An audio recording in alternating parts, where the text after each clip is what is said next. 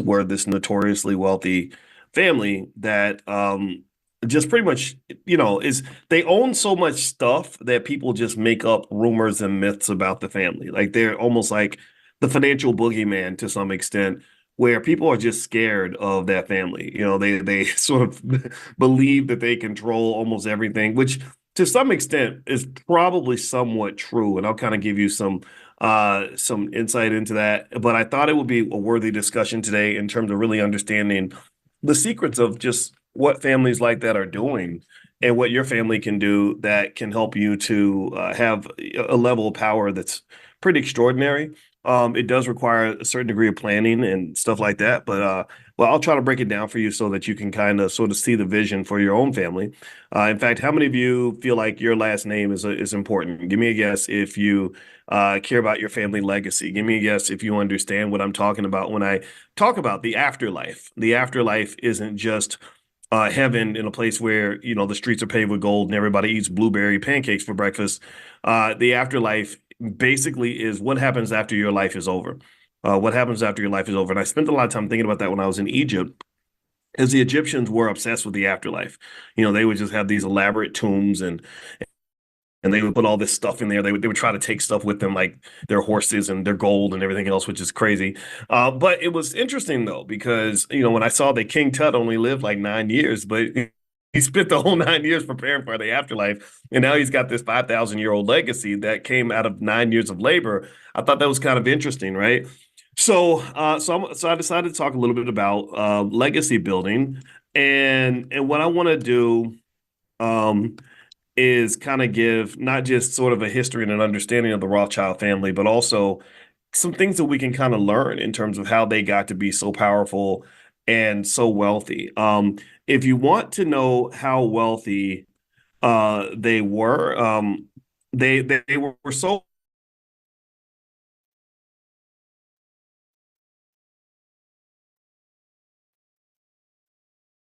wealthy that and Ferraris. They had the kind of wealth where they could decide which countries will go to war with other countries, or which countries are going to win the war.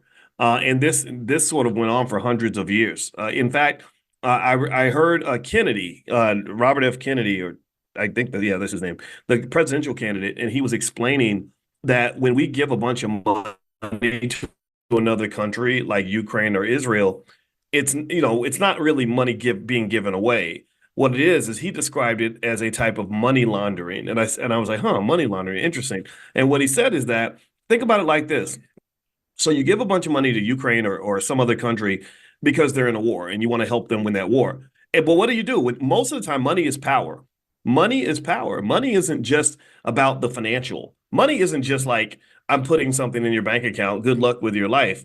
Money is is something that translates into things that money can't buy. It translates into influence. It translates into conditions that you can use to shape the world into what you want it to look like.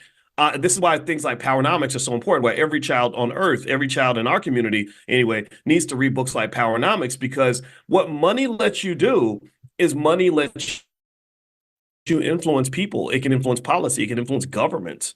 Like, think about it. Process it like this. If I go, let's look at it. Let's bring it down to earth real quick before we get back to the Rothschilds. If I go out to a school, and this has actually happened, and I come in and I say, I'm Dr. Boyce Watkins. I want to write a $50,000 check to your school. What are they gonna say? They're gonna be like, especially if it's a small, struggling school, doesn't have a lot of money. They're gonna say, "Wow, thank you. This is amazing. We appreciate this so much." But what if I didn't say, uh, I got a cousin that's a teacher, and I need you to hire my cousin on your faculty. Okay, sure, absolutely, because we want to maintain this relationship. Okay, and then I say, um, yeah, I'd like my name on a building or something, like, for my family, like that would. Okay. And then let's say, it could go into other things like, well, I really think you all should teach Black economics in in the school, because, our kids need to learn economics. Okay, well, Dr. Watkins wants that. That's what we want. Right. And now, mind you, power doesn't have to be used for malicious purposes. It's not like I've donated to a lot of schools, but never once have I pushed for anything that would be deemed inappropriate. But what happens is that money affects people, money affects relationships. So let's go back to the example Kennedy gave. So Kennedy basically said, when we give money to Ukraine, we're not really giving money to Ukraine. What's happening is they're giving the money and they're making all these stipulations that come with the money. Money usually comes with a set of rules. That's why in the Black Business School from the very beginning we say we're not going to take money from corporations. I don't want to be in bed with a bunch of raunchy, goofy ass celebrities. I also am not taking money from the Democrat or Republican parties because they don't write blank checks that allow you to do whatever you want. They're buying influence from you. So basically, when they give money to Ukraine, they'll say, "Okay, we'll give you the money, but we need you to agree to some conditions." Oh, okay, sure. What do you need? What do you need? We need you to upgrade your weapon systems to a specific global standard in order for you to move forward here. So that means your old stuff is garbage. You need to buy new stuff. Okay, no problem. Oh, and by the way, when you buy your new stuff, we have these defense contractors in the United States, Northrop Grumman and some other companies that would be more than happy to sell you everything you need, right? You need more missiles? Oh, we got you. You need more bombs? Oh, we got you, right? You need tanks? Oh, we got a company that makes tanks. So you're giving them the money so they can spend it right back with American corporations. Do y'all follow what I'm saying? Do you get what I'm saying? And this Kennedy correctly defines this as a type of money laundering. He said, what you're doing is you're taking taxpayer money and you're funneling that money to corporations that gave money to your campaign. This is why, and I'm sorry, and I know I hurt people's feelings because I don't jump on bandwagons and I'm not into all this Democrat Republican nonsense. I make fun of it. I joke about it. It's like, yeah, oh, Kamala washed greens in the bathtub. Oh, that makes her perfectly fit to be president. Or Trump. It's funny. The funny thing about Trump is that everybody's known Trump was an asshole for 30 years. Anybody who's ever followed him has known this guy is a blowhard, arrogant guy. Like when I met Kanye West and I was on the phone with Kanye for all those hours, I said, okay, now I understand why you and Trump get along because both of y'all are crazy. Both of y'all need therapy. Both of you think that you're the most important human beings on the planet. And I don't want to be around either one of you. So I make jokes about it. And I know people get offended because somehow they falsely believe in this nonsense. They believe that this stuff is really going to represent their interest. And what they don't understand is that politicians don't work for you. Politicians don't work for you. Politicians work for the people who gave them the money to get elected. They can buy you, they can buy your vote. All they got to do is tell you that they wash their greens in the bathtub or do the electric slide with you, and they got you. They got you. But the corporations say, I'm gonna write this check. They're saying this to Trump, the Silicon Valley saying, Trump, we're gonna write you billions of dollars in checks. Elon Musk it says, I'm gonna give you $45 million a month to become president. But when you get in office, I need you to subsidize the EV industry because we're getting our butts kicked by China. BYD's killing us. They're going to put us out of business. We need you to put tariffs on Chinese-made electric vehicles because they're flooding the market and we can't stay in business.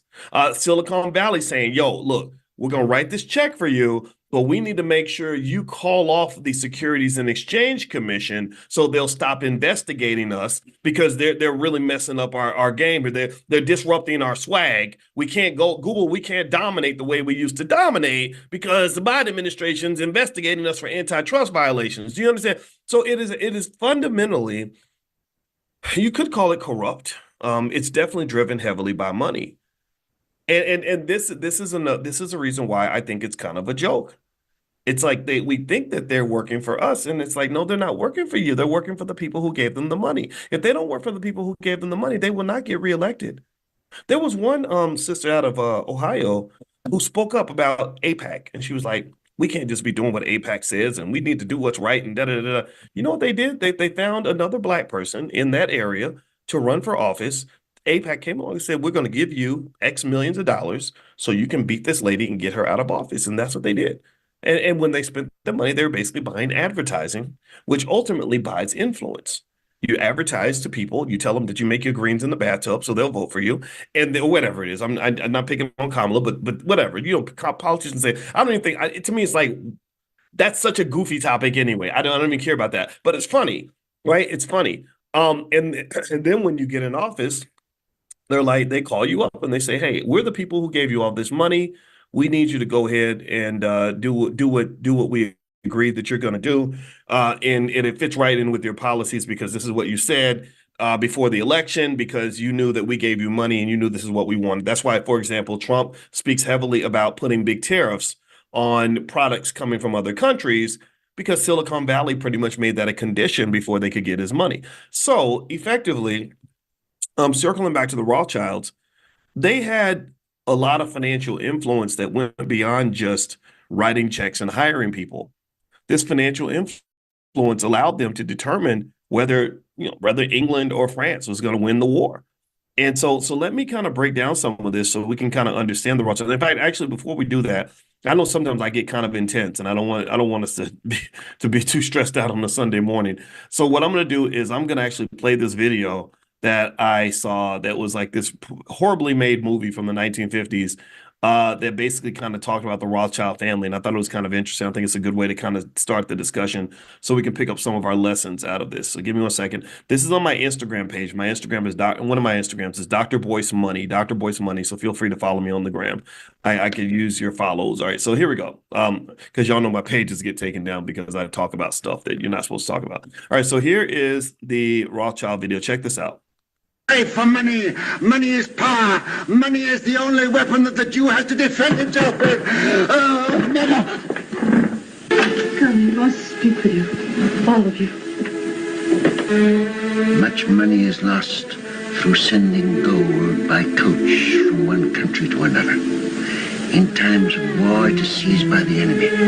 In times of peace, by thieves. You are 5 brothers. I want you each to start a banking business in a different country. One to go and open a house in Paris, one in Vienna, one in London. Choose the most important centers. In your day, there will be many wars in Europe. And nations that have money to transport will come to the Rothschilds because it will be safe. You must stand by one another. No one brother must be allowed to fail while another brother succeeds.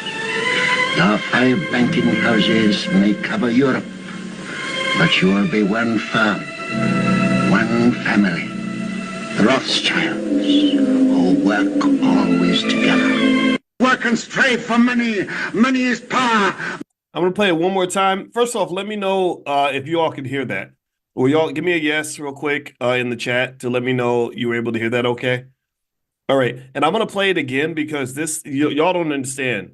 There was a ton of financial consciousness exercises in that statement, in that short statement that he made. There were about 3 or 4 things that I want to drill into that's really going to shape how you see money. So let me pull this back up again, and I want us to watch this again because it's that interesting to me. So here we go.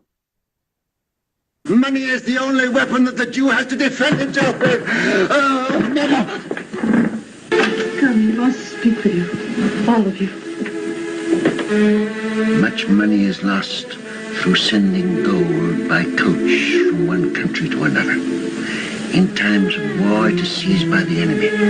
In times of peace, by thieves. You are 5 brothers. I want you each to start a banking business in a different country. One to go and open a house in Paris, one in Vienna, one in London. Choose the most important centers. In your day, there will be many wars in Europe. And nations that have money to transport will come to the Rothschilds because it will be safe.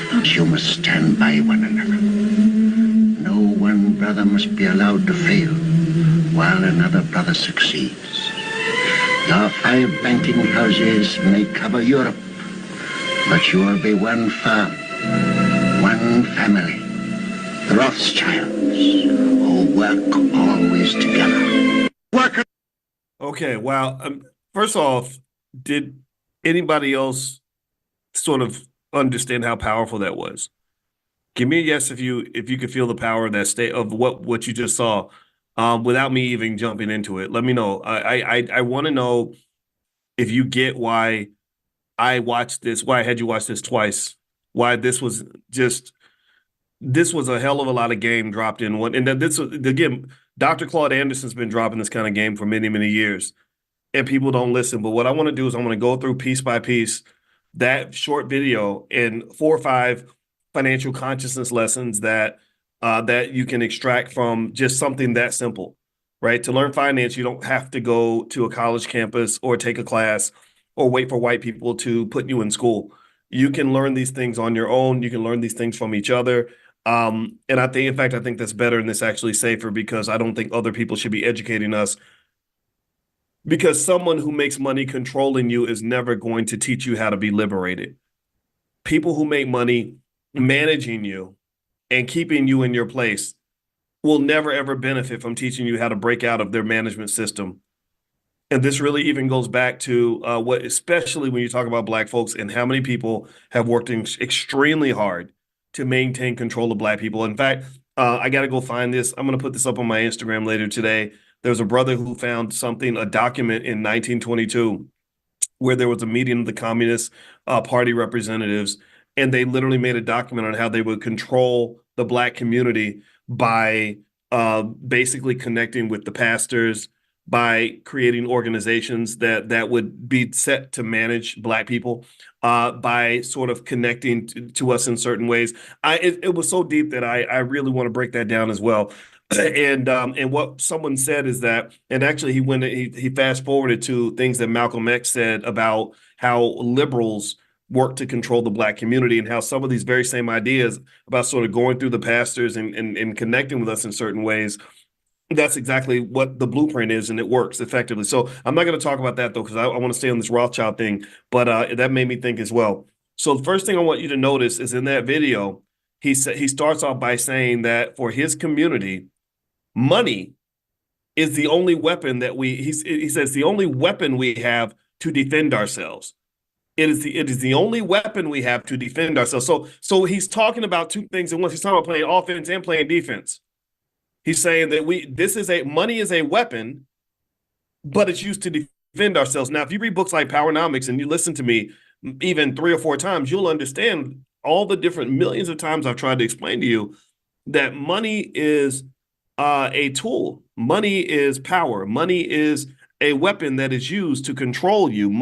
So if you don't have it's something to defend yourself with, to defend your freedom, to defend your family, then someone's going to come and conquer you.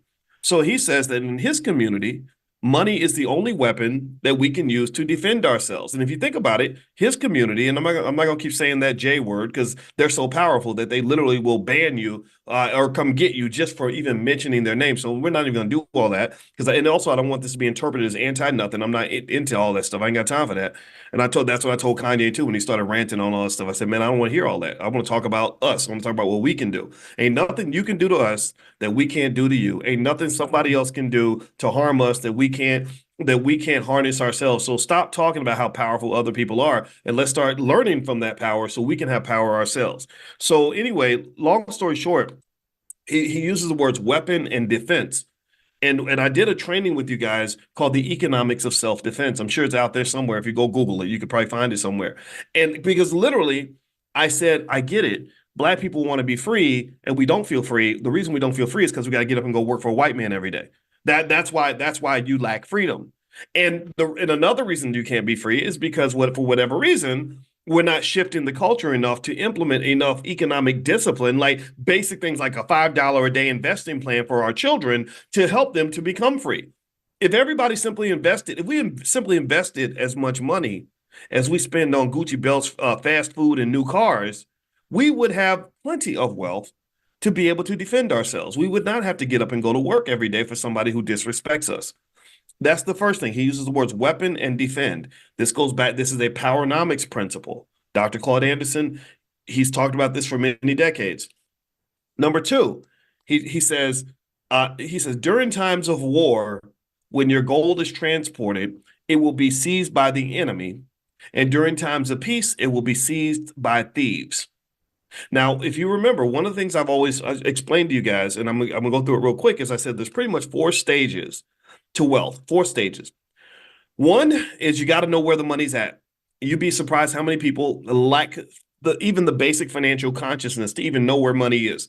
My thing is like, how do you plan to have money when you don't even know where the money's at? You don't even know that the stock market is the number one wealth builder in America. You don't even know that entrepreneurship gives you a far greater likelihood of having wealth than working for somebody. You don't even know the value of owning versus renting. You think you can consume and buy things for the rest of your life and that you're going to somehow be wealthy. That doesn't make any sense. Or you're going this, get my bachelor's degree, go $200,000 in debt and work for other people route. That doesn't work. The studies show that doesn't work. So financial consciousness is critical for anybody that wants to be financially strong. So the first step is financial consciousness, learn where the money's at. The second step is you have to have a plan. I tell my girls, I say, look, if you ask a man what his 10-year plan is and he can't give you an answer in 60 seconds, that's not the man for you because success doesn't typically happen by accident, especially when you're black. Because there's already a plan. You don't have a plan for your life, but they got a plan for your life, though. They got a plan for you already. So because you have not thought about your plan or God's plan, you're gonna have to submit to Massa's plan. Because Massa has a plan for you. Massa's plan for me was that my mother would abort me before I was born so that I would never be a problem.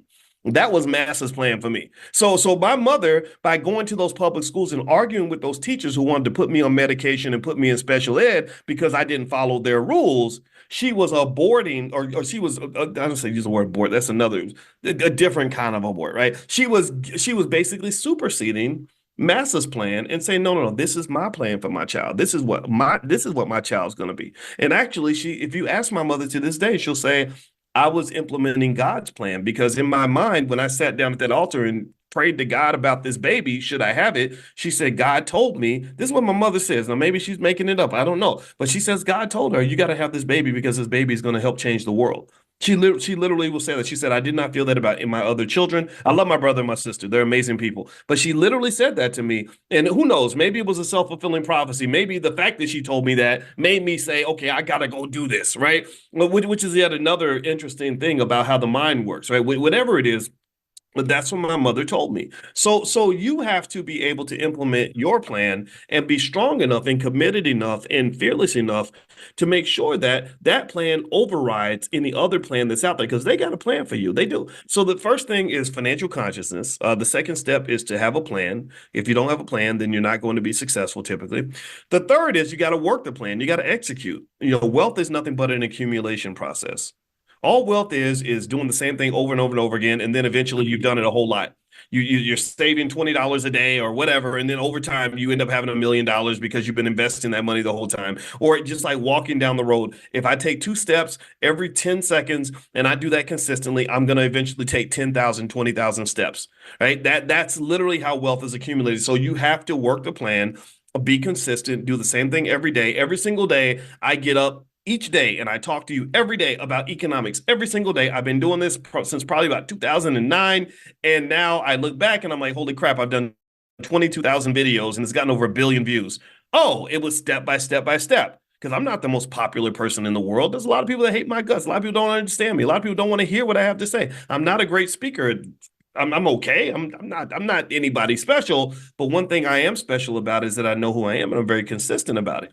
You can call me whatever you want to call me, but one thing you cannot call me is inconsistent. That's it. Even the people who hate me, sorry, my chair came down. Even the people who hate my guts can never say that I'm not consistent, right? So, and that's all. When I hear them say that, then when I hear them admit to that, I'm like, okay, that's all I need. I don't need you to like me. I need you to know that I'm going to be here. Period. So, what else? The fourth part. And this gets to the Rothschilds thing. So we talked about having consciousness, knowing where the money's at. Two, making a plan to get the money. Three, executing the plan. Number four, this is what the Rothschilds were referring to. When you pile up resources, you better be able to defend that stuff. If you can't defend what you got, then you will not have it for very long. Once you get money, you become a target. You become a target of every cousin that's got a sob story. You become a target of the government that will tax you into the ground. You become a target. You a man, you're gonna become a target of every cute little girl who's trying to go come and get a piece of that money. If you are a woman, there are women. I know wealthy black women who are hit on by what they call these hobosexuals, these men that are sexy and know how to drop it in bed, and they're really trying to get close to you so they can get access to what you got. Even the men are doing that to the women now, right? And so what he's saying is that during times of war, when you got money, somebody's gonna try to take it. Either the enemy's gonna seize it, or the thieves are gonna try to steal it. So what he's saying is we need a plan so we can protect what we got. We're gonna go get it, and after we get it, we're gonna defend it. Okay. Now let's move on. What's another type of defense? Well, one thing he says in that video is he says, I want all five of you to go to different countries and set up banks in different countries. Now, again, I don't know if these conversations ever happened. Nobody knows, but that is what the Rothschilds did. So they went to different countries and they set up banks in different countries. Well, what is that? What concept of economic self-defense is that? Well, that's called diversification. Diversification is a critically important part of economic self-defense. It is an area in which many of our people fail. Many of our people fail for one reason. We've been raised on this false belief that having a job was the safest way to make your money. That when you have a job, you have job security, so you're more secure than if you are a person who's getting different streams of income, and that's not true because you're never secure if all your income is coming from one place, especially if it's coming from somebody who don't give a damn about you. You know that corporation don't love you. You know that they'll drop you in a second. You know that you could die at your desk. They're going to sweep your dead body up and then replace you within a week. But somehow you feel more secure because you're getting all your income from that one source, and you're getting you're pretty much raised and trained to serve these people from birth. Like that's all you're custom designed to do that. It's like the Eddie Murphy movie Coming to America when the girl came in and she's drop dead gorgeous and he says, "So what do you do?" And she says, "I spent my whole life being trained to serve you." So when he decided he didn't want her, she had nowhere to go. She had nothing to do. She was like, "Well, what am I? Where I've lost my sense of purpose." Well, a lot of you were raised that way. You were raised to go to school, get good grades, go to college, and get a good job. And if this society and if this economy does not want you, a lot of you feel like you have nowhere to go. That's why you see so many people when they can't get a job or can't keep a job. Give me a yes if you've seen somebody where because they lost their job and they can't get another one, they get depressed, they start drinking, they sit around and start doing. See, this is where the wino started. I talked to a black man one time. I spoke for the National Black Chamber of Commerce. They had a real cool dude that was running the organization. Well, I was really impressed because I know that they have to be very political. And I said, okay, do you want if when I speak, do you want me to give you the political Boyce Watkins or the safe Boyce Watkins, or you want me to give you the real Boyce Watkins? He said, I want the real Boyce Watkins. I said, okay, you got it. And he was a good guy. I can't remember, I think his name was Big B or something like that. And anyway, when they were driving me back to the airport, I was talking to his driver, and his driver was an entrepreneur. I think he owned the limo company where he was driving me in this car. And he was 62 years old. And he said, I've never had a job in my life. I said, you've never had a job. Tell me what have you done your whole life? He said, well, he said, I just get money. I know how to make money. And I said, really? I said, where'd that come from? He said, well, when I was a kid, my father used to work in the steel mill, and he had a good job, was making good money. And then the steel mill shut down. You know, they make these big trade agreements with other countries. It was one Clinton made where they,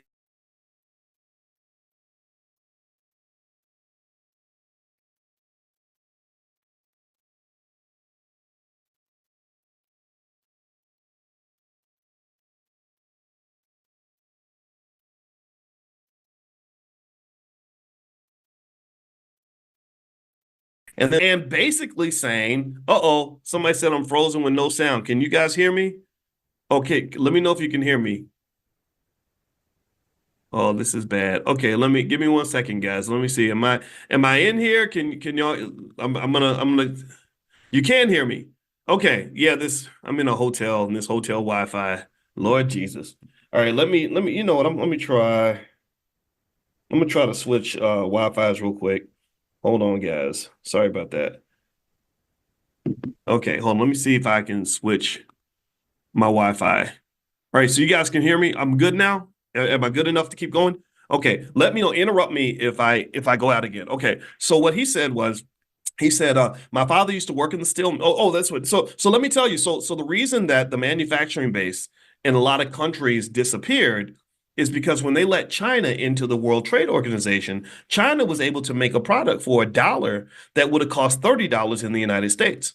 So why would you manufacture a product in the US where you got to go pay a worker a living wage and the product's going to cost $30 when you could go make it in China where it's going to cost $1? So that's when you started to see a lot of the major cities that have manufacturing bases just sort of fall apart. Milwaukee, Gary, Indiana, Detroit, places like Akron and Toledo, stuff like that. A lot of the Midwest got hit. So basically, effectively, these sorts of agreements end up harming people. So what happened was this man told me that when those manufacturing jobs went away, he said that's when the winos started. He said because you had a lot of black men who had only been trained to work for white men. That's all they knew how to do. So what they did was they would just sit around and drink all day, sit around, drink and play chess all day. When a man loses his sense of purpose, it's hard for him to maintain his manhood. So a man has to maintain some sort of a sense of purpose that goes beyond just showing up to work for this white guy, or anybody. You have to know your value beyond just whether or not you have a job or can get a job.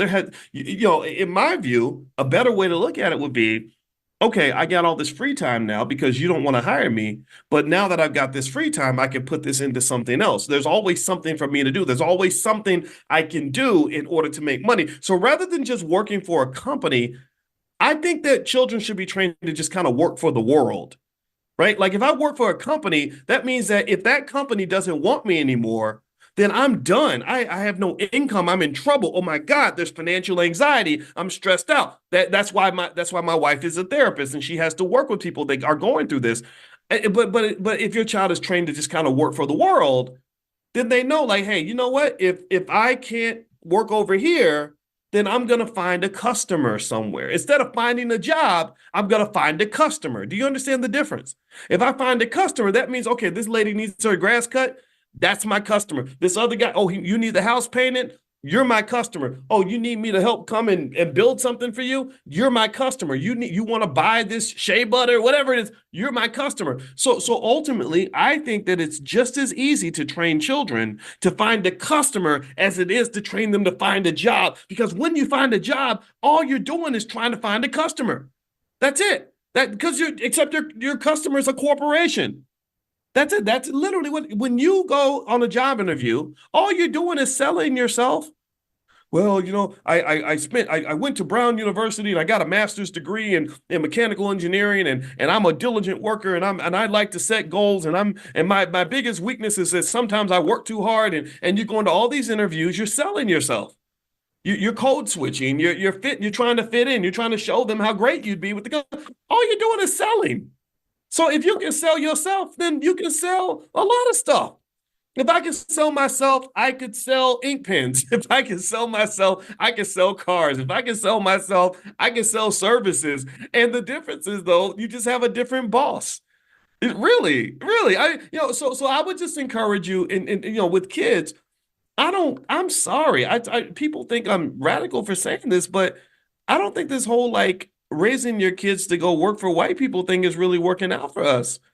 When I look at how many people I know that are going through all kinds of daily struggle because of the stress of their job, I say, wow, like you're really crying on your way to your dream job. Like, you used to dream about this job back in you really wanted this job. Now you have the job.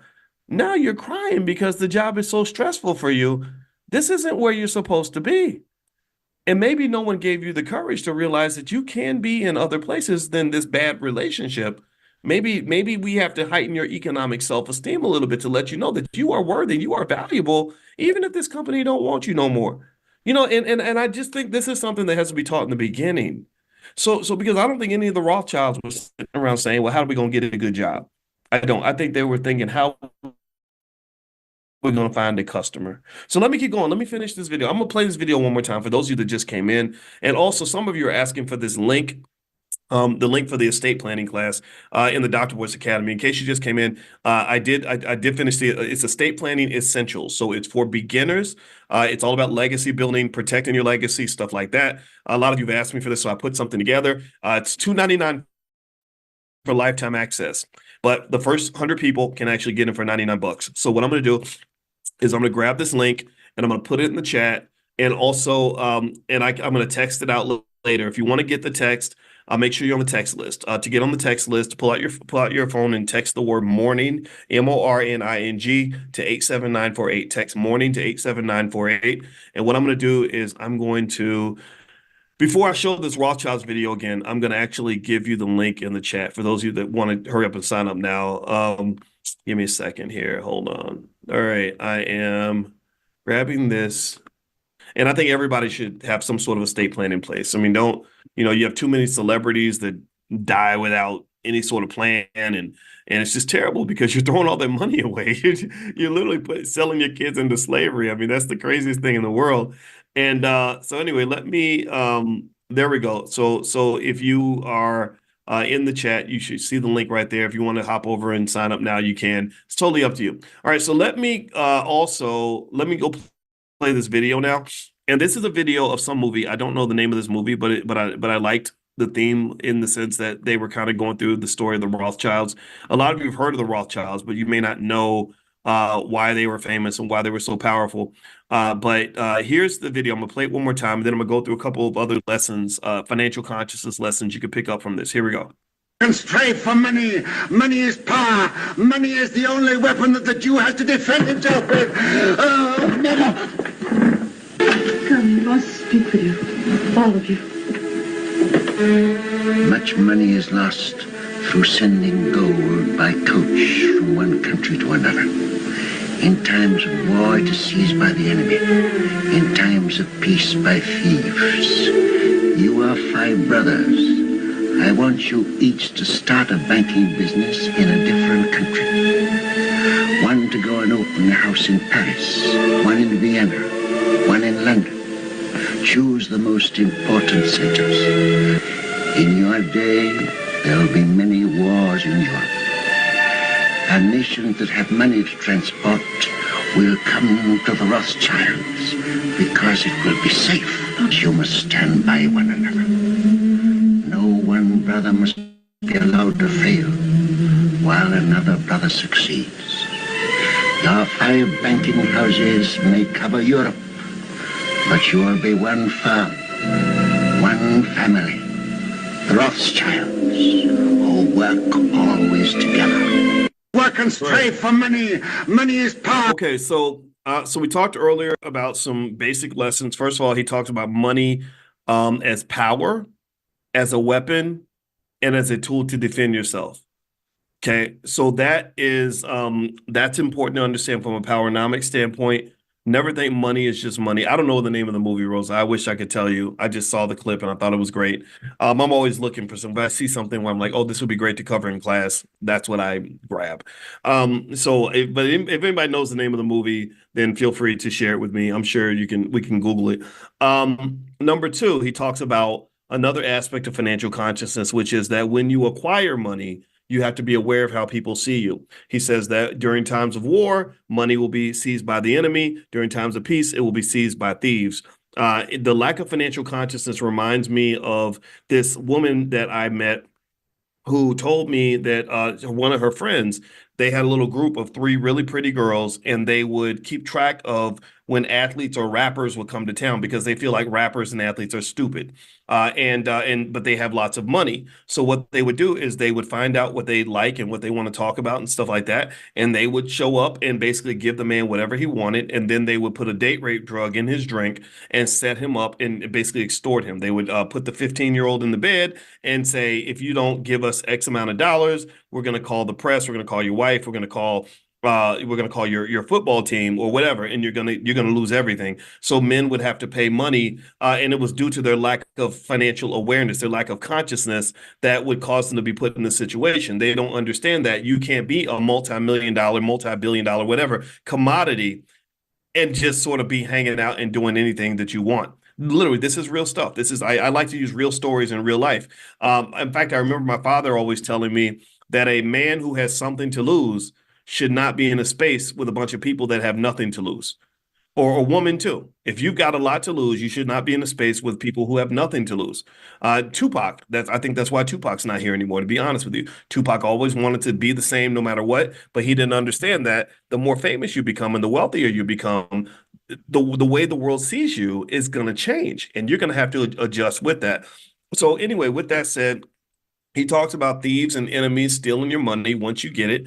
Then he talks about diversification. Okay, there's five of you. All five of you are going to go start banks in different countries because we're going to be spread out. We're going to be diversified. That's another rule of economic self-defense. The other thing, too, is he understands the power of family. He says, we have five sons. And he says at the end, he says there's nothing more important than being a Rothschild. He says that no one, he said, you will stand by one another. No one is allowed to fail. You are one family. That is a powernomics principle. That is understanding that many of you, how many of y'all got kids? Any of y'all got kids? Anybody in here? Any parents in the room? If you are a parent or a grandparent, raise your hand. All the parents, because your job is extremely important and it's the most important job in society. I don't care what anybody else says. One mistake people make in America is we view children as what they call a luxury item. In economics, they call that a luxury item. A luxury item is something that you do that's pretty much a waste of your money anyway. A luxury item is like buying a Coach purse or a Mercedes Benz. You don't need a Mercedes. You don't need a Coach purse. You do it why? Well, because you got extra money, you got a little money to burn, you're feeling yourself, so you go ahead and just make it rain a little bit. That's fine, but children are not a luxury item. See, there was a time where children were viewed as an asset, not in a malicious way, not in an exploitative way, but in a way that said the more babies we have, and if we train these children properly, they become a source of power for the family. We're now gang affiliated. Like anybody remember when you were little and you ever know that kid at your school who had like 12 brothers and sisters and then 14 play cousins? Anybody remember the family like that back in school? No one would ever beat up anybody in that family because you knew that if they were loyal to each other, you were going to get your ass kicked. Like you knew they were all going to show up at your house and kill you. Like you did not mess with the kid who had a bunch of older siblings that were always with them. There was protection there. There was safety there. Well, the grown-up world ain't much different. When you've got people that are with you that have your back, then you can achieve a whole lot more than if you're trying to operate solo. This is one of the reasons why, since slavery, they have worked so hard to keep us isolated from one another. This is why people like what was it, Hoover or the guy that ran the FBI, whatever his name was. This is why they consider Black unity to be the greatest threat to national security in existence. They said, "Oh my God, if these people all start working together, we're in trouble. We are in trouble." So what I want you to understand is that what this Rothschild father was seeing is that I got five sons. Oh, that's a power move. I'm wealthy now. I just ain't got no money. Right? But I'm very wealthy already. I'm a millionaire. I just ain't got no money. And so what he did was he said, you are five sons, you will set up five banks in five countries, and you will be unified. He also said, you will not allow anyone to fail. None of you can succeed while the other one's failing. That's not going to happen. What he's establishing there is a gang. He's establishing what I refer to as an economic gang, and everybody's gang affiliated. Every gang out here has a code of conduct, and gangs aren't just in the streets. It's not just Crips and Bloods and all that. No, the police department ain't nothing but a gang. The Apple computer ain't nothing but a big economic gang. They all got the same little logo. They all follow the same rules. If you don't follow the rules, then they're going to put you out the gang. The North American Free Trade Agreement, NAFTA, is an economic gang. We got together with Mexico and said, hey, homie, look, I got something, you got something. If we work together and set special rules for each other and codes of conduct, we can have more power. The Asian Pacific Union is an economic gang. The European Union is an economic gang. And the problem that you have as an American, particularly as an African American, is that you're constantly inundated with this very rugged individualism. You're constantly inundated with this false idea that you're supposed to do it all by yourself and that you're supposed to be the man. Or you're supposed to be the woman. You're supposed to be the boss. You're supposed to be the HNIC. I run into it all the time. I run into it all the time. I talked to D1 before he went to InvestFest, and we were talking for a long time. And I said, man, I said, I love rap and I love rappers. I said, but some of these dudes, I cannot talk to them because they are so caught up in trying to be the man, trying to dominate, trying to be King Kong this, and I'm the best, and I'm the baddest, I'm the greatest. And it's a reflection of why the whole black community fails because you're always looking for this one guy to be the superhero instead of building institutions. It's ego. Maybe it's ego, insecurity, weirdness, bad culture, but this whole idea that it's like one person has to always be the boss and the leader and everything, it makes it so hard to collaborate because when I approach other aggressive black males with collaborative energy, sometimes not all of them. I mean, a lot of them get it. A lot of guys get it, but some people, it's like they see that like some like threatening, like it doesn't like they've never seen that before. You know, like either I'm dominating you or you're dominating me, but we can win together. Like, why does it? Why? What's with the scarcity mindset? I think that's a scarcity mindset. To be honest with you, I think it's scarcity because it makes you think that the only way I can be successful is if I push you out of the picture, and that's not how the world works. When you're working together, there's something called synergy, and synergy is where two plus two is not four. Synergy is where two plus two is seven. Synergy is where we're not getting together to chop up one pie. We're getting together because we're going to make the pie bigger, and then when it's done, each of us will have a bigger slice than we had before. It's magic, and I really think that you should really tune into that. I think that this is something that is cultural. Right? It's cultural. It is something that can be taught. It's something that simply says, look, man, stop thinking. It's a consciousness concept, actually. It's consciousness, right? Think about it. Imagine a football team where you got a bunch of players who are a bunch of individuals who are all concerned with their own stats and whether or not they got the ball versus another team that says, look, I'm not worried about whether I get the ball or not. I'm worried about whether or not the team wins. That second team is going to win far more championships than the first team, and there's going to be a lot more success to go around. And typically what's interesting is that when you start to see people's consciousness decline and people start to operate on that low vibrational level is when the team starts losing. When the team starts losing, it becomes every man for himself and everybody's trying to get their best stats in because they know the team's not going to win. And that's when you start to get people and their egos kind of clashing and fighting with each other. But when the team is winning and if everyone has the right energy, then you can all understand that you're better together than you are individually. Go look at, for example, groups like New Edition. In New Edition, when they were young and immature, Bobby Brown wanted to be out swerving his hips and kind of being the superstar. The other guys got jealous of Bobby. Next thing you know, the group breaks up. Ralph goes solo. Johnny goes solo. Bobby goes solo. The other three are just sitting there. They don't know what to do because can't none of them sing. But actually, what's interesting is that Michael Bivins, who I actually did meet him, I liked the guy. He seemed like a leader. He seemed like a guy that would pull people together. He forms Belle Biv DeVoe. Belle Biv DeVoe became more successful than Johnny and Ralph and almost as successful as Bobby, right? And they had the least talent, but they had the right energy. They said, well, okay, individually, we suck. We can't sing that well. I'm not gonna say they suck, but y'all know they couldn't really sing as well as Bobby and and Ralph and all that. But they became successful because they understood how to work together. They understood synergy. And then now that synergy of New Edition is as great as ever because now they're older guys. They're all over 50. A lot of the egos are gone.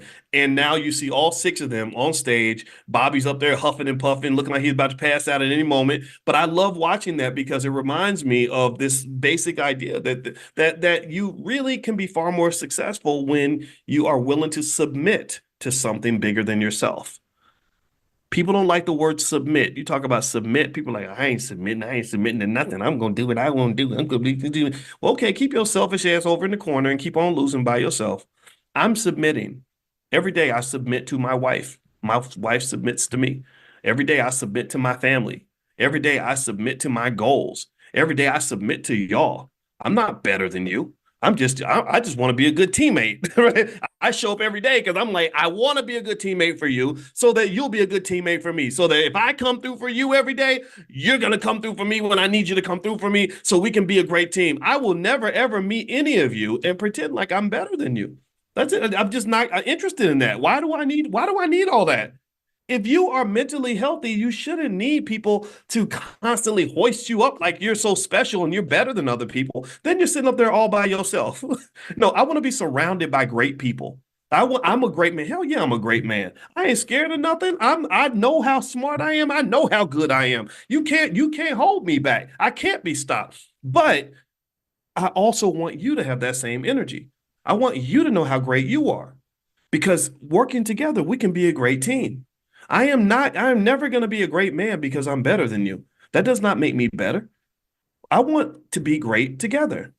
What's wrong? I think that is how you win. I really think that's how you win. If we're all great together, then guess what? We become the baddest group of people on the planet. And I believe that intelligent Black people, B1 people, are going to be the most extraordinary group of people on the earth.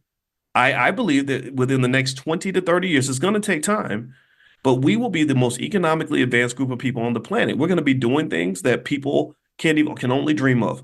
Our children are going to understand economics at a level that far exceeds anybody else. Do you know I met a kid who was in the Black Business School years ago? I told you I got to bring him up again. Caden, I saw him at InvestFest. Caden was 14. I had not seen Caden since he was 7. But his father, they always check in with me every few years because Caden started off in the Black Business School and everything. And I'm talking to Caden, and I'm gonna tell the story again. I know some of y'all might have heard this, but Caden literally, I was like, "Is that you, Caden?" And he was talking. He's a real polite kid, and I said, "You're 14. You're about to start high school. That's a big deal. Are you ready?" And he said, "Oh, I already finished high school." And I thought he made a mistake. I was like, wait, no, you didn't. And his father's like, oh yeah, we got high school out of the way. I homeschooled him. We got him through high school. And I said, so where's he going to go to college? And his dad said, well, Caden already makes more money than most college graduates, so he's just going to focus on his business. We went to the White House last week. Like this is what this kid is doing. And here's what I'm saying to you is that I think we can produce little cadence the same way you mass produce cars off an assembly line. I believe that we can have 10 million kids like this. Because let me tell you about Caden. Caden, his dad told me, he said Caden couldn't talk until he was 5. He could not talk till he was 5. There was something going on in terms of a delay or something. I don't know what the issue was, but his dad said so. It's not like he's he was born some massive super genius. He's smart now. Don't get me wrong, he's very smart, but he's not any different from a lot of the kids that you have in your own household. It's just his father understood the value of his child. He understood that the gold did not lie at the back of some white man's house. The gold was not in some factory. The gold was not in some corporate office. The gold was buried in his backyard. You understand? His family was the prize. He was the prize. His son was the prize. So he said, instead of investing my energy, think about this. When you invest your energy into something, what you're doing is it's like you're digging. You're digging for oil, or you're drilling for oil, or you're digging for gold, right? So you're going to your job every day, digging for gold. You're going out into the world looking for possibilities. And you're like, oh, I wish they would give me an opportunity. But what you don't understand is for a lot of you, just like it was for the Rothschilds, the gold is buried in your backyard. That's where, in my view, that's where you should be digging. So if you're a parent, grandparent, play parent, step parent, mentor, coach, whatever, understand your multi-million dollar asset is right there around you. But what we do that is so backward, in my opinion, is we will neglect the kids so we can go off and serve massa. Tell me if I'm lying. Tell me if I'm lying. We will literally, our kids grow up like, I forgot my mama's name because mama's working 14 hours a day. And I understand mama's got to go pay the bills sometimes, but Lord Jesus, we don't even understand. Again, because we look at our children as luxury items. We're like, oh, we have these little badass kids. They cost all this money and whatever, and you do the bare minimum, and then you say, well, you drop them off at some public school so that some white guy can like get into their brain, right? And next thing you know, they're coming home and telling you that you're mispronouncing your pronouns, right? Or whatever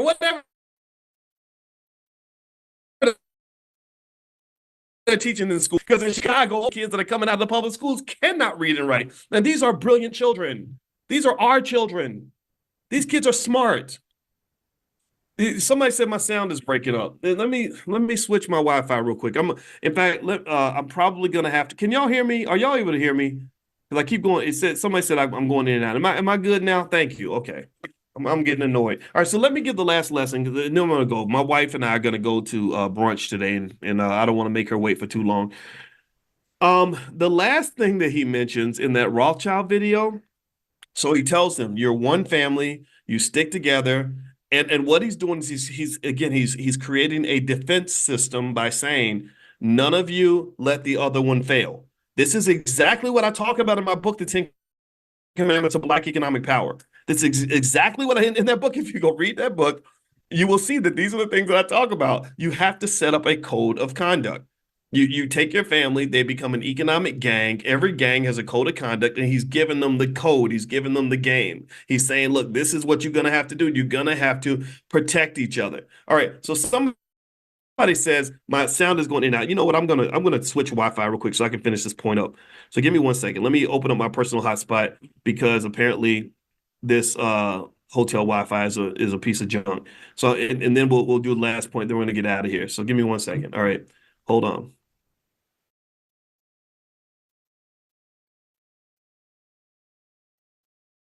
Okay. All right. So I'm back now. Give me a yes if you can hear me. Okay. Give me a quick yes if I'm coming through all right, because I'm on my phone Wi-Fi now. Okay, and if I have to turn off my video, I will. Okay, great. All right, thank you so much, April and Gerald and Kelsey and Renee. I appreciate you. All right, so he sets up a mindset early, right? This is so important. He's telling the children, don't go looking out in the world for what you need. Look toward each other. Instead of turning outward, you turn inward. See, a lot of y'all were raised in households where you were not taught to do that. You were not taught to turn inward to fulfill your economic needs and responsibilities. You were taught to turn outward. Okay, Billy, I got 3 smart kids. You're going to go work for him. You're going to go work for her. You're going to go work for this company. And then next thing you know, all of you are so spread out. You're all applying insane amounts of energy toward things that are not amounting to shit just so you can get enough money so you can barely pay your bills. That's what you're doing. But what the Rothschild father told them was he said, turn inward, look at each other, go to your brother, make sure he's good. And this is exactly how the European Union got formed. This is how Apple Computer got formed. This is how any successful economic entity has that same philosophy. You take your energy and you apply it to the people that matter to you. It's the same energy that leads me to get up every day and to talk to you. Harvard University could not hire me to stop doing what I do every day because I would just tell them there's no place that I'd rather be and no place that I need to be that's more important than me being right here educating Black people about economics. This is the best use of my doctorate, period. So that's another thing that he was given. Because remember, if you don't give the kids the right mindset, they can have all the talent and opportunity in the world and it won't amount to anything. So mindset is everything. Economic culture exceeds economic education.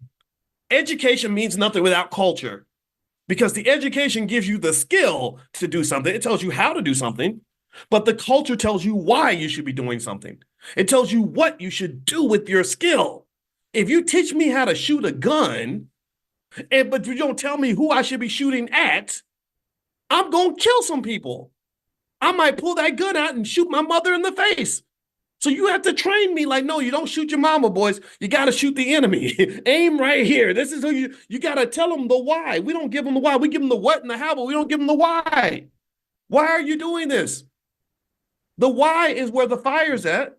When I come in here acting like a crazy man, jumping up and down, it's not the what and the how that's making me do this. It's the why. I'm doing this because I know that in a few years, we're going to kill it. And I'm going to tell you, I was extra fired up when I went to InvestFest and I said, this is what I was always aiming for. Thousands of Black people getting together only to talk about economics. This is so different from the beginning when everybody acted like it was crazy and weird and stupid and nobody was interested. Now everybody's interested. Now we got our people right where we want them. Now in the next generation, what we do is we're elevating this. We're building on top of this. See, because the Jewish community did not become the most economically capable group of people in the world in one generation. It took hundreds of generations. It took a long time. So ultimately for us, we're still in the infancy of this movement. We're still at the very beginning. Sure, we're doing a lot, but what's going to be amazing is what your grandkids do.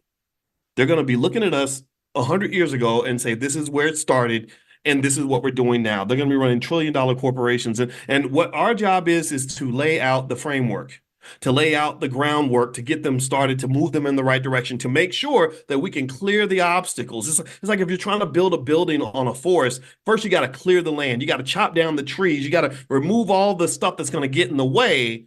And then they're going to build on top of what we created. So the last piece I'm going to throw in here is the last thing. The Rothschild father said that was really interesting. He said there will be many wars. Now, he did not say which side of the war you're supposed to pick. He didn't say who you're supposed to fight for. He said there will be many wars, and in these wars, both sides are going to need our services. So he wasn't saying go out here and gamble and get into a war and fight people. He said pay attention to the war, and whenever people need a service involving the transport of money, they will come to the Rothschilds. So here's what this made me think about. In the California gold rush, most people who rushed for gold did not get any gold. Most people who went into the gold rush, they jumped in and they did everything they could to be a part of it. But most of those people came back with nothing. But there were people who said, look, I don't want to go dig for gold, but I'll sell lunch to the people who are tired after they spent the whole day digging for gold. Or I can be a tour guide for the people who are trying to figure out where to go to dig for gold. Or I'm going to sell, or Levi blue jeans. They said, we're going to sell these really rough, rugged blue jeans so that when people are digging for gold, they can have some good pants to wear while they're digging for gold. I'm not going to dig with you, but I'll sell you the service that will help you to go and speculate. And that's what the bankers and the Rothschilds were doing. They were like, look, we ain't gonna fight in these wars. We ain't trying to be involved, but we'll finance the war for you and we'll sell weapons to both sides. That's what they and so to this day, and this creates some animosity for them, unfortunately, is to this day, this is kind of the reputation they have. This is why they became the economic boogeyman, because they were the ones who got to decide as the bankers who was even going to win the war, who was going to have what they needed, who was going to get access to the gold. And so again, so effectively what it says is that when you're thinking about business, see, it's like, almost reminds me of like stock options, right? A lot of people are into buying stock options. They love to speculate. They love to, throw money out and invest it and hope for the best. And I got a text message from a rapper. I'm not going to say his name, but the other day he was a rapper. He sent me a message on Instagram, and he was asking me about stock options. And he said, man, I was curious to know what you think, because he said I lost, $100,000 buying stock options. And he said, so what do you think about that? I said, well, actually, I don't buy stock options. And he's like, what do you mean? I said, well, I don't speculate. I sell stock options. I don't want to buy the option because that means I might either make a bunch of money or I'm going to lose money. But if I sell the option, I'm always going to make money because I'm selling the option to the people who want to speculate. I don't want to be the gambler. I want to be the house.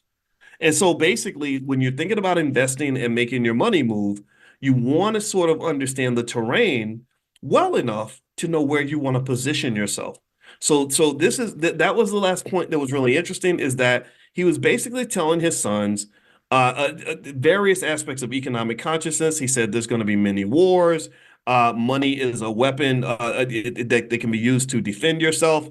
He mentioned that when you get money, you're going to have haters and enemies that are going to try to take it from you. He said, which means that you're going to have to stick together and you're going to have to diversify, which is why I want all of you in different countries. I also want all of you to have each other's back. And then at the end of the day, we're not trying to get involved in the petty, nonsense and the low vibrational stuff, like wars and all that. What we're going to do is we're just going to give people what they need so they can do whatever they're going to do, because at the end of the day, the Rothschilds are always going to win. And I kind of think that there's something to really learn from that.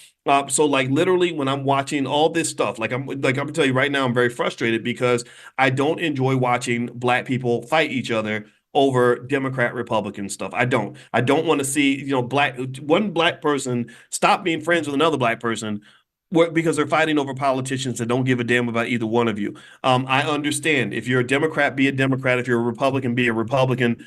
But I don't see where any of this division is going to benefit our community directly. So I would encourage you that after you finish being a Democrat, after you finish being a Republican, become an intelligent Black person. Connect to each other and say, okay, now that we've argued over the basic stuff, let's go ahead and put that to the side so we can focus on the stuff that actually matters. And I think this is a level of consciousness that I hope more people can embrace, because I don't think everybody's going to get it. They know exactly how to trigger us. They know exactly how to get us fighting with each other. And I just really encourage you, and I applaud those of you who are able to kind of see beyond just the very basics. So anyway, that's it, guys. I'm done talking. I hope this conversation was helpful to you, and I hope you guys have a great day. I'm going to go eat lunch with my wife.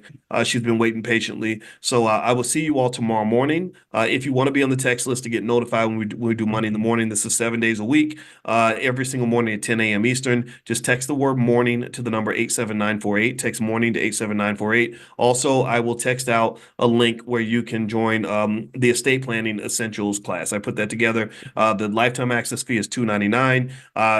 For you guys, for the first 100 people to sign up, it's $99. So I cut the price by $200, and it's lifetime access. It's yours for life, and it'll get you started on legacy building and preparing for the next generation. So I'll text that out to you as well later on today. So have a good day, everybody. God bless you, and I'll see you all tomorrow. Engineering. Absolutely. I have a DEng, a doctorate of engineering, that I got in 2013. That's too crazy. That's too crazy. And what was you did teach at an HBCU, or do you still teach there? I'm still teaching at HBCU. In fact, I just got out of class. Literally, I teach a signal systems and transformations class. So I teach 3 core classes over at Morgan State University in the School of Engineering. And so that's what I do full time. I'm a full-time lecturer over in the School of Engineering at Morgan. Well, shout out to Morgan. I know so many, I happen to know a lot of really smart Black people who teach at Morgan. Isn't that funny? Yeah, Seriously. Dr. Ray Wimbush, he's over there. A lot I of our never scholars. Yeah. I don't know. You have to introduce me to them. The people I know are like random people. They're Okay. not, no, nobody knows who they are. I just happen to know them. But I was like, I feel like keep meeting all these people at Morgan. That means I got, so God is trying to tell me something. He's telling me I need to go visit, hang out. Come up So there. We would love to have you, Doc. You got to come through there. I would love for you to come up there and speak to the class. we gonna do I it. would love it. I would love it.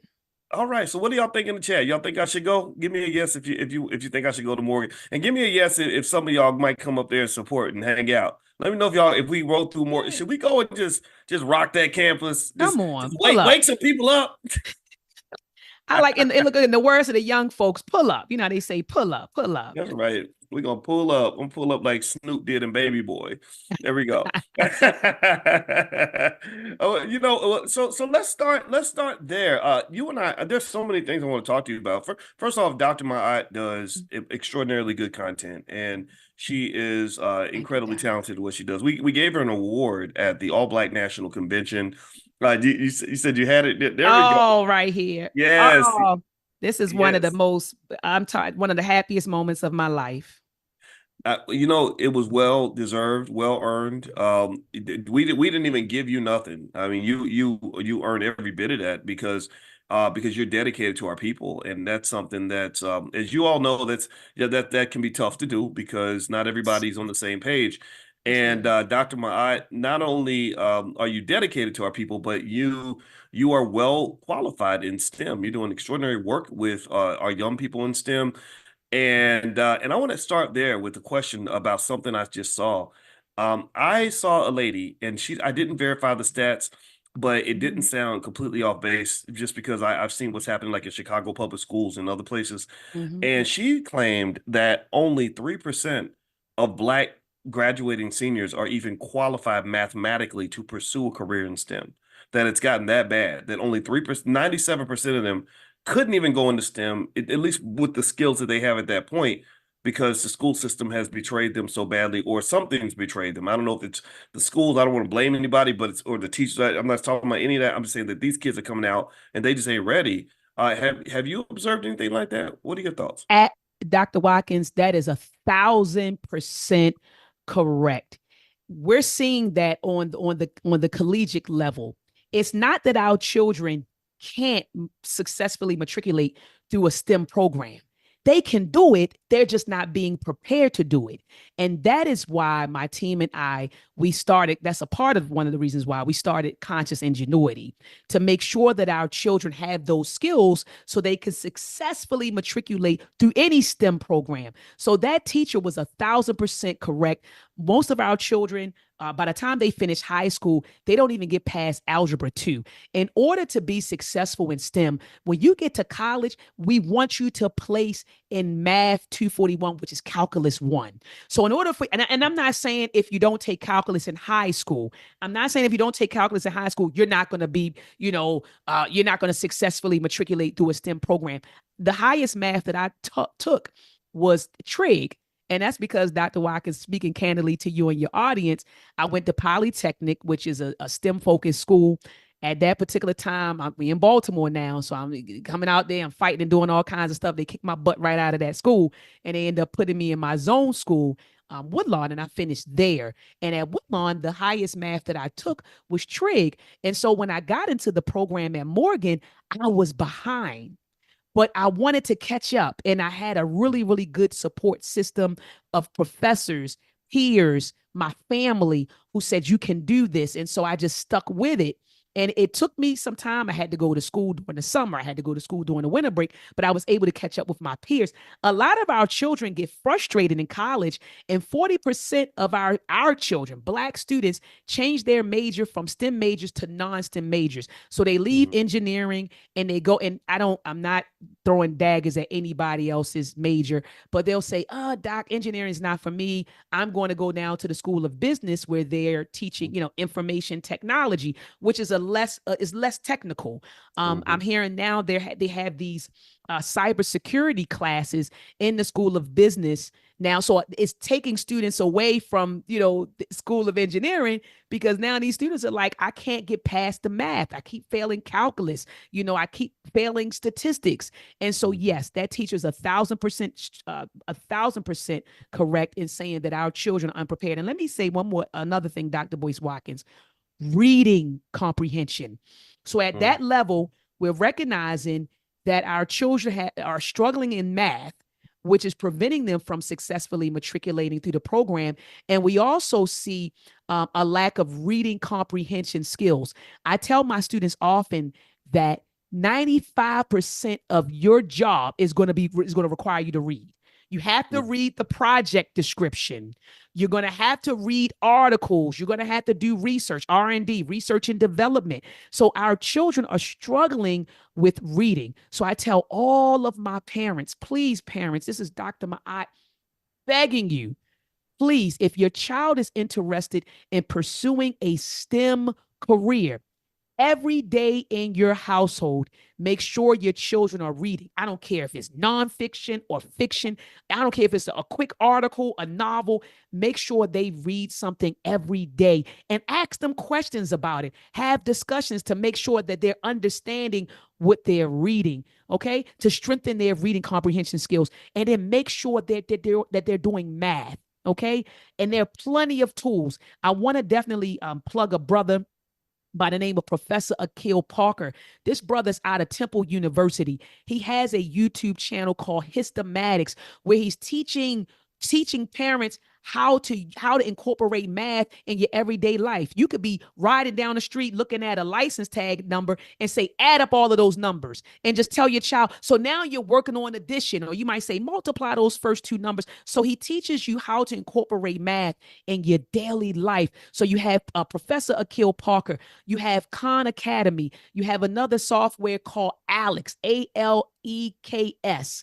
My son is on Alex every day. So these are things we could be doing at home to make sure that our children are prepared to pursue a STEM degree and career. I really love that. I love that. It's funny when you talk about like that first calculus class you take as an engineer. I taught that class at University of Kentucky, and I remember it was specifically designed to be a weed out class. Like it was Yes. like we were going to put them through hell, and whoever couldn't survive, you was going to have to go home because we had too many people trying to be engineers. So they specifically told us, they said drill them. And it was so interesting because the funny thing, the inside joke on that class was whenever every semester there will be some kid or two or three that would come up to me and say, "Well, I just want you to know I already took this in high school, so I already know everything you're going to teach." And I would be like, "Oh, really?" And I'd be thinking, "Oh, okay, so you're the one that's going to fail out because Yes. you're walking in with the wrong attitude." Yes. And so but you are right. And then what would happen, and I was a business major, is I remember it was almost like the business school became kind of almost like this graveyard of broken dreams for all these kids that used to be engineers or used to want to be engineers, right? So they go to school of engineering, get their feelings hurt because that was the Mhm. side of campus where they really made you learn. Like they really, like you get a real skill as opposed to like no disrespect to my business management No, no, majors. no, yeah, Yeah, no. yeah, right, right. But it's kind of like it's a little fluffy. It's not specific. Whereas engineering's pretty intense. My friends that studied engineering were challenged, but the benefit though is that you're getting these skills in terms of logic and just the ability to really just process information in a special way. So when I got to my doctoral program in finance, the best students in our class a lot of times were the students who studied engineering in undergrad. I thought studying business would get me ready to get a doctorate in finance. No, if I could go back in time, I would have majored in engineering or math or some hard concrete science, not business school. So when you told me you had a PhD in engineering, I instantly respected that because I know how hard that is. Because you know how it is. You got a lot of people call themselves doctor this and doctor that, and it's like, yeah, that's cute. Whatever you do, that's real cute. But when you say you have a doctorate in engineering, I'm like, oh. Okay, that's like somebody say, "Okay, I did 5 years in Rikers Island." Okay, you put in the work. You went through the fire.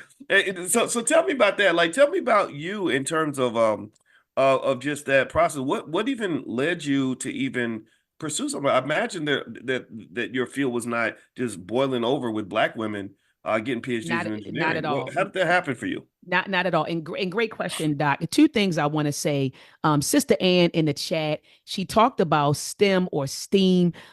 Me personally, if you go to my website, consciousingenuity.com, I have a double A in it.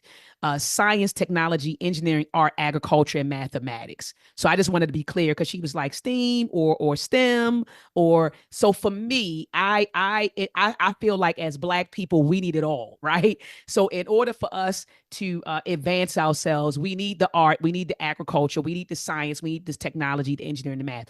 That's one thing. The second thing I wanted to say to you, Dr. Watkins, is you mentioned that going well when you matriculate through like a STEM program, right? And now I'm intentionally saying STEM, right? So, to Miss Ann, so STEM program, you develop these skills that you necessarily did not develop. And those skill sets you're talking about, Dr. Boyce Watkins, is critical thinking. I know that a lot of us feel like we're critical thinkers, but we think, but a lot of us don't understand that critical thinking it's a set of skills and it's something that you develop. It's not, I'm not saying that you can't develop it, but thinking, yeah, we have thoughts, some intentional, some not, but critical thinking is intentional.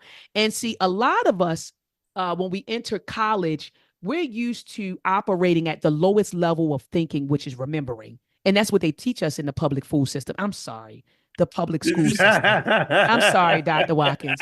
So they teach us to operate at the lowest level of thinking. So we remember things, we mimic everything, just like a 5-year-old mimics things. You do this, and the 5-year-old does that. That's how we're taught to operate. But when you get into You you got know me what, cracking up. You you did know not what, say Doc? public food system. I didn't I'm mean to going. say that. I I'm didn't mean gonna to say that. remember that one. I That's didn't. that's. Keep talking. I didn't mean to say that, Doc. I meant to say the public school system. So we're taught to operate at the lowest level of thinking, which is remembering. You remember. So someone tells you something, you remember it, you repeat it, right?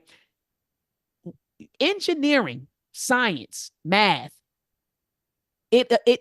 and you had to, in order to be successful in those disciplines, you had to utilize higher order thinking skills. So we had to move from remembering to now we actually have to understand.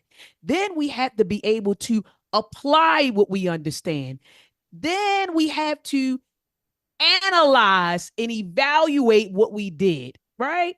And then Mhm. if you reach the apex of those higher order thinking skills, we might create something new. We may innovate, but that requires higher order thinking skills that we necessarily did not develop as we matriculated through the K through 12 system. And so that's why when my students, even I teach electric circuits class. That is the first electrical engineering class that the students take at the ECE program at Morgan.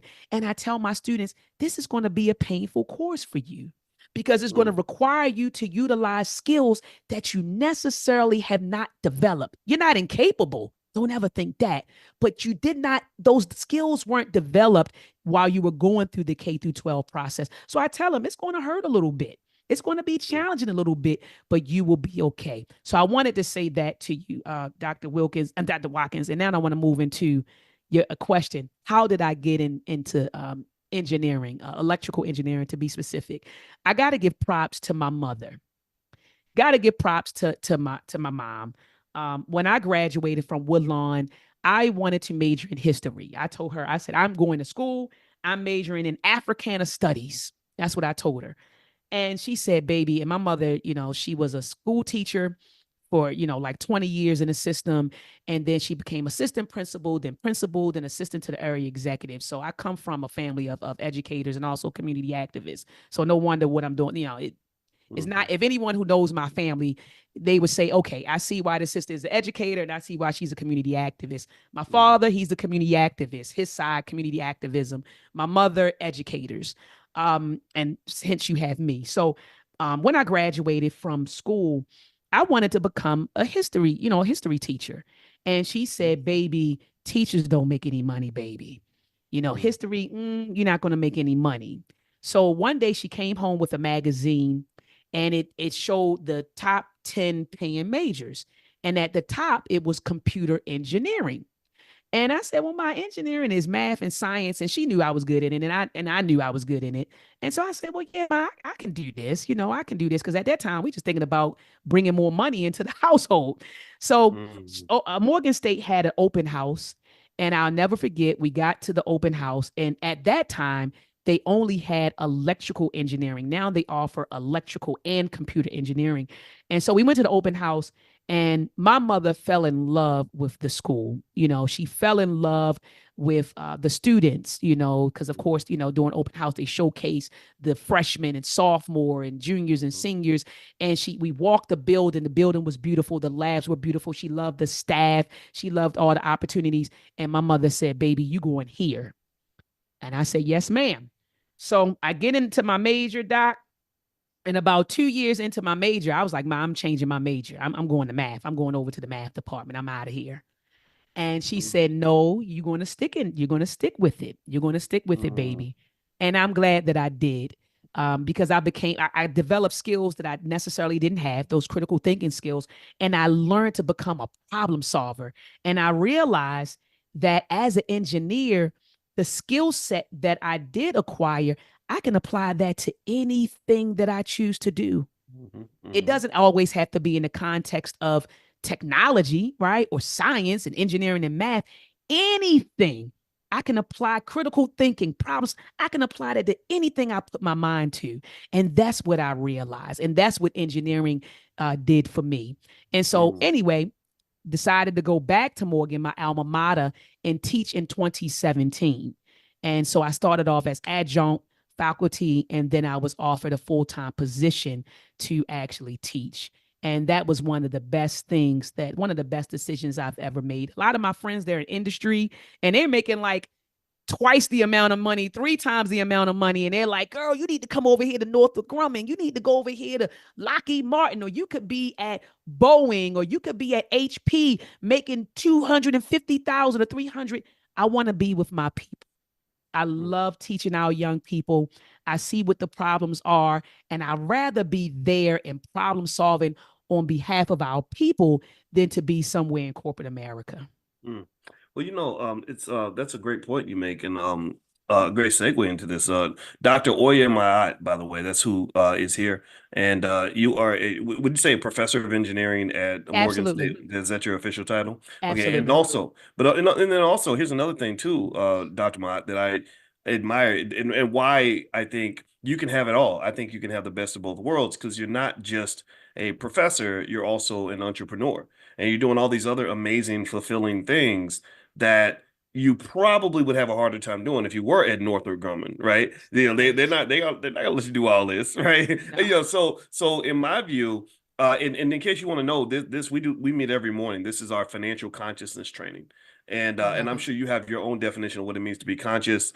I think consciousness definitely connects to even some of the skills you talk about in terms of critical thinking. I think the more critical thinking skill you have, the more conscious you become. You become aware of things. Absolutely. You understand how things work and all this, right? And we need consciousness to be at an all-time high for our people because there are so many games that are being played with us, so many traps being built for us, so many cages, that are designed to control us.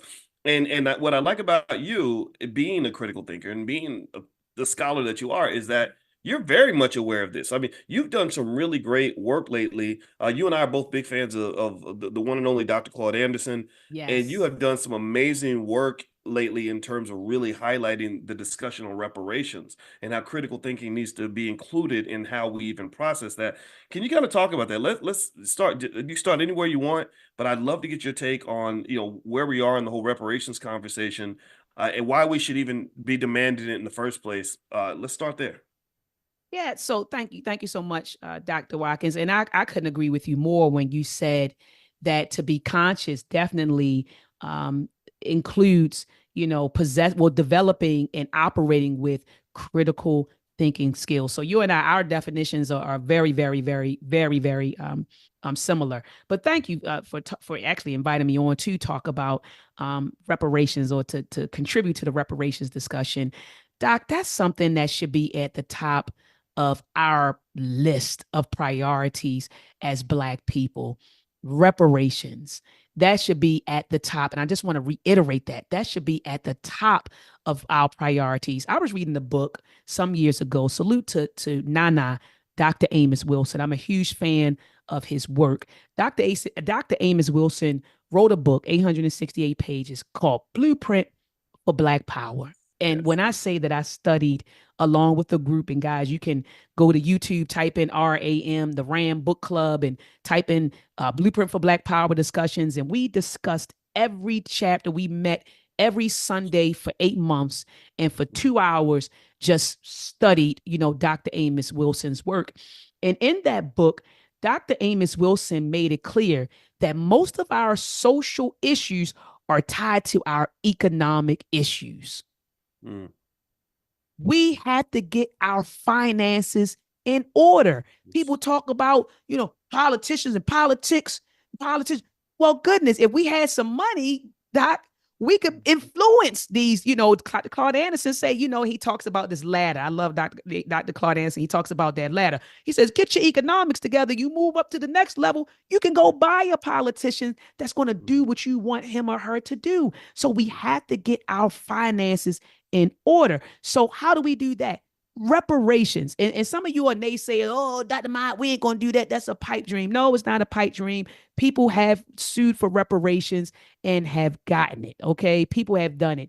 I always encourage folks who are naysayers, Dr. Watkins, to just Google people like Belinda Sutton. This was a sister. She was born in West Africa. She was captured and sold into slavery before she was 12. And she was enslaved by a family in Massachusetts called the Royal Family. But the Royal Family, their assets got seized because they were loyalists. So the government found out that they were loyalists. So they seized their property and they also manumitted their enslaved people. And Belinda was one of them. So you can go online and just Google Belinda petition. She actually signed a petition. She petitioned the government for what we would consider now reparations, and she did it multiple times. And so this woman this is the first known case of a free person obtaining financial reparations for slavery. You also have another sister, Kylie House. She started an entire movement. She helped to found an entire movement called the National Ex-Slave Mutual Relief Bounty and Pension Association. And she was able to get over 300,000 members who actually paid dues. And so this was the first mass reparations movement that was led by us in this country. Now they did get her for mail fraud and they imprisoned the Dr. Watkins, but people sued, I just want people to know that it's doable, that we can do it, because you have a lot of folks, Doc, who don't feel, they have that self-defeating mentality. Oh, we're not going to do it. We can do it. And then you had other groups of people, who got reparations. There was other groups of people. You had the Japanese, the Native Americans. You had the survivors of police abuses in Chicago, victims of forced sterilization, the Black residents of Rosewood in Florida. They got reparations. So it's possible we can get it. So to answer your question, Doc, because your initial question, you said, what are reparations? And, just defining it, what is it? And why should we get it? Why should we get it? And the definition that I take is from Dr. Darity, Dr. Sandy Darity in his book. Yeah. Oh man, I got his book on my shelf, Doc. And I was trying to get my Never, little I books never met together. him, but I've admired his work for a long Oh, time. what was the name of the book? I feel so bad. Oh, From Here to Equality. From Mm. Here to Equality, reparations for Black Americans in the 21st century. And I hope I didn't butcher it. Family, throw it in the chat. Google Dr. William Darity's book. Throw the correct title in the chat if Dr. Ma'at butchered it. But I feel like it's From Here to Equality, reparations for Black Americans in the 21st century. And he talks about how reparations is redress, is repair from the atrocities that occurred, Dr. Watkins. That's what it is. And it was a lot of things that happened. It's not just slavery. I know a lot of people like, oh, it's slavery. It's not just slavery. It's slavery and everything that came at it. It's slavery. And as Dr. Claude Anderson says, it's semi-slavery. Jim Crow was semi-slavery. It was slavery. Then you had systemic racism. You had policies that were passed that created this enormous racial wealth gap. So Dr. Darity says, man, reparations should close the racial wealth gap. So whatever number, and I'm not talking about in the thousands, Dr. Watkins, because some people want to call a reparations program, oh, Dr. Ma'at, in California, they're giving people $1,000. That's a reparations program. That's not a reparations program. Oh, Dr. Ma'at, they're giving some citizens over here $500. That's no, a reparations program should be designed to close the racial wealth gap that exists between Blacks and whites. That is an effective reparations program. It has to close the racial wealth gap that exists between us and them. And we're talking trillions of dollars, Dr. Watkins, not thousands, hundred thousands, not millions, billions, but trillions of dollars. Seems like you want to jump in there, Doc. No, I mean, let me jump in on that point. My conclusion on this, Dr. Mott, is that that's a big part of the reason that our reparations case is seen so differently by the world, not just because I'm just convinced that the world just does not like Black people. We we love everybody else. We give them our money, give them our votes, and don't ask for nothing because we try to be accepted so badly. But I don't think they like us very much. But on top of that, if you compare the amount of money that they owe us, if you compare it to what they gave the Japanese, or even compare it Mm-hmm. to what they gave the Holocaust survivors, it's of many orders of magnitude higher. It's an amount of money that would be about a third of the national debt. I think that the national debt's 37 trillion, and we really are owed about 14 trillion. That's the estimate that I've seen, and so I think that that's part of it too. Is that the amount is just so massive that they're like, what the hell are we gonna do with this? What are we gonna do with this? Mm-hmm. And but that doesn't mean we don't have the conversation. We don't keep pushing the issue. And Absolutely. one of the things that's interesting, I'd like to get your take on this, is I think critical thinking skills from people like yourself and others is important in this discussion because they're gonna come up with some BS. When they finally submit, because you see in California, we get the folks out there in California ain't playing. They are No, not. Shout out to the Black people in California. They are getting in these absolutely. politicians' faces. They are telling them we're gonna take your vote. And actually, this week, Dr. Cornel West is going to be on here on Monday, I believe. I Beautiful. just his wife texted me. I think it's Monday, and so the movement's kind of happening, and I think that to your point, I'd like to get your thoughts on this. Mm-hmm. Critical thinking skill is important because we have to really sort of be clear about what we really want. You know, like I think really people like yourself have to be involved in the conversation. People like a Dr. Claude Anderson, I'd be happy to contribute. Sandy Absolutely. Darity and others, and you know what they're not, but they're not going to do that. Well, if it or they finally start having that conversation, they're gonna say, "Okay, Al Sharpton, what do you think we should do for Black people?" And that's not appropriate. Can I get your thoughts on some of that? Absolutely. And right now we're hearing all kinds of proposals. I know that Kamala's pitching her opportunity economy. I'm not clear on what Donald Trump is proposing, but I I think know he had that the there. platinum plan. Oh, so he's still doing. He's promoting the platinum I don't plan, know if Doc. he's still promoting the platinum plan, but I imagine that comes with a free grill if you want to get a new grill like Dame Dash or something, but Yeah, so absolutely. So they're coming with these plans, and I'm such Doc, I'm telling you, you're reading my mind. Everyone in your class who this is a finance class, please get the color of money, Black banks in the racial wealth gap. And I know when I go like this, because of the screen, it looks like the words are in reverse, right? But it's called the color of money, Black banks in the racial wealth gap. Because a lot of the stuff that they're proposing, Dr. Watkins, they've been doing this stuff since the 1800s. A lot of the stuff, oh, we'll give you a community bank. Oh, we've been down that road before Mm, with community banks. We've been there. So a lot of the stuff that they're proposing, we've been there, done that, and it end up, we end up not becoming the beneficiaries. Everybody else benefits but us. And that's what's happening. So you have to apply critical thinking to these policies that they are proposing because they're really slick, Dr. Watkins, with the language. So mm. they'll say, well, we know that, and I'm not going to say any names because I know you said you didn't want to make this a politically charged discussion, but they'll Well, say things like, oh, well, Freedmen's Bank, even though, it was, created, for free, formerly enslaved people, we want to open it up to everybody. And they'll start talking about yeah. minorities. And before you know it, everybody's benefiting from something that was created for us. And see, Mhm, that's when critical thinking comes into place. We got to be able to carefully analyze these policies and how they are going to impact us directly. And when you mhm, start reading the fine line, you say, this is not a good, it sounds good on the surface. And I don't want to get mhm, into other policy, $25,000 down payment. It looks good on the surface, but when you start reading between the lines, and again, that's your critical thinking kicking in, you say, okay, mhm, this is not really a good policy. This is not a policy that's going to impact Black people the way they think. This is really going to impact middle class, not the working poor, but the middle class or upper middle class, or it's really going to impact, other minorities, right? The mhm. immigrants that are coming, the migrants that are coming over, not non-Black people.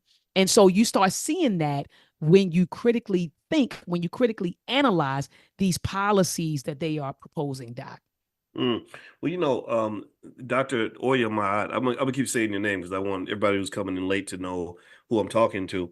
Um, so that's a good point, Dr. Maat. And one point that you made that I thought was interesting is you talked about how the whole conversation on reparations has been racialized. Yes. What do you mean by that? It's now become a Black thing. When people think about reparations, they have racialized reparations. They think that it's a Black thing. If you talk to see a lot of people talk about how we have been miseducated. They have miseducated us, and we start talking about the miseducation of the Negro. I mean, miseducation of the Negro, right? By Dr. Carter G. Woodson. They have miseducated us, but we have to understand that white folks they're just as miseducated as we are. White Mm, ignorance is a thing, and the media is complicit in that. The media and the mm, education system, they are complicit in maintaining white ignorance. And so mm, white folks, the average white person, when they hear reparations, they think of Black people in slavery. They're not mm, thinking of, a debt that's owed, something mm, that must be repaid because of an atrocity that happened. That's not racial. That's a human thing. It's not reparations isn't a Black thing, but in the minds of the average white person, when they hear reparations, they think Black people in slavery. And it's a human thing. It's a debt. I don't want to frame it as anything moral because it is a debt, but it's the Mhm. right thing to do. And it's a debt that's owed that must be repaid. It must be paid. And so that's what I meant when I said, Doc, they've had racialized reparations. So to the point where in the minds of white folks, they think it's a black thing and it's a slavery thing. No, it's a debt and it's a redress, it's a repair thing. That's what it is. And so that's what I meant by that. And Doc, I wanted to say something that I did not mention earlier when I was talking about why we're old. I mentioned slavery, I mentioned Jim Crow, I mentioned systemic racism. And because of all of those things, we in the Black community, um, we lack transformative assets and Mhm. we also lack parental welfare. This was a book that really helped me understand what is going on, the condition of us, why we are what we are. It's called The Hidden Cost of Being an African American, How Wealth Perpetuates Inequality. This book is Mhm. a must read. And what it helped me to understand is that literally because of the color of our skin, because we are Black Americans, when we're born, we're born with a cost. It's a cost associated with being a Black American. That means that more than Mhm. likely in your family, you don't have transformative assets and you probably don't have parental welfare. Now, let me define real quick, Dr. Watkins, what I mean by transformative assets and Mhm. parental welfare. It says right here, says to get a better analytic handle on this phenomenon, he said, I will use the concept of transformative assets, inherited wealth lifting a family beyond their own achievements. I want to say that again.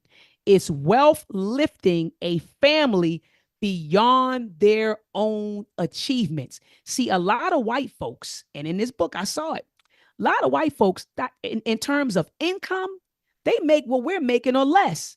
But the difference between us and them is that they have transformative assets.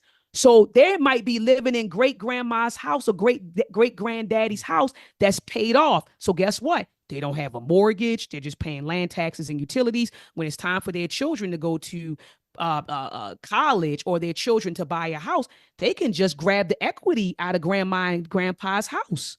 Mhm. Mhm. Average Black family does not have transformative assets that we can use to do things like that. And then Mhm. also parental welfare. Let me define real quick what parental welfare is and give thanks to my mother. I got a lot of that parental welfare growing up. My mother, she struggled, she did, but she was, here it is. I think it's page 61. Hold on, Doc. I want to get the right definition for parental welfare. Yeah, parental welfare. It says, well, they call it parental wealth.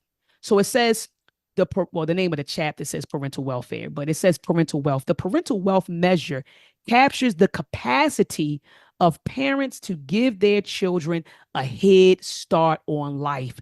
So being Mhm. able to buy your child a car, give them a decent savings account, some stocks. And you talk about that a lot on your platform, Dr. Watkins. And I've been Mhm. listening to you over a decade. That's why my son Jalen to this day has stocks. He's on Robinhood. He has over Nice. 250 shares of stocks and he's 14 years old. And I did Nice. that because of listening to you. That is parental wealth. Okay. Absolutely. The measure, it says, is a measure that captures the capacity of parents to give their children a head start on life. A lot of us did not have that. My mother did not have that. My grandmother was born in 1933. And during that time period, Black women could do two things: domestic work or be school teachers, right? And so Mhm. my grandmother was a domestic worker. She dropped out of school in the fifth or sixth grade. She worked on what she called the tobacco farms in Sumter County, South Carolina. That's where my maternal lineage is from, Sumter County, South Carolina. So she worked on what we say the tobacco farms.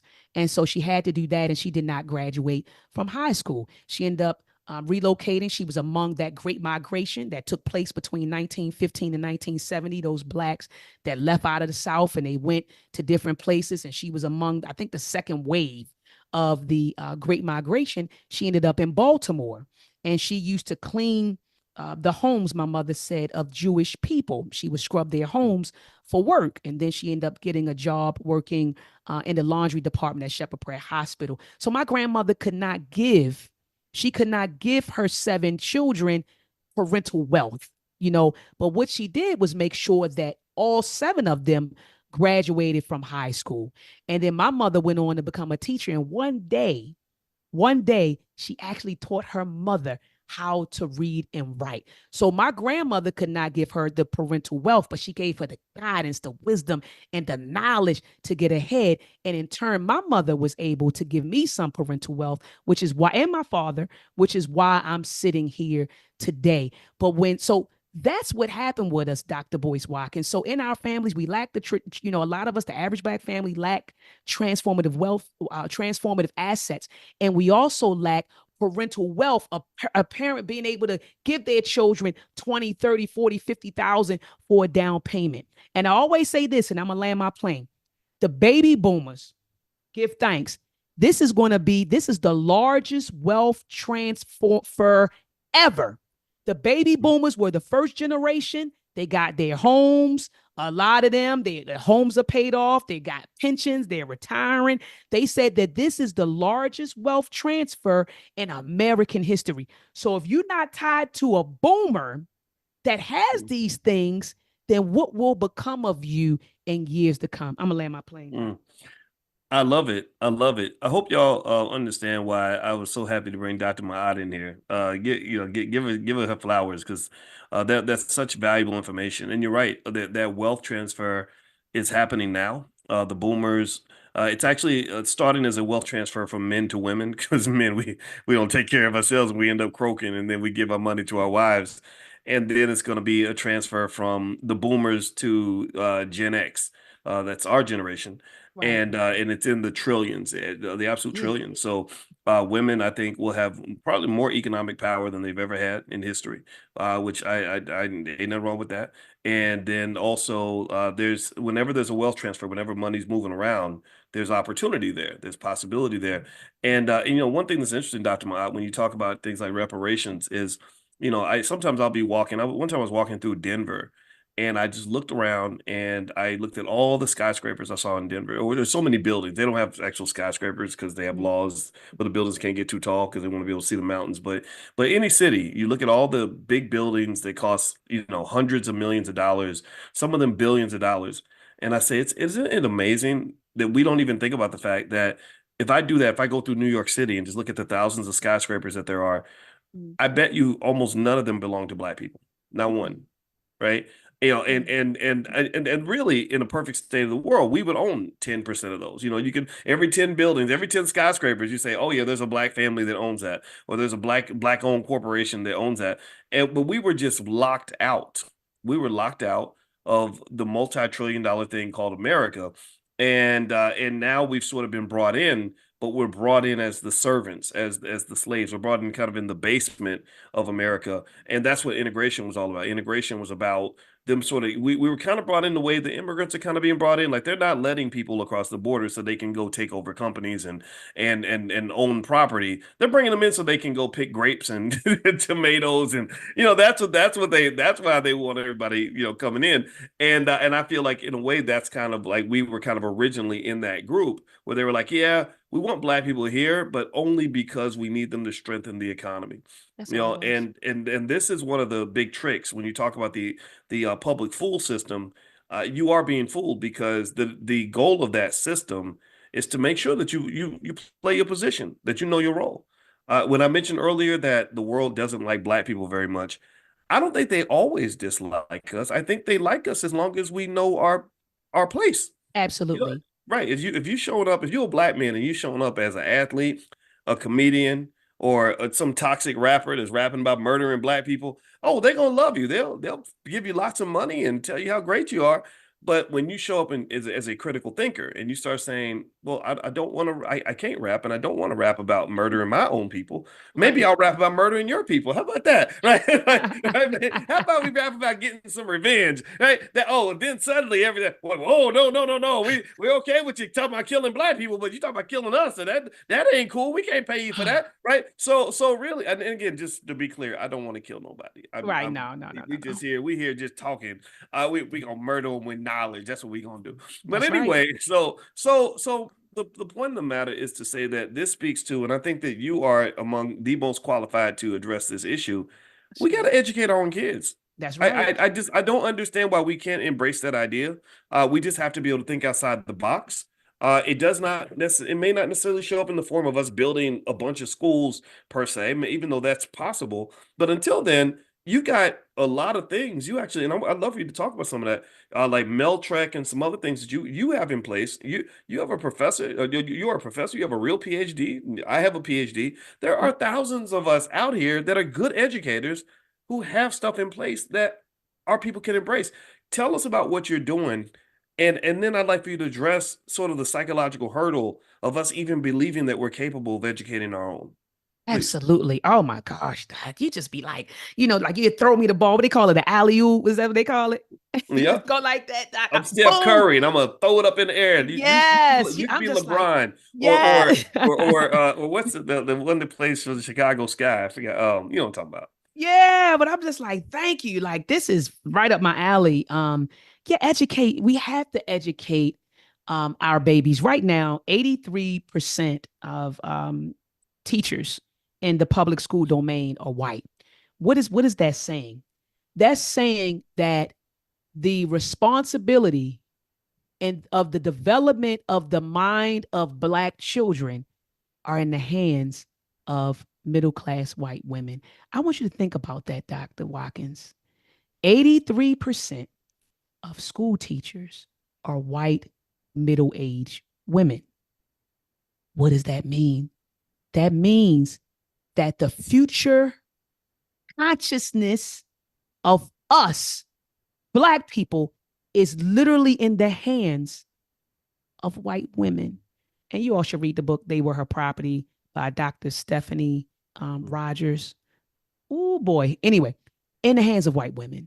And so we had to take ownership of developing the consciousness of our children. That's their education. Education, see, a lot of us think it's just something that you get, it's the passport to a great future. It's just something you get. Man, when you educate someone, you're socializing this individual. You're grooming this person to think a certain type of way. You are you are embedding the culture in them, politics. A worldview is being developed. It's so much that happens during the education process. Values, morals, worldview, goals. All of this happens during personality. I'm sorry, Doc. I just get excited. Personality. All of these things are being inculcated in that person when you educate that person. So when you allow outsiders to educate your babies, these outsiders are in control of your morals, your values, your worldview, your culture. Come on, man. We can't do that. We can't do that. When you talk about black liberation and sovereignty and advancement, and then you sending your children to be educated by the same folks that you say are oppressing you. I made the decision, or we made the decision in my household, to take my son Jalen out of the full system. Sixth grade year, Mm, I had enough. He was 11 years old. I had enough. And I put our son in the Uhuru Academy. The Uhuru mm, Academy, I always say that's the number one if black online education school. The Uhuru Academy, which is run by a husband and wife team, Baba Amin and Mama Nkoyo. Jalen is now 14. This is his third year in the school, and he loves it.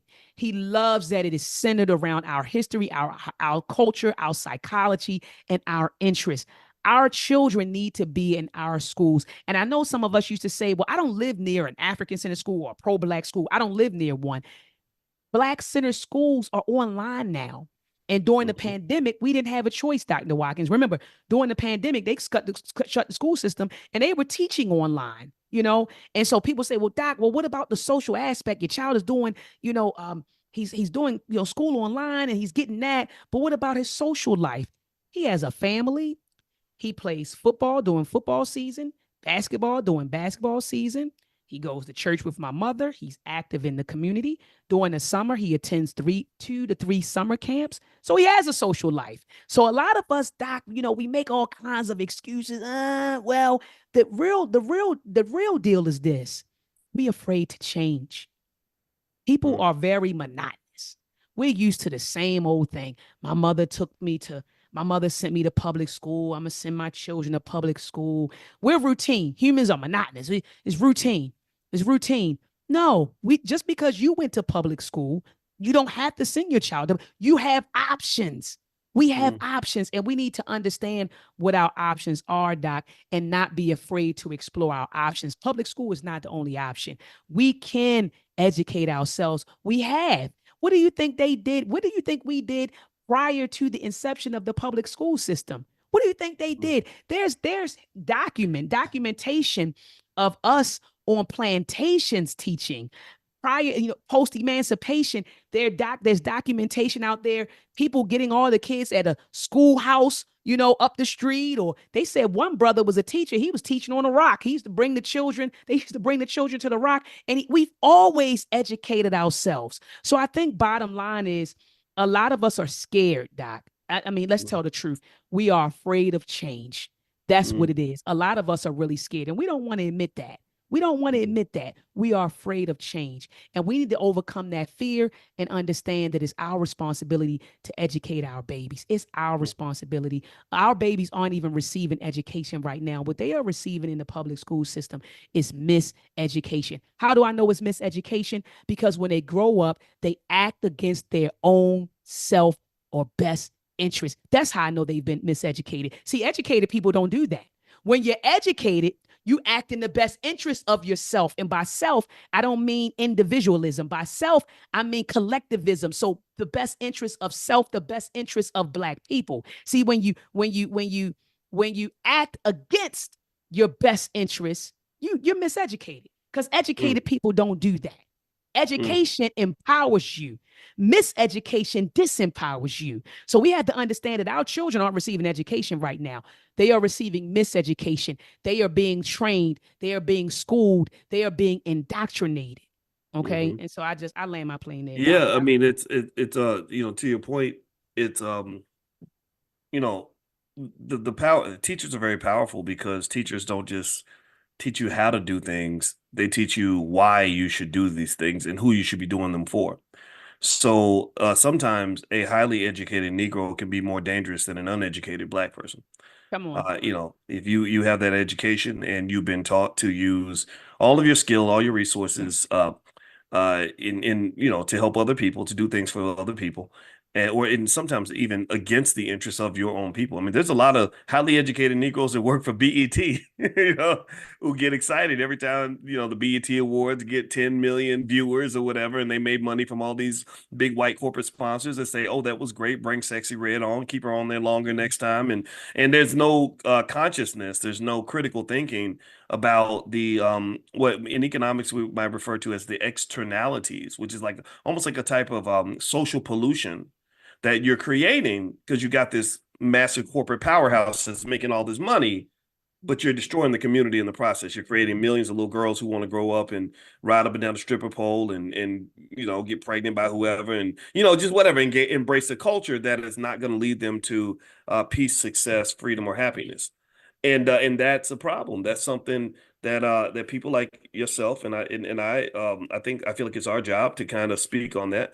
And I know that it gets political, right? Like even when you use a term like school choice, they make that politically charged. Oh, you sound like a Republican. You sound like a Trump supporter. No, no, we want people to be free. Freedom means choice. Freedom means options.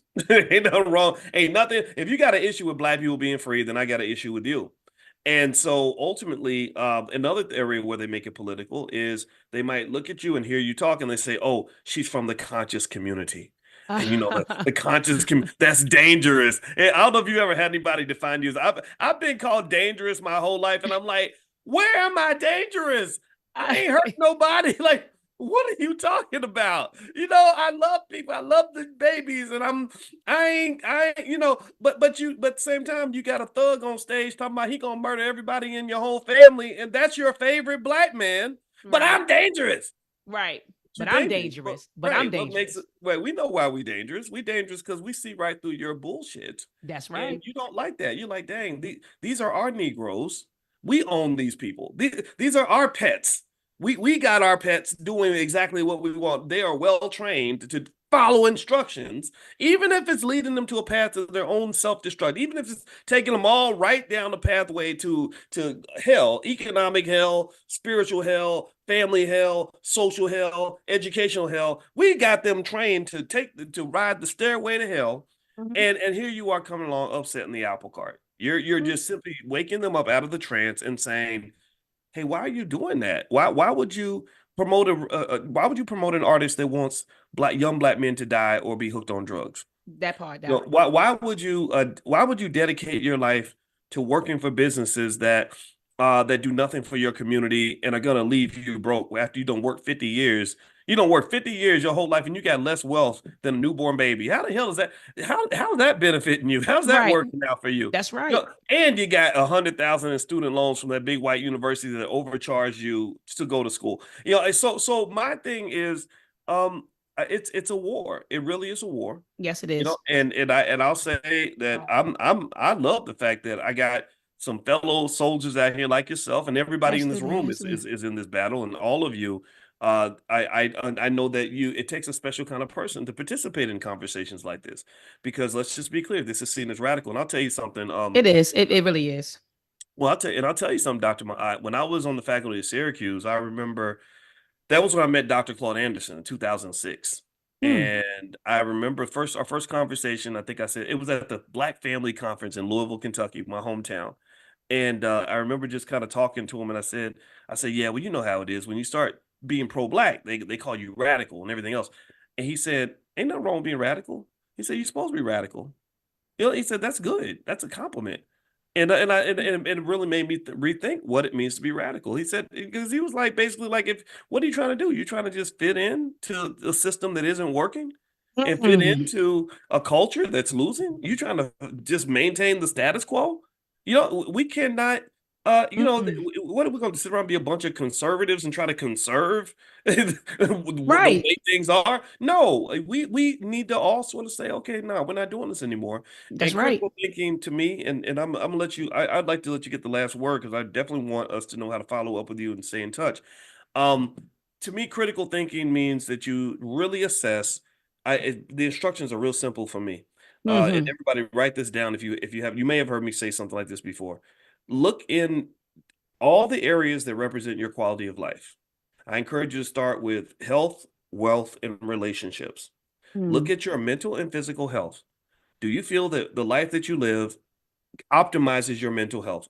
I say for black folks, our mental health is not optimized. We No, crazy. not at all. A lot of us have crazy trauma everywhere. You in Baltimore, people getting Yes. shot up, babies getting, crazy stuff, Yep. drugs and everything, right? Mental health healing is an absolute must. That has to be Absolutely. Yes, that has to be part of our reparations plan. The part that we implement, we gonna implement our reparations. The repair ain't just something that's gonna be done by white folks. We can No. repair ourselves as well until they get on board.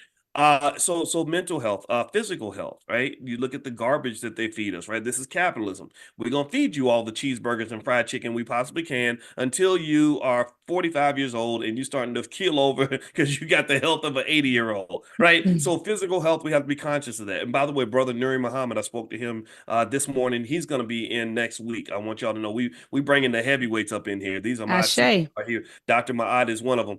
And then Yes. you go into relationships, right? Broken families everywhere, trauma, people fighting each other, disagreeing. And I think that's something that I want everybody to evaluate that and figure out, like, what does that mean? Remember, there's a science to that. My wife is a therapist and she's a relationship counselor. So Hmm. there is this whole science to how to choose healthy relationships and maintain them. And that starts with family. It starts with your spouse. It's with your friends. It starts with business partners. Me and Dr. Maat have a relationship. Absolutely. And there is a protocol. There's a code of conduct that we aim for. In that she came in and you were giving me all these props and thanking me, and I was like, oh, this is great. And I was thanking you, giving you props, and that's us feeding. We're investing in each other. Absolutely. Because think about it, process this, Dr. Mott. We could have both been a couple haters. You could be up in here like, who this guy think he is? I'm smarter than him. I'm gonna Right. show him up. And I'm Right. like, well, she gonna take my spot. She better than me. Whatever. No, like that's silly, right? Like you It's have silly. right, right. So ultimately, it really and even consciously, like me reaching out to bring you in, there are things we have to. It's interesting, like even little things like I'm gonna be vulnerable and confess that like one of the problems I had from my trauma Mhm. is I think as a kid I had a thing with rejection. You know, Mm. I don't know. I think about a couple things. I got to really figure that out. I'm not going to give TMI because I ain't trying to be too vulnerable right now because I'm No, no, being a no. I get it. I'm with you because I but had an issue. really I struggle it, with that as well. Mhm. and what it did was it made me like just feel it just fiercely independent, because you don't want to Mm. ask for help because because you don't have people just say no or whatever and go through that frustration. So you just say, I got this. I'm gonna do this myself. I'm gonna do this myself. And I And found a mine lot. was the opposite. Mine was the opposite, the craving of acceptance, being wanting to be Oh, accepted. So you were like, you went one way and you wanted to be independent. You were like, I'm independent. Mine was wanting to feel accepted, you know. oof. Yeah. That, yeah, those things like these are tough conversations we have to have with ourselves because if you think about it, I believe collectively as Black people, it's our desire to be accepted that becomes one of our greatest liabilities. Mm. That's what causes us to sell out and get excited because we got an Oscar or a Grammy or Employee of the Year, right? Or Mm. when Joe Biden puts out something and he says, "Thank you to Black people for getting me elected," and we're like, "We did it. Black women saved you again." And I'm not no disrespect, no problem anybody who voted for Biden, but it Right, right, was right. but before you save him, let's say save yourself. That's Save right. your kids, That's save your right. community first, then save him, right? So I kind of feel like we want everybody to tell us that we are important, that we matter. That's why you might see somebody they'll spend a lot of money buying expensive European products so we can have that label on us to say, look, I made it. I'm important. Look at the car I drive. Look at the job I have. Look at the Right. university I attended. Look at the clothes on my back, right? And then the name on the label on these clothes, right? So that need for acceptance, I think a lot of us go through that. And so in fact, one of the most dangerous types of Black people, in my opinion, is one who really knows who they are and has accepted themselves and does not need anybody's acceptance. Then you can Mm. kind of walk through the world and you like what? I'm gonna do what needs to be done. I don't care what none of y'all think. Right. Right. So Right. you are right. So that was the benefit of kind of going in that other direction of rugged individualism for me, Right. is Right. that Right. I trained myself to not give a damn what Mm. think about me. I don't care. I don't want to teach at your universities. I don't want to get on your TV shows. I don't want none of that. In fact, when it happens, when they grab me, but here's the problem though. You get too Mhm. used to that. So like the other day I spoke at a UPS, right? The Black Okay. employees invite me in, and I was like, I don't want to go to UPS. Like, my friend had to talk me into it. I was like, I don't want to be around those people. That's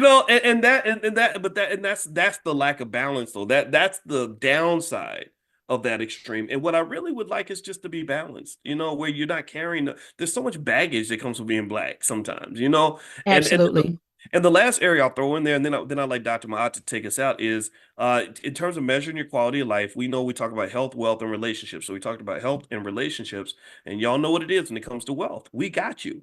We got you. Dr. Mahat knows a lot about wealth. My doctorate's in wealth, and basically at the end of the day, it's real simple. Do you have enough income to cover your bills ethically?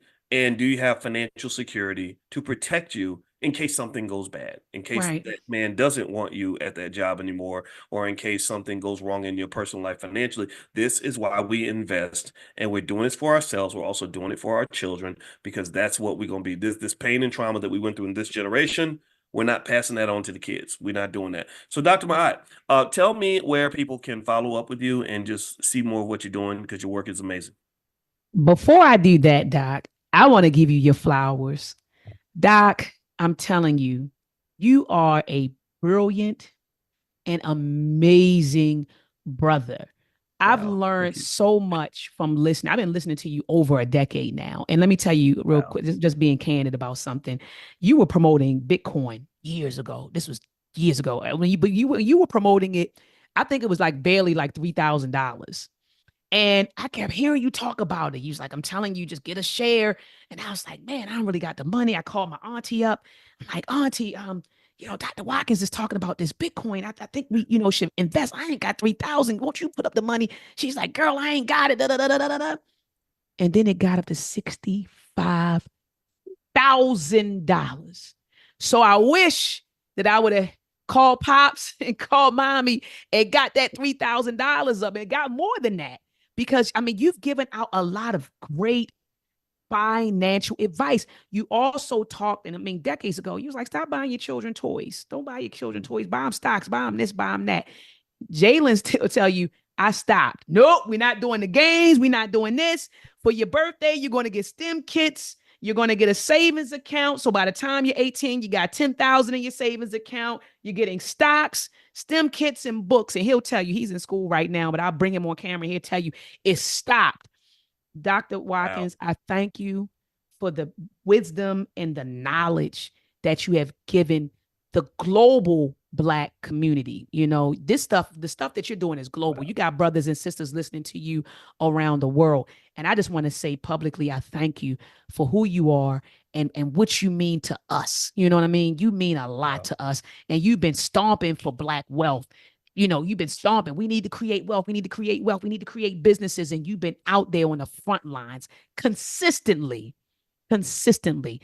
And I want to say I thank you from the bottom of my heart. And also thank you for opening up your platform to me. And this is not the first time you did it. I've been on your platform a couple of times. Like I said, you brought me to the All Black National Convention, put me on the panel to speak on media manipulation, blessed me with a wonderful award that I show my students every semester. I show them this award. Doc, I thank you. I thank you. I thank you. I thank you. And I'm Wow. grateful for you.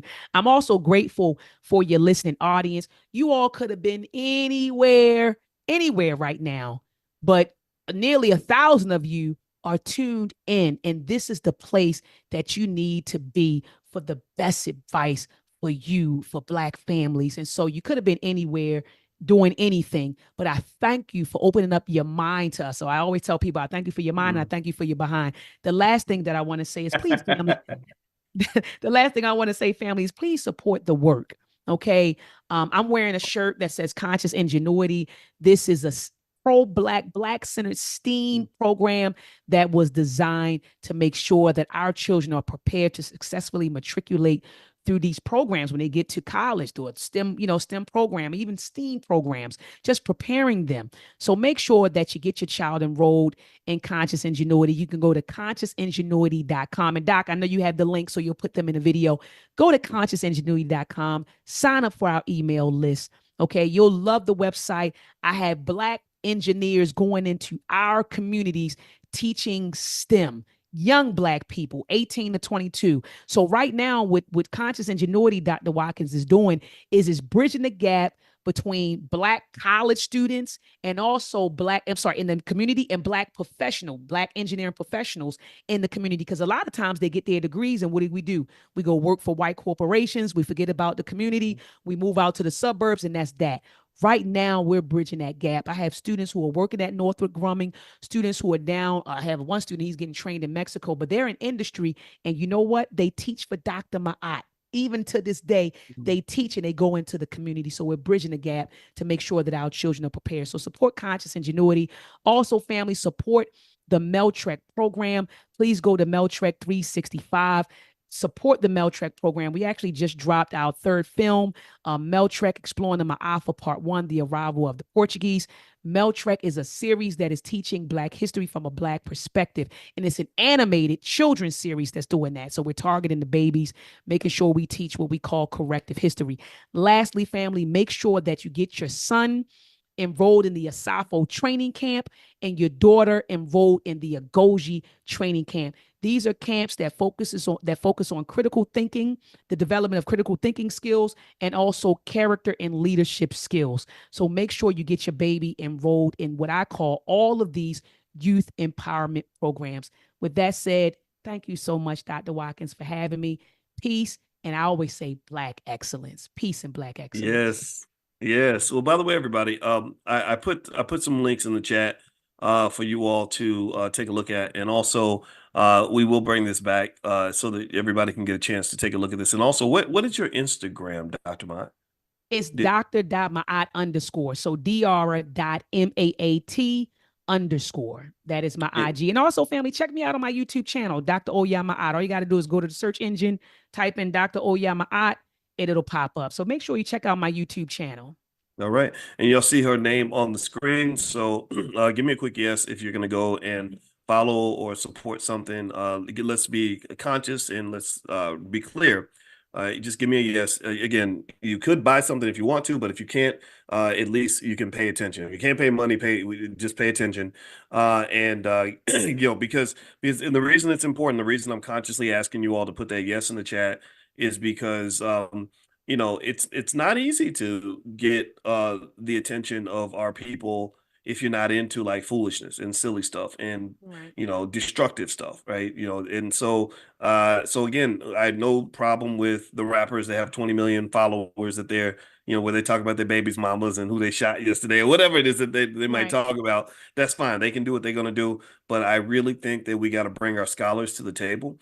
You have thinkers in your community that are really doing great work, that are deeply committed, and Dr. Maat's one of them. I would say thank you, Dr. Maat, for coming in and hanging out with us. It Thank was you it was so a much, pleasure Doc. having you here, I and we will appreciate do you. this again. And everybody have a great day. And I don't know about y'all, but I'm feeling good and black and strong. Same here, And Doc. Same yes, here. yes. And also tonight, Constance Carter. You all have met Constance Carter. That's another person that we partner with who's extraordinary in real estate stuff like that. She's doing another free event tonight at 8 p.m. for those that are interested in multifamily property stuff like that. So I'll text that out to you as well. So have a good day, everybody. And don't forget, if you want to get on the text list, if you are not on there yet, text the word morning, MORNING, to 87948. Text morning to 87948 so that you can remain connected. We'll bring you into the private Zoom and we can do this. We do this every single day, 7 days a Wow. week, 10 a.m. Eastern. That's what we do. We're all serious about this. So thank you, Dr. Mott, Thank and you, everybody Dr. have a great Watkins. day. Have a good 100%. one. Sometimes it makes sense to do that, or you think it's something that you should never do. Is it a hard no? Is it like okay, Chelsea says it depends. Calvin says depends. April, it depends. Mark Marquez says heck no. He's probably thinking hell no. Okay, I see Irma says no. Okay, I see some yeses and some nos. And so what I want to do is kind of, I don't know, this was on my brain today, and I thought this would be a nice topic to drill into in order to just gain some perspective on some of this. So maybe when it comes time to make that decision, you'll have a framework that you can lean on that'll help you decide whether or not it works for you, whether or not it's something that you want to do. Believe it or not, there's financial research on almost everything. There's research on all kinds of topics in terms of what how people respond to money. As you know, money is power. Money is also a source of a lot of emotion. It could be a source of happiness and and feeling good about life, or it could be a source of tremendous distress. And so what I'm going to do is basically explain when you should loan money to relatives, okay? And not so much tell you that you should or should not do it, but just to say that if you ever thought about doing it, there are ways to do it safely, and ways to do it in a way where you're not going to end up hating your cousin for the next 40 years because they didn't pay you back. My grandfather. I've told you all how many times. How many of y'all know that my cousin was in that group TLC? Give me a yes if I've ever told y'all that story. I don't know. Some of y'all know me well enough to know the TLC story. But anyway, yeah, my cousin's in TLC, which I think is the greatest female group of all time. Her name was T-Boz, aka Tiana Watkins, and like I felt kind of awkward when I realized she was my cousin because I always thought she was the prettiest one in the group, and but you can't be looking at your cousin like that. That's just weird. And so anyway, the way we're related is our grandfathers are brothers. Her grandfather's name is Sam. My grandfather's name is Matt. And basically, Sam and Matt uh, the reason I was asking my family, I said, okay, I know we got 10 billion cousins because I mean, they had a lot of kids, generate a lot of generational wealth in terms of children and family. Family is a form of wealth. We've talked about this. We talked about how your family is your multi-million dollar asset, but you have to activate it. It's just like a business or a trust. If you don't put assets in a trust, then a trust has no value. But if you put assets in the trust, you fill up that bucket, then that can become something that is creates generational wealth for the next 100 years. So or business. If you get the business and you work the business and you're skilled at the business, then the business can make you very wealthy. But if you're sloppy with the business or you don't know what you're doing or you don't put the time into it, then it's not going to help you. It becomes a liability rather than an asset. So really, when it comes to family and children, what I encourage you to really, really think hard about is how do we activate this asset? How do we really, take these little badass kids and really turn that into something that's just going to put our family, on fire in a good way. And help us to just really do some amazing things. And I spoke today with a brother that I met when I went to Atlanta.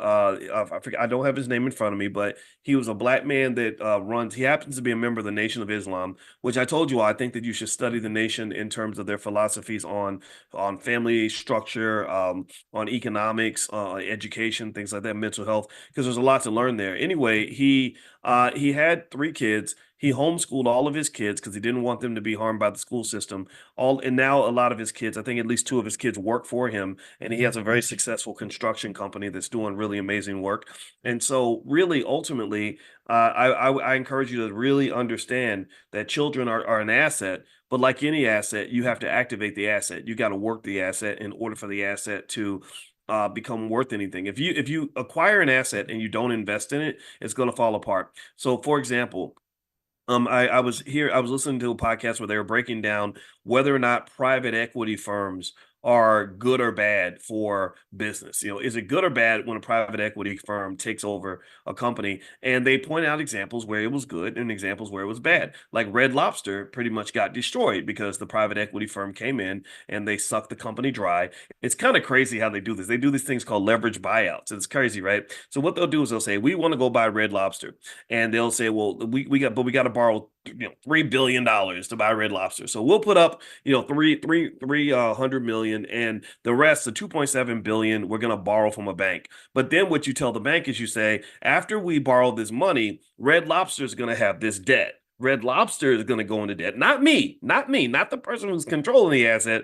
The company I'm acquiring is going to take on this debt. So again, these are not specific numbers. The numbers vary from, situation to situation. But basically, Red Lobster is now in debt. Not you, Red Lobster, but you're able to control the company. So they're milking the assets. They're making all these crazy deals where they're just basically sucking the company dry. And then next thing you know, Red Lobster, which was a great business before the private equity firm came along, is suddenly saying, oh, we got to shut our doors. And they're saying it's because we gave endless shrimp.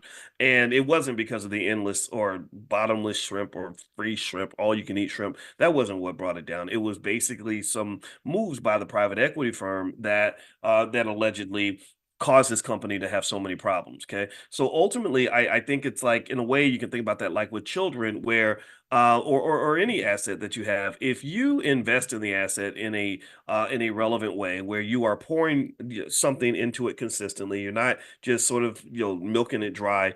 You can actually create something that's bigger and stronger. Like there's been times where private equity firms took over a company and made it better. Like Burger King, there was one company that took it over, and now Burger King's stronger than ever. And so that can work out very, very well. But if you go the opposite direction, where you either don't invest in something, or you're just a taker and not a giver, then that thing's going to fall apart. And this is not just true for economic investments. This is also true for relationships. Relationships. Hey, seriously, has anybody ever had a relationship with a taker? If you're a giver or a pleaser or whatever it is, however you might be defined by your therapist, has anybody ever been in a relationship with somebody who takes? How many of y'all have gone through that? It is the absolute worst feeling in the world. It's terrible. It's not fun. You don't like it. And takers tend to know they know who to go after. Believe me, take it from a man who's had money for quite a while. I can spot a gold digger from a 50-mile radius. I can pick up on it. I can pick up on the women that suddenly thought all my jokes were hilariously funny and that I was the most interesting man in the world and all this other stuff. And it's not, I mean, I don't have a problem with it, right? Because the studies show that the women are naturally attracted to resources and stuff. And I get that. But when I get a sense like, okay, that you're literally looking at me like fresh meat and you kind of know, like, okay, because this guy has this money, I can buy this and I can buy this and I can buy this and I can buy this. That's not interesting to me, right? And so when I married my wife, I specifically was happy to marry somebody where money isn't that important to her. And also she had her own money, so it wasn't as big of a deal, right? So ultimately, when you're talking about relationships, it has to be give and take. It has to be reciprocal. Some of you have relatives that take. You have people that you've had relationships with that take. And those sorts of interactions don't tend to work. They're not sustainable because you can't take from something forever without replenishing what you take. You can't, you, I'm gonna stop right there. You can't just keep taking and then not replenish. It's okay to take. See, this is the thing. People think that it's bad to take anything. I had a whole conversation when I spoke at UPS yesterday. I spoke to a young lady, 27 years old. She was a single mom and she was an airplane pilot. So we kind of really had a good conversation about airplanes and flying because I got my pilot's license, but she's a real pilot. I'm just a student pilot. And she was saying that she said, I really want to fly more, but it's expensive. I said, yeah, it is expensive. And she said, but I said, you're around all these airplane pilots. I just met with all the black UPS pilots the other day. They would love to help you. They would take you up. It wouldn't cost you anything. And she said, yeah, but I really don't know. I really don't like asking for help. And I said, no, no, no, no, no. See, don't think like that. It's okay to ask for help. It's okay to take things. You deserve support. You're doing great things with your life. I'm really proud of you. People will want to help you. I said, but if you want to make yourself feel better, make it reciprocal. If you feel guilty about taking, just give. Just make a rule. Give twice as much as you take. Right? So if somebody offers you help, it's not charity. It is mutual support. So when they come in and they say, "Hey, I'll help you fly. It won't cost you anything. We can take my airplane and whatever," then what you do is you say, "Okay, anything you ever need, I got you." Their birthday comes up, you send them a gift. They have a problem, you step up and you help them as much as they help you, and then it becomes a great relationship. Then you have a web and a network of people around you where everything is beneficial for everyone. It's a win-win-win-win-win. Right? And so taking is not the problem. Taking is not the issue. Taking is only a problem if you're not giving as much as you take. It's only a problem when it's not reciprocal, right? And this is the issue that you run into. This is why a lot of athletes go broke, why a lot of celebrities lose money, is because they're giving, but nobody's giving anything back. Nobody, and part of that is built around how you frame yourself. Some people frame themselves as charity cases.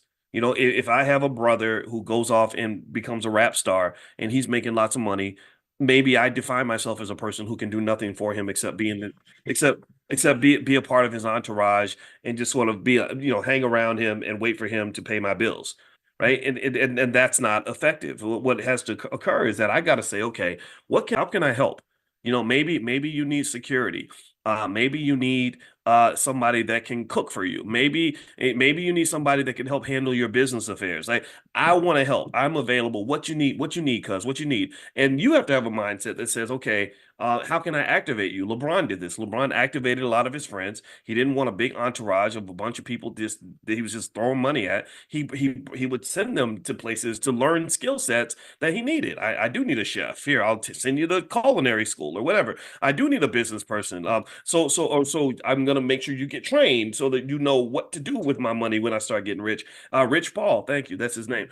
So long story short, there's nothing wrong with taking. I would think of it almost like when they do environmentalism. If you notice, the environmentalists, I think they have these rules like where like every tree they chop down, the environmentalists worked with the industrialists who want to go chop down these trees. So they have these little rules where it's like for every one tree you chop down, you plant 5 trees or something. So that works out perfectly fine. Okay. So don't think that taking is bad. Don't get to the point where you embrace this rugged individualism where you're trying to do it all by yourself, figure it out all by yourself. That's what a lot of folks do. I think a lot of people get caught up in that nonsense of thinking that they're supposed to conquer the world all by themselves. and that's very lonely. It's very, very hard. It typically fails and it doesn't work.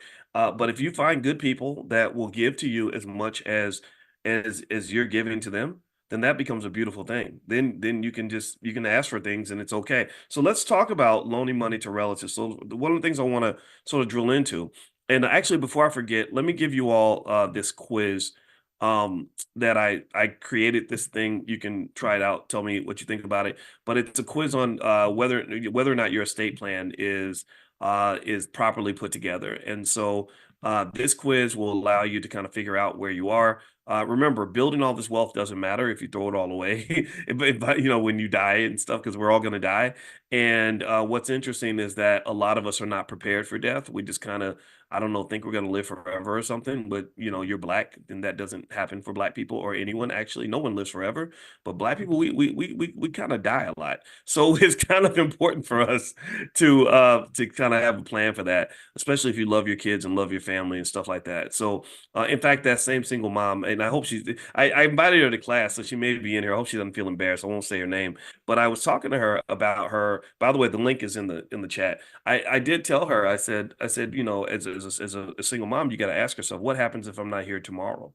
If I'm not here tomorrow, what happens to my child? What happens to my life? Who knows where my bank accounts are? Who knows where my investment account is? Right. So anyway, so there's the link to the quiz. It's in the chat. So feel free to grab it and you can keep it and take it, or you can take it right now. It's totally up to you. And it'll kind of give you a sense of where you are in terms of planning for your estate. And also don't forget, if you want to be on the text list to get invited to this class, just text the word morning to 87948. Text morning to 87948. All right, so here's a few stats on loaning money to relatives. I wrote about it a lot in my book, The 10 Commandments of Black Economic Power. And you can find a copy of that at drboycebooks.com. And so anyway, here's some data on loaning money to relatives. And I chose to write about this because I've loaned money to relatives before. I still do. And sometimes it hurts your feelings. It really does. Sometimes it's like, damn it, like who built these people that think they can borrow lots of money from you and just never pay it back? Like who created these childlike individuals? I call it childlike. It's a form of what I refer to as economic immaturity, because you don't understand, you're not grown enough to understand that that person who loaned you that money, they need their money. Like, what makes you think that you can take from other people and they're going to be okay? Like, who defined you to be the 30-year-old kid in the family? You're in your 20s, you're in your 30s. It's okay to ask for help. But when you ask for help and then you don't do what you say you're going to do, you don't pay back the money that's owed, somebody has to pay that price. In economics, we have a term that says there's no, or a phrase that says there's no such thing as a free lunch. And that means somebody's paying for that. So the idea that you think that you can take and not give anything, and that somehow it's going to magically get covered for or taken or sort of fixed by somebody else pretty much means that you have what I refer to as a form of economic immaturity. Because economic immaturity is where you're thinking like a child. Children do that. Children are like, I'll make a mess. Somebody gonna pick it up. Children think like, oh well, I need new toys. Somebody's gonna buy it. Not me. Not me. I mean, I just a little kid. And you get these like 35-year-old versions of little kids. Like, I just a little kid. I gonna borrow money. I just can't pay. I can't pay it back. I don't have no money. Right. So when you don't solve the problem, you're handing the problem to somebody else. And part of what creates challenges in a lot of our families is that, again, you got these grown ass kids, 45 years old. Hey, yeah, I can't, I'm just struggling, cuz I can't come up with nothing. No, that's not appropriate. Because if everybody thought the way you think, then everything would fall apart. Everything will fall to shit. It really goes deeper than that. Even goes, to the point of somebody making a baby and just being like, oh, well, my baby's mamas, they got it covered. They holding it down. They're holding it down because your weak ass can't hold nothing down. Like, that's what they're doing. They're holding it down so you can go play like a child. And they're the ones who figuring out how to go pick up the baby from school, how to take care of the baby when they sick, how to go buy an extra pair of diapers or a set of diapers that the baby needs. I mean, it's crazy to me. And it's not just men, right? It's everybody, right? So it's not just gender specific, but it's a mindset. It's a mindset that says, I am not without accountability. I can add no value to anyone else's life. And if I do have the ability to do something good for the world, I'm going to do it for me. Right? I'm going to do something that's going to give me pleasure or allow. I'm going to go buy me a new pair of Jordans, knowing that I owe my cousin $400 that they really needed when they loaned that money to me. That is a mindset. That is psychological. That is 100% in your brain, because there are other people who think in the completely opposite direction. There are people who say, "Gosh, I know you really need your money. I borrowed it from you. I'm going to get it to you as soon as I can. Even if I can't pay it right away, I'm going to do everything I can to try to make this right. I'm going to be accountable to you because I understand my role in the ecosystem. I understand my position on the basketball team. If I don't get the rebound, if I throw the ball out of bounds, or if I can't hit the open shot, then the team is going to lose. You understand? Because remember, your family is your team. Your family's your team. And a lot of your teams are losing because your players don't understand their position. They're not playing their position. They're not playing their role. You're passing the ball and they're asleep on the bench. Or you're waiting for them to play defense with you. You're playing defense all by yourself because they at the club getting high or something, right? So ultimately, this all is a mindset, and this is something that is detrimental. It costs the Black community trillions of dollars. There's so many different reasons that this horrific ecosystem does come into existence, because it's one of these things where you can't sort of isolate the blame. You can't say, well, it's because of these men or it's because of these women, because remember, a lot of these men were raised by women. So you can't say it's just the men, and you can't say it's just the women, because a lot of the women are abandoned by the men, right? And so and I believe that men, we have a certain type of power, and we do set a standard. So if we don't set the standard the right way and show up in the best way we possibly can, then guess what? Everything falls apart. This is where I become the old school Southern black man. I'm not politically correct. I don't give a shit about being politically correct. I believe that the man is the tent pole of the tent. I believe that the father, the man, you got this thing in your body called testosterone. You've got these big muscles and all this, and these other things that give you special skill sets nobody else has. And I believe that you set the standard. You are the tent pole of the tent. So if the tent pole falls down, the whole tent collapses on everybody. If the tent pole is flimsy, then the tent cannot withstand the storm. If the tent pole is short and tiny, then the tent's not going to be very high. So one of the things that I talk to our son about all the time is I say, look, man, you're the tent pole. You're the leader. You set the standard. You're 6 foot. He's 6'9", by the way. So he's not my biological son. I am not capable of creating a child that's 6'9". His father's a wonderful man, but I spend a lot of time with him in the house. I'm his bonus dad, and I love that role. I'm honored to play that role. And I just remember talking to him and saying, look, man, you're 6'9". You're very smart. You're a natural leader, and people sort of follow suit based on what standard you set. So in my view, when you see women around you that need help, you're supposed to step up. You have to be reliable. You have to be sturdy. If you're not reliable and sturdy, then it kind of creates chaos for everybody, and it's really disruptive to the Black community, because you have to have so many scenarios where women are like, well, there is no man here, so I'm going to be the man. And then it just creates all this awkwardness, because when a real man shows up, then you got two dudes trying to fighting it out for power, which just becomes chaotic, right? So again, this is my personal observation. And probably some of this is a reflection of my own unique experience. So I'm definitely biased, but I'm assuming some of you can relate to this, because I think some of you see the imbalance that's occurring in our families and in our communities. So let's start with this basic idea that says, if you talk about the financial side, you have to be you have to understand the code of conduct as it pertains to money and as it pertains to borrow money from family. So let me give you some stats on this. Basically, 57%, according to a survey by Bankrate, 57% of people who loan money to friends or relatives said they had negative outcomes, including damaged relationships, resentment, or not being repaid in full or not at all. So that means 57% of people endured what my wife talks about a lot. She has a workbook on this. They endure financial trauma. You endure financial, it's very traumatic when you loan a lot of money to somebody and you have this, this loving, touching, bonding moment where they're like, oh, thank you for coming through for me, cuz I appreciate it. Oh, it's all right. I got you. I love you too. And I just make sure you get the money to the landlord, because I don't want you and the baby to get evicted. And then next thing you know, the person disappoints you. Like, it sucks. It's horrible. It's so painful. it just pisses you off too. You're pissed off, but you're pissed off because you're hurt.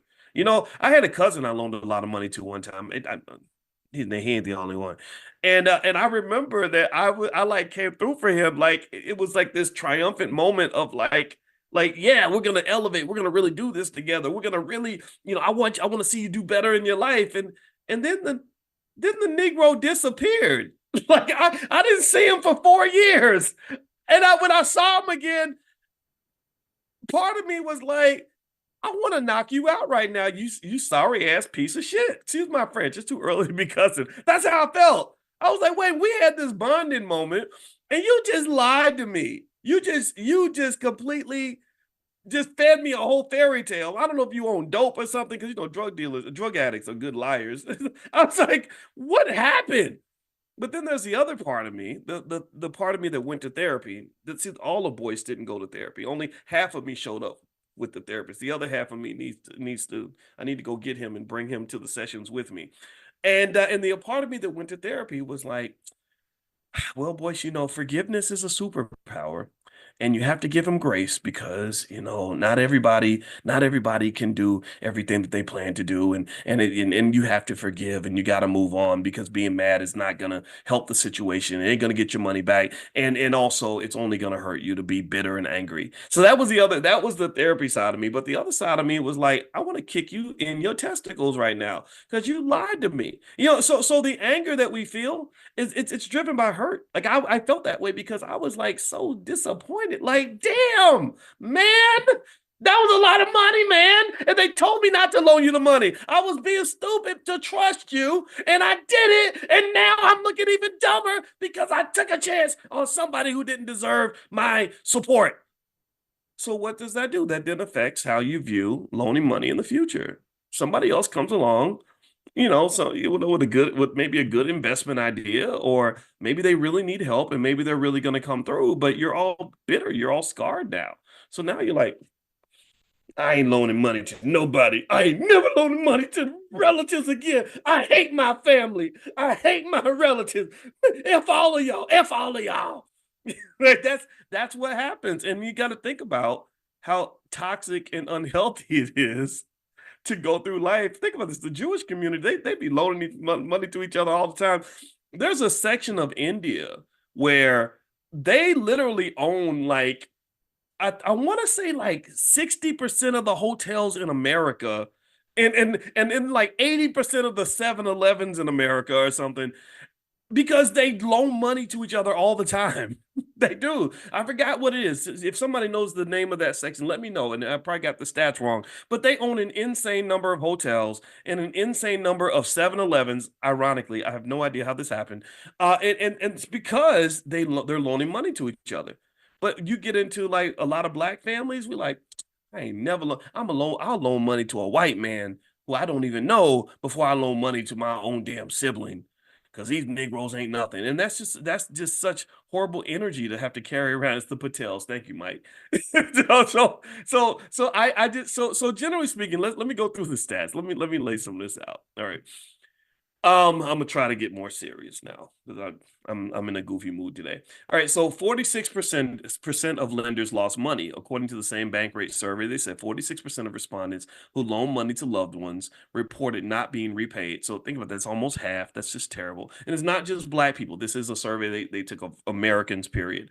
26% feel resentment or hurt.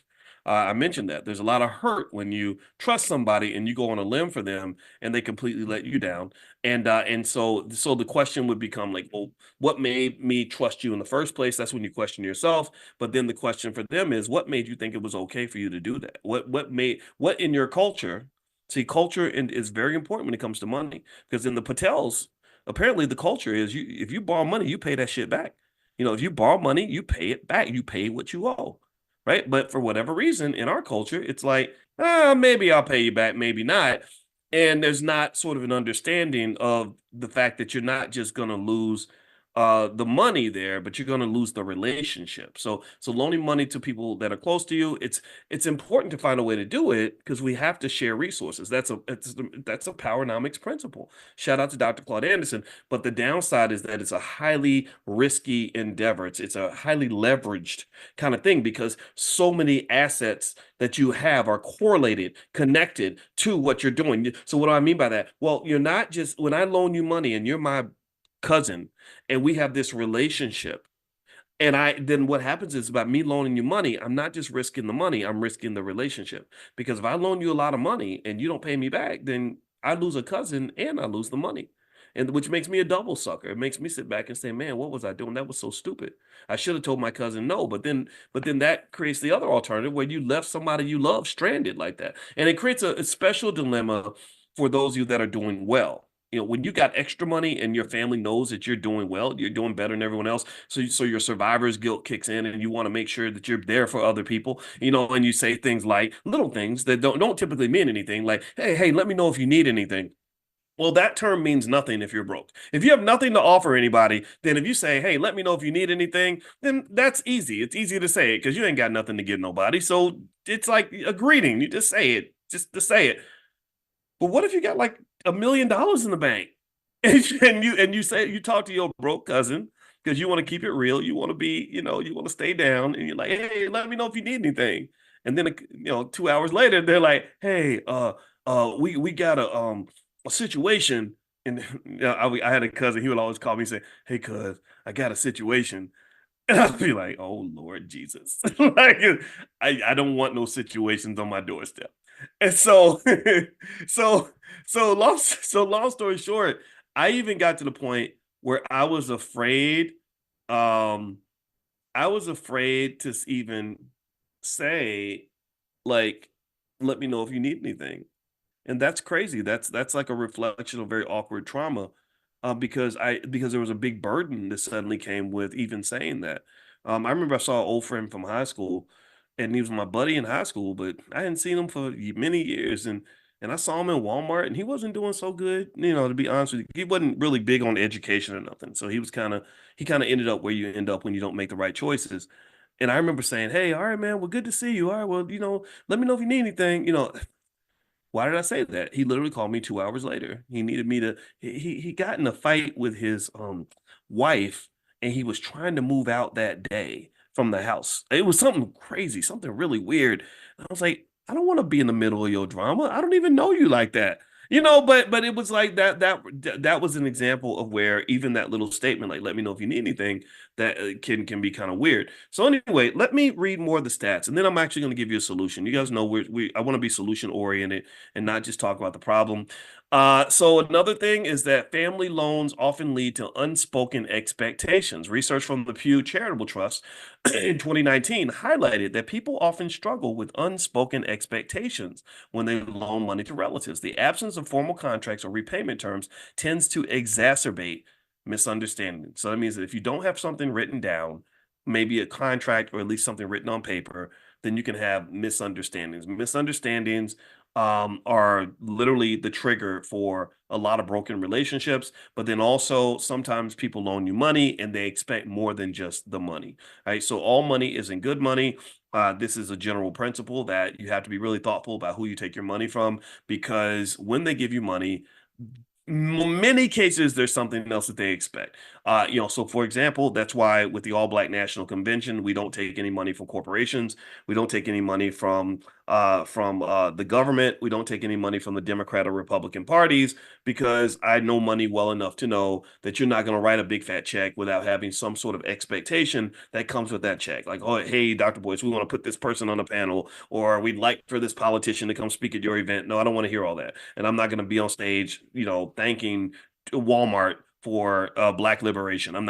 That's not something I'm interested in doing. So it's like, you know what? I'll pass on that money. We'll get the money some other way. Same thing is also true when I was Michael Bloomberg gave hundreds of millions of dollars to a lot of HBCUs, and I was very concerned about that. I was happy because it's great. A lot of young Black kids get to go to school and become doctors and lawyers and everything else. But also Bloomberg is a strategic person. He moves in a certain way. He's very, very political. So I you don't even have to tell me. It doesn't have to be revealed to me that there are going to be certain expectations that come with this money. I know that if the guy who wrote you a $50 million check calls the president of that university, he can pretty much get whatever he wants, right? If he says, I think this person should be your commencement speaker, then that person's going to be the speaker. If he says, I need you to not bring these ideas in, or not do XYZ, or I heard Farrakhan was coming to your campus and I'm very concerned because he's anti-Semitic and whatever they want to say about him, right? So these sorts of things are very real, and it's very important to understand that when you get money from someone, I think it's really critical to kind of just figure out like what comes with this. And if you don't have that conversation, then you can have a lot of confusion, a lot of misunderstanding. So lack of repayment is very common.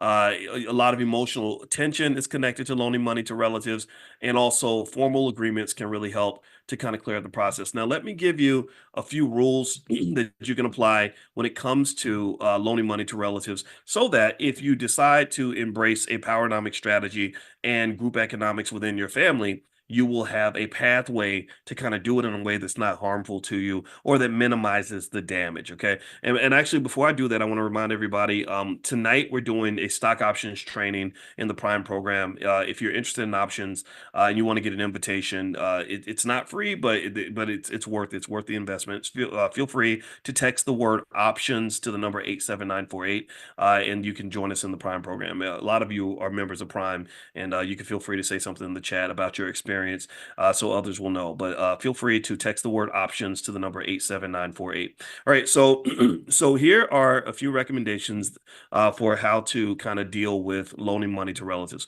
First of all, you have to have clarity. You have to have clarity. In financial theory, there's a whole set of thousands of research papers written about something that I've talked to you guys about before, called moral hazard. Moral hazard. And pretty much one way to define moral hazard is it pretty much says that once somebody has your money, they can pretty much kick you in the butt. Once somebody has the power that you've given to them, they can screw you if they want to. And so an example of moral hazard would be once this actually happened where a lot of banks made money loan money to a lot of Central American governments. And once the governments had their money, they pretty much were like, well, screw you. Like, we'll pay you when we feel like paying you.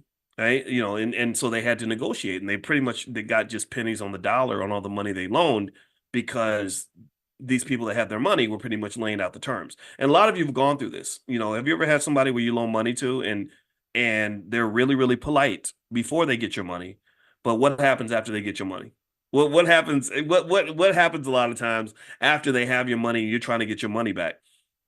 Well, suddenly the attitude has shifted, right? They're not as friendly as they used to be. They used to pick up the phone on the first ring when they were trying to get your money. It was like, sure, anything you need, cuz I'm gonna pay you back on Tuesday, and no, actually I'm gonna pay you Monday because I'm gonna get paid, and as soon as I get paid, I'm gonna walk the paycheck to your job. Where you work at? What's the address again? Are you gonna be free at 3 o'clock? Like, it's real, like, serious and intense and accommodating before they get the money, but then after they get the money, what happens?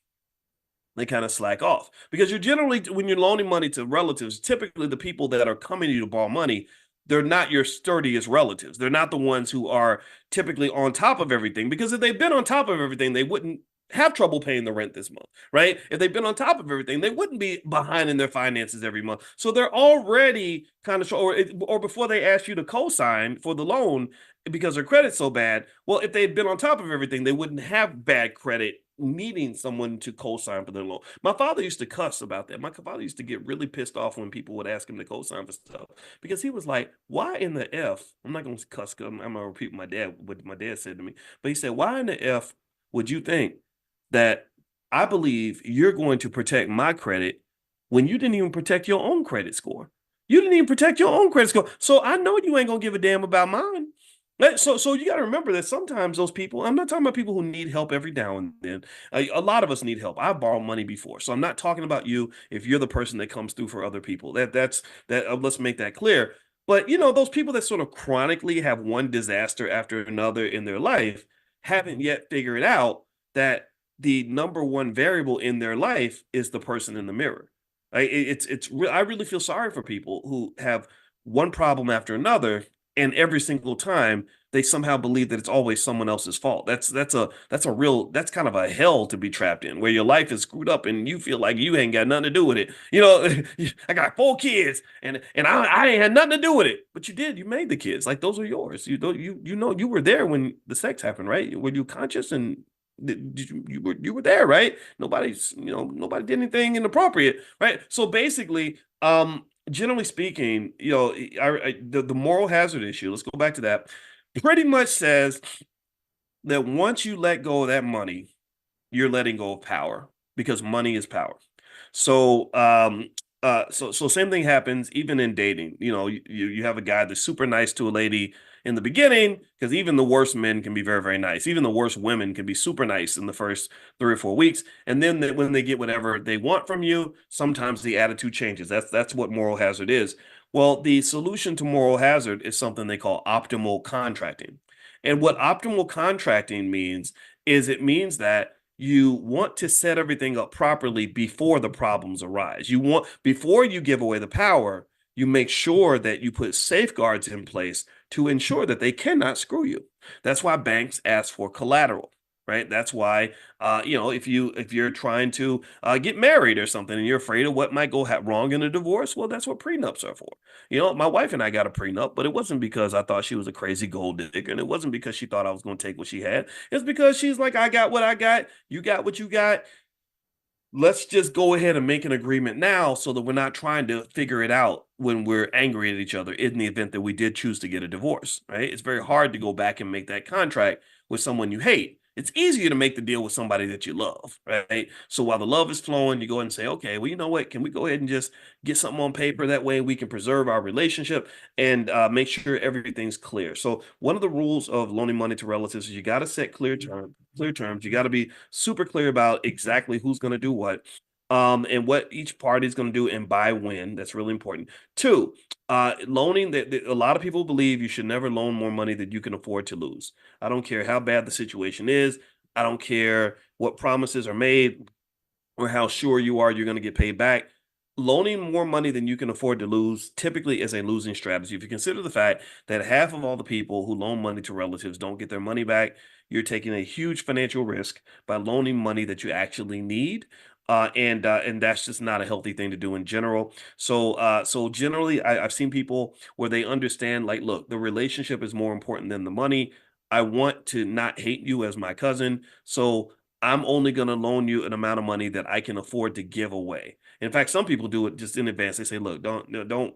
It ain't a loan. Here, just take this, because just." Or sometimes what I might do is put a condition on it. I might say, "Here, I'm not gonna loan you the whole 3,000 that you want, but I'll give you $400, and the agreement is that you cannot ask me for money again for 2 years or something, right? Or a year or whatever." And that would be my way of saying, okay, now when you come back to me and I tell you hell no, or I say, hey, don't forget what we agreed on, then we're not going to have a further conversation. I don't want to have and I think that's okay, because here's the thing. I like being generous. I think being generous is more natural to the human spirit. I don't like being an asshole. I don't like being stingy. That's not fun. It's stressful. It's like, and think about this. You can ruin the relationship also by being the person who says no to everybody. There are lots of people out here. There are lots of people that are successful or maybe celebrities who cut off their whole family because they're like, I'm tired of people asking me for stuff and da da da. And that's not a healthy energy either. Sure, you're protecting you, you're taking care of you, ain't nothing wrong with that. But the world is bigger than just you. You're part of a group. You are part of a team.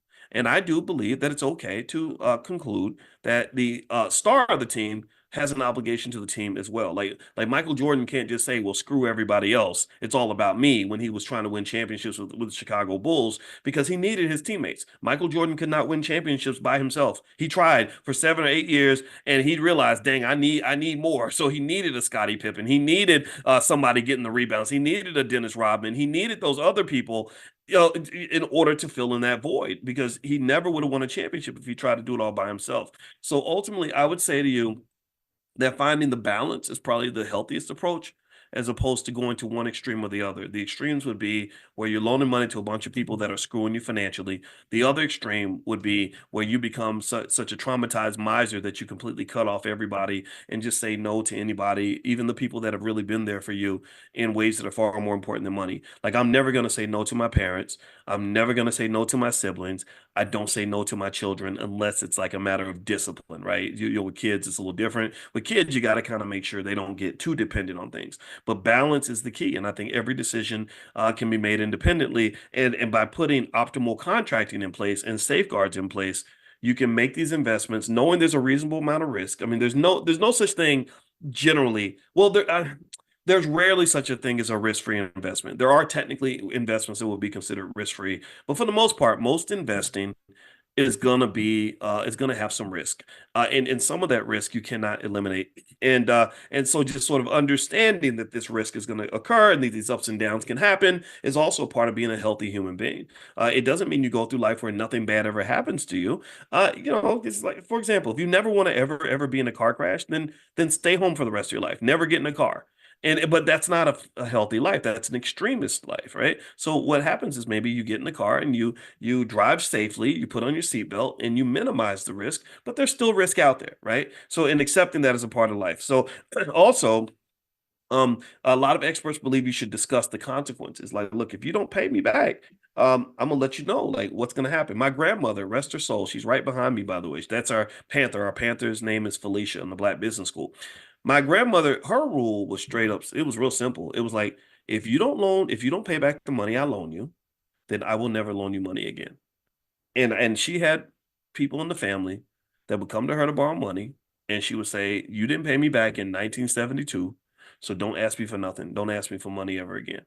And that was her rule. Whatever your rule is, pick a rule, stick to it. Also, a lot of people believe you could consider alternatives to loaning money. Money is not a final solution to every problem.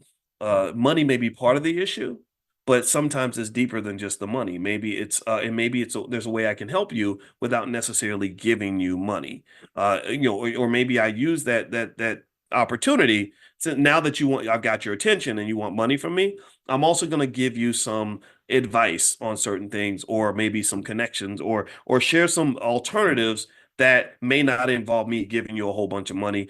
So you want to really look at the alternatives, because sometimes when you do get to the point where you have a little more money than the other people around you, it's very hard for a struggling person to hang out with a person who's not struggling and not see that they have resources that they can actually use. And I think it's really as you get more money, I think you have to be careful about sort of how you engage with other people. You just do. If money's not a thing to me and I take my buddy on a trip and we spend $20,000, but he can't raise $1,000 for the rent, that's going to create awkwardness when we get home and he says, "Hey, cuz, can you loan me money to pay the rent?"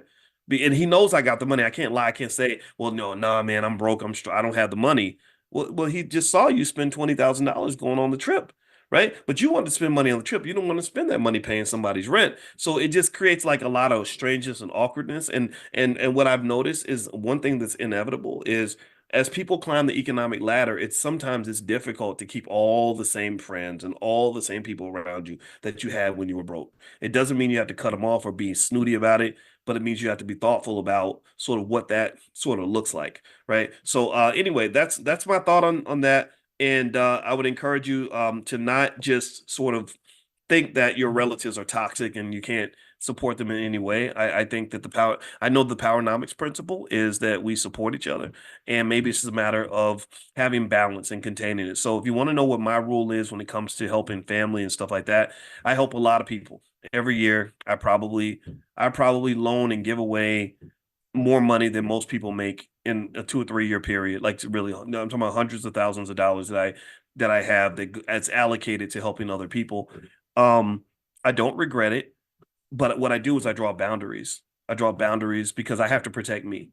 And I have to be a little selfish because if I am this golden goose that's helping all these people, well, if the goose dies, then nobody gets helped anymore. So really, by preserving me and my energy and protecting Boyce, I'm protecting other people at the same time.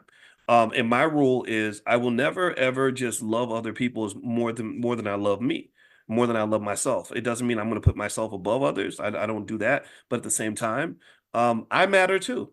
You matter, right? And I think having those boundaries can really help because when you keep the boundaries, then you can show up appropriately when there are people that want to lean on you for whatever reason. So when relatives call me and stuff like that, if I don't have the energy to deal with whatever problem you're trying to dump on my desk, I'm just not gonna do it. I'm just not, but hey, when I got a little extra energy and a little space and I'm able to handle the capacity, then I'm all in, right? So and I love that. I really like doing that. I think that that's okay. It doesn't make you stupid or weak or a user. And I get advice all the time. Like, Boyce, you got to stop letting these people use you like that. And I'm like, no, I know so and so is using me, but it's okay. I want them to use me. And actually, me and Dr. Claude Anderson have that relationship too. It's very interesting. That's why we became so close. He's like a dad to me. I love this man, and I love him because he's very sturdy. He's very consistent. So, for example, there would be people that would say, well, Dr. Boyce is just using you, and he's doing this, and he's like, number one, Boyce has actually helped me in a lot of ways, and he said, number two, I want him to use me. He said because I use him, we use each other, we help each other. That's a powernomics principle, this idea that somehow somebody's always getting screwed and exploited and all that, that to some extent, I think comes from us sort of having this victim mentality. It's like if I go to a record label, right? And the record label signs me to a deal.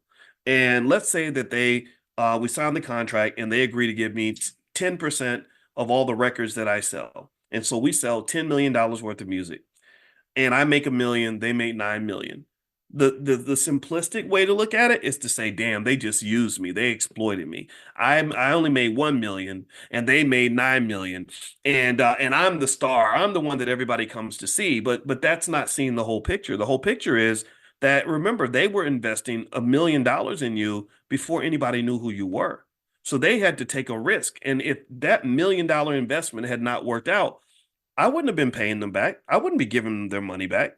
Right. And so they had to take a chance. They had to make an investment. They had to, so you could argue that I used them because without that record label that signed me, nobody knows who I am. I'm singing on the street corners because I don't have any distribution. I don't have any marketing. I don't have any promotion. I can't get on Ticketmaster by myself. I can't perform at Madison Square Garden by myself. So really, again, it's not to say that exploitation can't occur. It does occur. It occurs all the time, right? But it does mean that sometimes a lack of balance or very short-sighted, selfish thinking where I did this all by myself and I'm the only one who matters here can just cause people to say things that just don't make any damn sense. So I would encourage you form a good relationship with the world, a good economic relationship with the world where you matter and they matter and you all matter. Form it with the right people and that'll take you to the moon. I got some people that I work with on a regular basis where we don't get caught up in the minutia of who got the most out of the deal or you made more money than me. We don't get into that. We're just like, hey, how can I help you? Let me figure out how I can support you. And because I know that you're going to come back and support me when I need it. And because you're part of my ecosystem, you're part of my team, and I need my team to be strong, I'm going to pour into you because I know that even if I don't get it back right now, eventually it's going to circle back. Eventually what goes around is going to come around and you're going to be there for me too. But that only works with the right people because there are people out here that will take and give you nothing back at all. So that's where discernment really comes into play. So generally speaking, I would use my relationship with Dr. Claude Anderson as an example. There are many, many times where I have written very big checks. We just wrote another big check to help to buy more of their books, and you hear me talk about Dr. Anderson all the time, and it's not just as a favor; it's because I believe in the man, I love the man, his legacy. Everybody needs to know Powernomics. Everybody needs to know about this man. Every black student, every HBCU that does not teach Powernomics should be embarrassed and ashamed that you're not celebrating the contributions of this man. You're putting mediocre white people ahead of one of the greatest black men in the history of this country. So I do that partly because that's just what I believe, but also it's a great interaction. It's a great relationship. He's helped me so many times. It's ridiculous. He's given me so much wisdom through the years. He's been there to be a part of what we're doing in the Black Business School. So find those people. Find the people that in your life that are gonna show up for you. Find the people in your life that understand. Like we're all a basketball team. And I don't want to have a team where my teammates are sitting on the sidelines watching me score all the points, right? I want teammates that are gonna, die for the loose ball, that are gonna play defense, that are gonna box out for a rebound, right? Whatever you can do to help out. But that's a mindset, that's a mentality. Because Michael Jordan had that problem. Michael Jordan had a problem for a while where he was scoring 35 points a game, and his teammates were standing around watching. And they had to teach them, like, no, you have value. You can still help out. If Michael's going to take the shot, then you can set a pick, or you can go and you can play defense or get the rebound, or you can do something. So everybody in the family team has a job, and the job is to help the team win. And you instill this mindset in them very young. And if you do that when they're young, then they won't grow up and be the 35-year-old who borrows money from a sibling and just forgets to pay it back and thinks that it's not going to affect anybody. They're not even, that's not, that kind of mindset doesn't even cross their brain. Okay. So that's my 2 cents on this. I hope I didn't overtalk it. I hope I didn't uh lay it out in a way that sounds awkward or weird, but it's me just sort of laying it out as honestly as I can see it. And I wish you the best. And I encourage you to drill into that multi-million-dollar asset called your family, build on that, pour into that, invest in that. That's the best investment you'll ever make. It's more valuable than any investment you'll ever make on the stock market or anywhere else. All right. So have a good day, everybody. I'm gonna get on out of here. Really quickly, if you want to get a copy of my book or any of our financial flashcards for kids or anything like that, feel free to go to drboycebooks.com. That's our Black Wealth Mastery store, drboycebooks.com. Also, make sure you're on the text list. I'll send you some other information through to via text. To get on the text list, you can text the word morning to 87948. If you text morning to 87948, I'll send you an invitation to join us in Money in the Morning. We do this every single morning. And actually, I think today's Thursday.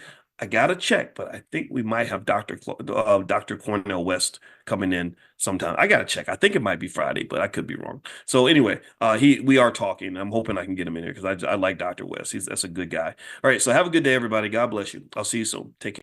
Hey, what's going on, guys? What's going on? I hope you guys are doing well. Welcome to drboycetv.com, the home for intelligent Black people.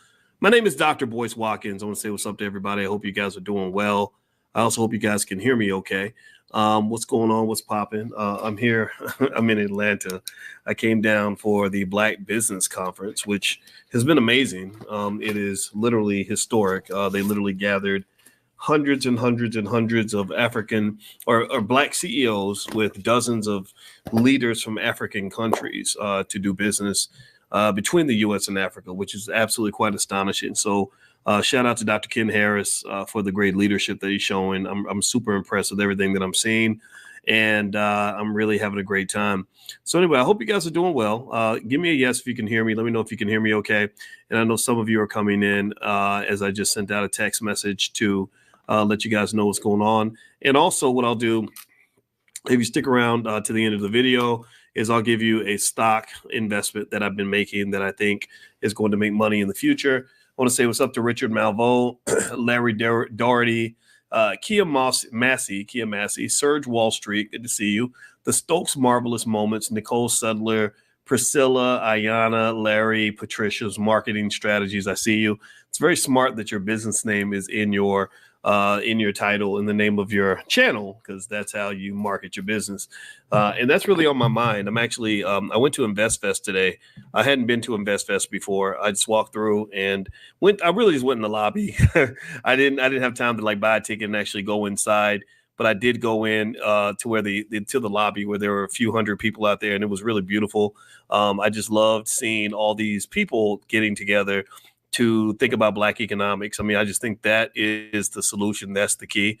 That's what we need. And I'm gonna tell you, I met so many people, and I didn't know if I don't go anywhere expecting anyone to care who I am or whatever, but I got a lot of love. I got stopped. I couldn't walk 10 feet without being stopped by somebody who was telling me about the impact that my work had on them.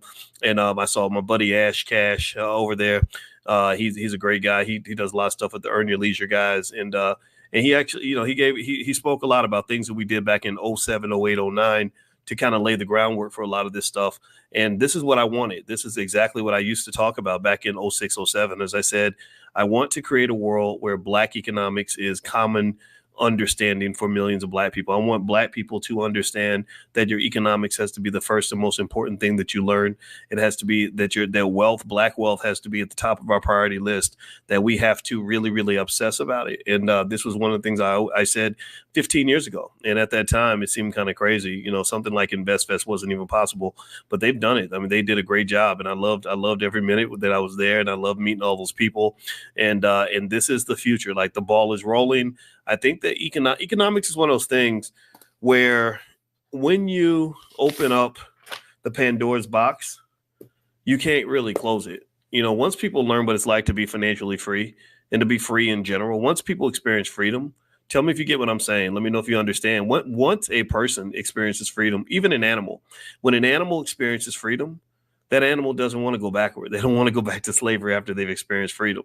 And so basically, given that you have millions of people that are experiencing freedom for the first time, they're understanding what it means to own property. They're learning what it means to own stock. They're learning what it means to have extra money. They're not, you don't go backwards from that. You don't level down after you level up. That's not something that people intentionally do. And so even though the culture still has some things we got to work on, in my book, The 10 Commandments of Black Economic Power, I talk about culture, and there are some questionable, problematic aspects of the culture that I'm not a big fan of it yet, entirely. I kind of feel like there's still some areas of the culture we got to fix. For the most part, we're headed in the right direction, and this is everybody wants to talk about Project 2025. Everybody talks about Project 2025. Oh my God, Project 2025 is coming. Well, first off, I'm just going to tell you, I don't scare easily, and so when you try to scare me into voting for somebody because you're telling me what white folks are going to do to you, I encourage you to shift your thinking. I don't care. I'm not thinking about what other people can do to me. They need to be worried about what we're doing to them. Tell me if you get what I'm saying. They need to think about what we're doing.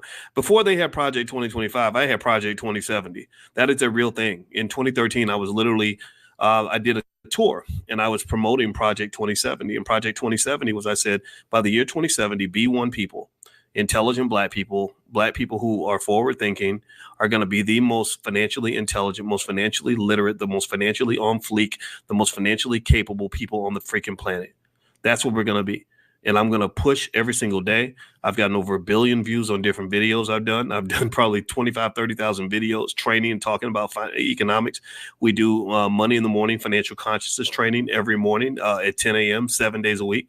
And we've been doing this kind of thing for years. I said, if I have my way, we're going to be top of the line, and so when I go to InvestFest and I go to the National Black Business Conference and I just see everything just kind of manifesting, I say, okay, this is what I'm looking for. I could have died 2 years ago and the ball wouldn't have stopped rolling. I feel like it's okay. Like, I've done my part. I passed my baton and I'm still running. I ain't old. I ain't dead yet, but still, I don't care. I don't care who's carrying the damn thing, but we got to carry the thing. We got white folks been telling us what to do. The other people, racist people, been controlling us. They use economics to control you. They use your economics to harm you. They use economics to make you less than what you're supposed to be. They have us run around like monkeys and slaves and buffoons and idiots, when really we're supposed to be better than that. So ultimately, that's how I felt. If you want to know what was going through my mind as I was walking through InvestFest, that was it. As I was talking to every single person, I talked to probably about 40 people. Different people just came up. I didn't approach anybody. People just kind of would see me and say hi and to come talk to me. And I was honored by it all. That was cool. And I think I may head back tomorrow. My buddy D1 is speaking at the convention, which I think is great. They really need to have people like D1 on stage, because Black culture, unfortunately, hip hop culture is powerful and influential, but it needs kind of a disinfectant. Tell me if you know what I mean. Like your hip hop culture kind of needs a disinfectant because you got some stinky ass cesspool like fucked up behavior going on that's been happening for a long time. If you remember, Diddy used to go to InvestFest, and for years, everybody knew for decades what Diddy was up to. Just nobody talked about it. You've got other people in there that are this close to federal charges and all kinds of accusations and stuff that could derail everything. And I'm not going to say any names because I don't want to jinx anybody, but y'all can probably guess what I'm thinking about. And it's because hip hop has been turned into a cesspool of very toxic, unhealthy culture. For many, many years, for the past 20, 25 years, we have been celebrating literally what has become basically the self-destruction of the black male in America. We have let people run these record labels and teach us how to disrespect the shit out of our women, to degrade ourselves, to be as ignorant as possible, to brag about getting high and getting drunk. Everything's got to be a nightclub. Everything's got to be a club scene, a party scene. Everything's got to be party, party, party. And if you're always partying, nobody respects you. If you always looking for the fun, then nobody's going to take you seriously. Nobody calls the black community when they want to solve a serious problem. They call you when they want to have a party or when they want to play a basketball game or when they need a rapper or they need a comedian. Because they see you as a joke. That's what they see. So really, this is one of the things that goes through my mind is that I get it. I think it's fine. You meet people where they are. Maybe you got to have a party to get them all together. Maybe you got to pretend like it's the club and bring, their favorite rappers and all that stuff. And that's fine. I'm totally fine with that. But at some point, you got to graduate. At some point, you got to elevate. At some point, you have to what's the word? Evolve. You must evolve. And in this space, unfortunately, you have just a lot of weird immaturity kind of happening. That's strange. Like, you don't have a lot of businessmen. You got these little boys, trying to like imitate these goofball entertainers, and I'm like, dude, this is not cool. This is not appropriate. This is not a representation of who we are. And then the women are starting to degrade themselves. The women, there was a young sister I met, her name was Catchy, and she was 30 years old. And she was just this super smart young lady who she's African-American, but she also has a Nigerian background. And she came to the Black Business Conference and she bumped into me when I was getting some coffee. And she said, I heard you were going to be here. So I came here to look for you. And I was like, oh, you came looking for me? Hey, Howard, nice to meet you. And she told me her story. And she told me that she told me how she reads all Dr. Claude Anderson's books and she believes in powernomics and group economics. And her problem is, check this out. Her problem is as a 30-year-old woman is that most other 30-year-olds are not serious about group economics, that most other 30-year-olds are not serious about things like, true family planning. Most other 30-year-olds are not serious about preparing for the future. She said that it's really, really hard. She said she's a DJ too. In addition to being very, very smart, she's also a DJ. And she said, they kept asking me to play Sexy Red over and over. And I said, I know Sexy Red. I know Hands on Your Knees, Let Your Coochie Breathe. I don't know if y'all know Sexy Red's music. It's just terrible. It's very sad. It's kind of degrading. It's weird. But I pay attention to all that. I follow the culture very closely because I like to understand it. I don't like to talk about things I don't understand. And basically, this is the problem that a lot of young people have. Your culture has been so tainted that when you have a 24, 25-year-old who says, I don't want to be in the club all night. I want to go study. People make fun of him. Or when you have a 24, 25-year-old who doesn't care about the flashy stuff, they care about substance. Well, then the women say I don't want to date him because he ain't got no nice car. Right. Or you have a 24, 25-year-old who says, I want to plan for the future. I want to build something. I want to do something good. I want to be intelligent. Then people think that that's nerdy or square.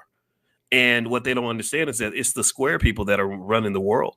It's the so-called nerds that have billions of dollars in Silicon Valley. It's the people that you make fun of, the ones you think are corny, that are actually winning, and the cool people are the ones that are losing.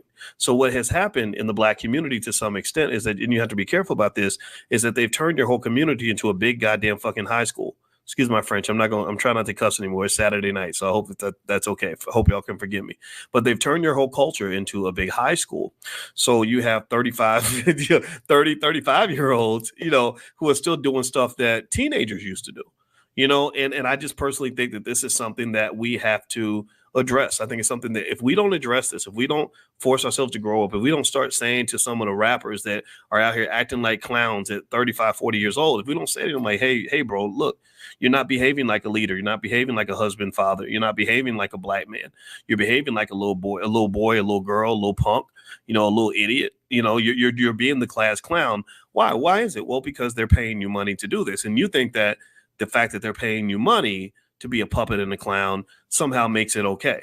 Like, that's the thing about money. Money's very powerful, and we don't have enough financial consciousness conversations about how all money ain't good money. All money ain't good money.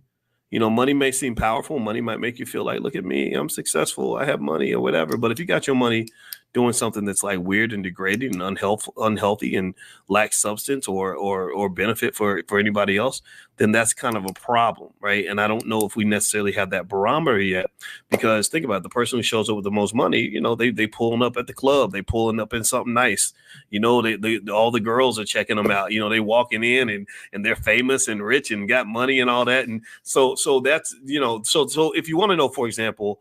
When I was at InvestFest, there were people like, well, why would they put you on stage? Why aren't you on the stage? And I was like, you know, I don't need to be on the stage. I have a stage. I speak on my stage all the time at the All Black National Convention and many other places. I said, it's time for them. I want them to have the stage.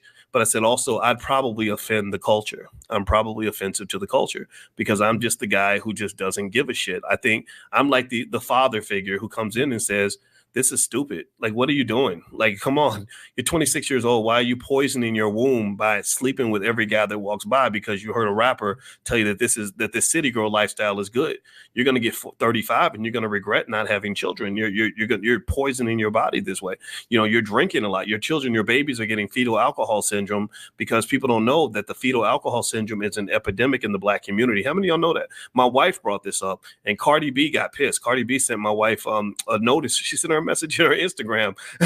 I think she was talking about threatening to sue her because my wife mentioned Cardi B's name because she strongly suspected that she might have fetal alcohol syndrome by the features on her face and her behavior patterns. Social workers can point these things out. And what most people don't realize, and nobody's talking about this, is that fetal alcohol syndrome is an epidemic in the Black community because you're promoting it just this incredible amount of alcoholism amongst young women, you know, and so you get pregnant, you don't know you're pregnant for 6 weeks. The whole time you're drinking. That means the baby's drinking. And next thing you know, your baby has cognitive delays, autism, or some other issue that directly comes from the fetal alcohol syndrome. I'm not making fun of anybody. I'm not judging anybody. I'm not telling anybody what to do. I'm just telling you that really one of the things you have to understand is that the way they poison us is so subtle that we miss it. We don't really see all the different ways that we are poisoned as a community. We don't see all the different ways all the insidious ways that they seek to kill off our potential, to stop us from being our absolute best. We don't understand that. You know, I talked to some young Black men, and one of the brothers, he was telling me about his business. He's 30 years old, 35, 32. And he was from Ohio. I don't remember his name, but I talked to him. I think it might have been Nate. And I talked to Nate for a while, and I said, and what you need to understand is that as a young Black man, he said he was in the Air Force. And I said, thank you for your service. And I said, I hope you understand that in what you're doing as a Black man, you are at war. You are at war. And also as the father, as the head of your household, you are basically a military commander. You're going to have to fight and defend the safety and security of your family. You're gonna have to fight a culture war with your children. There are people out there that want to poison your kids. There are people out there that want to destroy you. Make sure your son don't grow into nothing. They want to ruin your family. They want to break all that down. I said, so you have to get as many skills as you can get in addition to the ability to make money. Getting the money is the first part, right? Because the money is your financial independence. That's what keeps them from turning you into a slave. But then after that, you're going to have to fight some other battles that might involve some therapy and ability to supersede and intervene into a cultural space that tends to harm Black people in our thinking, that tends to stop us from being our absolute best, that keeps us from trying our best, that keeps us from really growing into what we're supposed to be. You know, we don't become Black men and Black women. We can become need to grows, right? And kind of get stuck at this teenager sort of lifestyle into our 20s and 30s and 40s. And then next thing you know, nothing gets accomplished. But anyway, as I move forward, do me a favor, please hit the thumbs up button. Thumbs up, share, subscribe. My name is Dr. Boyce Watkins. You're watching drboycetv.com, the home for intelligent Black people. If you want to see any special offers that we have in the Black Business School, we have 157,000 students around the world, and we teach economics every single day. Feel free to go to drboyceoffers.com. You can join my mastermind if you'd like. If you have to apply for that. But also I have something called Money in a Minute, where every single day you get a stock options lesson sent to you via text so you can learn it slowly at your own pace. We also have things there involving life insurance, stuff like that at drboyceoffers.com. So feel free free to go take a look. Second of all, I just want to remind you guys, the All Black National Convention is going to be in Chicago, in Lombard, Illinois. And that's going to be October 25th to the 27th. It's a lot of fun, a lot of super smart people. We gather a ton of experts and intelligent people from around the globe, and we solve our own problems. So if you believe that we have problems to solve and you want to solve your own problems and you want to connect with other good people, feel free to go to allblacknationalconvention.com. That's allblacknationalconvention.com. And also this podcast is on Spotify. So if you look up my name on Spotify, you can find it there. Ayana says, I'm coming. I can't wait to see you, Ayana. Let's see here. Someone says, I'm trying to follow your lives because generational wealth is something that's in my mind heavy. I love your teaching. Well, I love you too. And thank you very much for saying that. Thank you so much. James says, if that offends the culture, laying off the brown juice really would get them mad. They think this is economic Coach Carter. Oh, yeah. I think that how you deliver a message makes a difference. And one thing I told D1, I just love him so much. I have so much respect for him. As I said, you're a little bit better at being diplomatic than I am. If something's bullshit, I'm the guy that calls it bullshit. I can't sit here and pretend like dumb shit is real shit or dumb shit is good shit. I'm the guy who kind of says, like, what are you doing? Like, you're killing yourself. You're destroying your children. You're destroying your family. You're throwing your wealth out the window. We got to fix this, right? So maybe that's a little too much for people. Maybe that's a little too harsh. I grew up with a father who basically gave it to me straight. And for some people, that doesn't work. They don't like that, or they think that you're not cool. But I'm not here to be cool. That's not my job. My job is to hopefully be correct or to be beneficial on some level. So even if you hate me and you do it because you hate my guts, that's okay. I've achieved my goal. You with Neil deGrasse Tyson, Michael Eric Dyson, Dr. Claude Anderson will make a good group.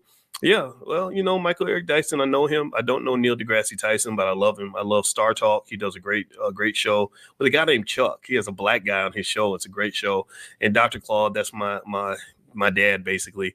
And Michael Eric Dyson and I haven't talked for years, though. So if you have a question, by the way, you can put your question in the chat. I want to share something while I look for your questions in the chat, and I'll answer as many questions as possible. And I'll also put this up here. If you want to join us for Money in the Morning, I am going to do a class tomorrow morning at 10 a.m. Eastern, like we always do. It's a free financial consciousness class. And it's 7 days a week. And if you'd like to join and be notified when we meet for class, just text the word morning to the number 87948. I'll also send you tips on stocks that I like and, investments to get you started. So, we have tons of resources in the Black Business School. So feel free to just text the word morning to the number 87948. All right. So, one thing I was thinking about today as I was walking around InvestFest, I'm here at ATL at InvestFest. Would love to see you, Dr. Boyce. Travel from the Bay. Nice. Very nice, Andrina. I love the Bay Area. I had Dr. Melina Abdullah, who's Cornell West Vice President. She's from the Bay. I love the Bay. The people from the Bay are my favorite people. I love the Bay and Brooklyn and Houston, too. I love Houston. But like the Bay and Brooklyn, whoo, y'all are unique as hell. Because I see people all over the world. And the Bay is just like they came from another planet. And I love them for it. Like super creative. Kick-ass revolutionaries, super smart, pro-black. Like, you can come in with a radical idea and the people in the Bay will get it. So I love the Bay, by the way. And then that don't even count how much I like E40's music. But anyway, with that said, here's what I was thinking about. So let me share my thought and then I'll go back to your questions. So I was processing as I was walking through InvestFest, and also I walked through the National Black Business Conference, which has thousands and thousands of people. The president of Liberia is here. Dr. Ken Harris gathered dozens of African nations with hundreds of Black CEOs, dozens of Black chambers of commerce, and they are doing real business. They're doing real delegations to Africa and literally doing billions of dollars in business. They are getting it done. I'm going to be going to Africa probably at least 3 or 4 times a year, maybe more. I just got back from Egypt, but I'm going back again soon. Anyway, so I was walking around through these events, and I was thinking about systems, and I think I was talking to somebody about just little things that happen, like when you. I think there was one sister who saw me and she said, "Hey, Dr. Boyce, Dr. Boyce." So I went over and gave her a hug and talked to her. And she was talking about when she quit how she had her job and she got nervous. She money got a little bit tight. And so she started looking after she quit her job. She became an entrepreneur. She started a hair business and mentoring kids. And I said, that's great. I said, there's no job that a white man could ever give you that's more important than you helping our children. Our children are, that is our pot of gold. That is, that is our future. That is our $1 trillion asset. I said, so there's no job more important than that job that you're doing. And she said, yeah, but when money got a little tight, I got nervous and I thought about going to my job. And then something crazy happened and I applied for the job on LinkedIn and they did this and they did that. And I said, you know what? I think that's the universe basically telling you something. I said, it's almost like when you see an old ex, when you see your ex and you look at your ex, because she said, it just wasn't the same. I just didn't feel the same. I said, that's because you're not supposed to be there. I said, I don't think human beings are supposed to be in that kind of captivity, not naturally. It's like when you see your old ex who you used to be in love with because you thought you couldn't do any better. And then you see them and you look at them and you're like, ugh, like what did I ever see in you? Why did I ever like you? And she kind of laughed and she's like, yeah, she said, yeah, you say like, what did I ever see in you in the first place? I said, yeah, you do that, right? I said, and that's what it is like, basically being in that corporate slavery that you were in. Now that you've had a taste of freedom and you've leveled up in your life, your spirit, you know what it's like to control your time. You know what it's like to make your own money. You know what it's like to be free. It's really hard to go back to that. It's really, really hard. And again, I wasn't belittling the financial challenges though, right? Because I get that that's very, very real. But I said, you have the option of figuring out how to fit into this very uncomfortable system that's not designed for people like you. You can go back to your black job. That's fine. Or you can figure out how to operate in a new space. Instead of learning how to adjust your black job, you learn how to adjust black owned, right? You go from black job to black owned. And that is just a shift in mindset. It's a shift in perspective. It's a shift in strategy. It's a shift in value systems. It's a shift in culture. It's a shift in processes. Do you understand? See, there's a difference in terms of the way a free black person goes about solving a financial problem versus the way an economically incarcerated person might solve a financial problem. They might both have the same problem, but solve it in two different ways. It's like if I'm a basketball player and I need more points, I'm going to put the ball in the basket. That's how I'm going to score my points. But if I choose to become a football player and then I need more points, I can't go back to playing basketball on the football field. I can't go. That's awkward. I can't leave the football field and go to the basketball court. I have another way of scoring points, but I have to score them in a different way. Do you understand? Now that I'm a football player and I made that commitment, I have to get into the end zone. That's a whole different process. It's a whole different set of skills. It's a whole different type of preparation. Do you understand? So what happens sometimes is you can get caught when you're trying to quit your job. You can get caught between playing basketball and playing football. And I told her, I said, look, you're in a new world now. You're in the world of free black people. You've made the decision. You've taken the leap. You've jumped into the world of wealth building. You now have generational wealth and legacy and everything. You're building this business. You're doing this for your family, doing it for your kids. You have made money. You need to make more. Well, this is how you got to solve that problem. That means as a free black person, you're not saying, well, how do I fill out more job applications? Or how do I get my boss to give me a raise? Or how do I get a second job? Or how do I get a better job? No, you're a business owner now. Now you say, how do I market my product better? What connections can I make? What conferences can I go to? What investments can I make? Can I repackage my product? Can I develop a new product? Right? There's a million other ways you can get that extra money that doesn't involve you going back and trying to become something that you clearly have stated that you're not. You've decided that you're not an employee. Do you understand? Let me know if you get what I'm saying. Like now that you've made that statement, and just like when people talk about identifying, like you can identify as a man or a woman. I said, you've identified as a free black person. So now that you've made that identity switch, now I don't think there's much turning back from that. I think that at that point, that is going to shape how you go about solving your financial problems. And let me know if y'all get that analogy. Give me a yes if you understand where I'm coming from on that, because I just had that thought and I wanted to share that. By the way, tomorrow morning, we will be doing Money in the Morning. So if you'd like to get an invitation, text the word morning to the number 87948. And also, we are going to be doing some travel together. If you remember, I told you guys we went to Egypt and it was a lot of fun. And so if you want to be notified of when we take our next international trip, text the word travel to that same number, 87948. So text travel to 87948, and I'll let you guys know when we plan our next trip. Our next trip that we'd like to do is Black Wall Street. We'd like to take a trip out there, go make it rain on Tulsa, and really, really go in there and learn, not just learn the history, but make some Black history and also learn the part of the history they don't tell you, and then also help wake up that area of the community, that area of the country. They have done a horrible job of making sure people don't learn the history. They in Tulsa, you'd be amazed how many people grew up right there in Greenwood but don't know that they're sitting on that sacred ground. I personally think that we need to go in there and kick the door down a little bit, not so much in terms of protesting and all that. I'm more so talking about us going down there and not just educating ourselves, but also supporting the businesses that are there, and then figuring out ways that we can actually manifest the realities we'd like to see. So that's one. That's maybe we can call that the reparations trip or something. I don't know. And then also we are going to go to Ghana, but we're going to go to a lot of African countries. So just text the word travel to the phone number 87948, and I'll let you guys know. All right. So let's see here. Dr. Boyce, do you understand me?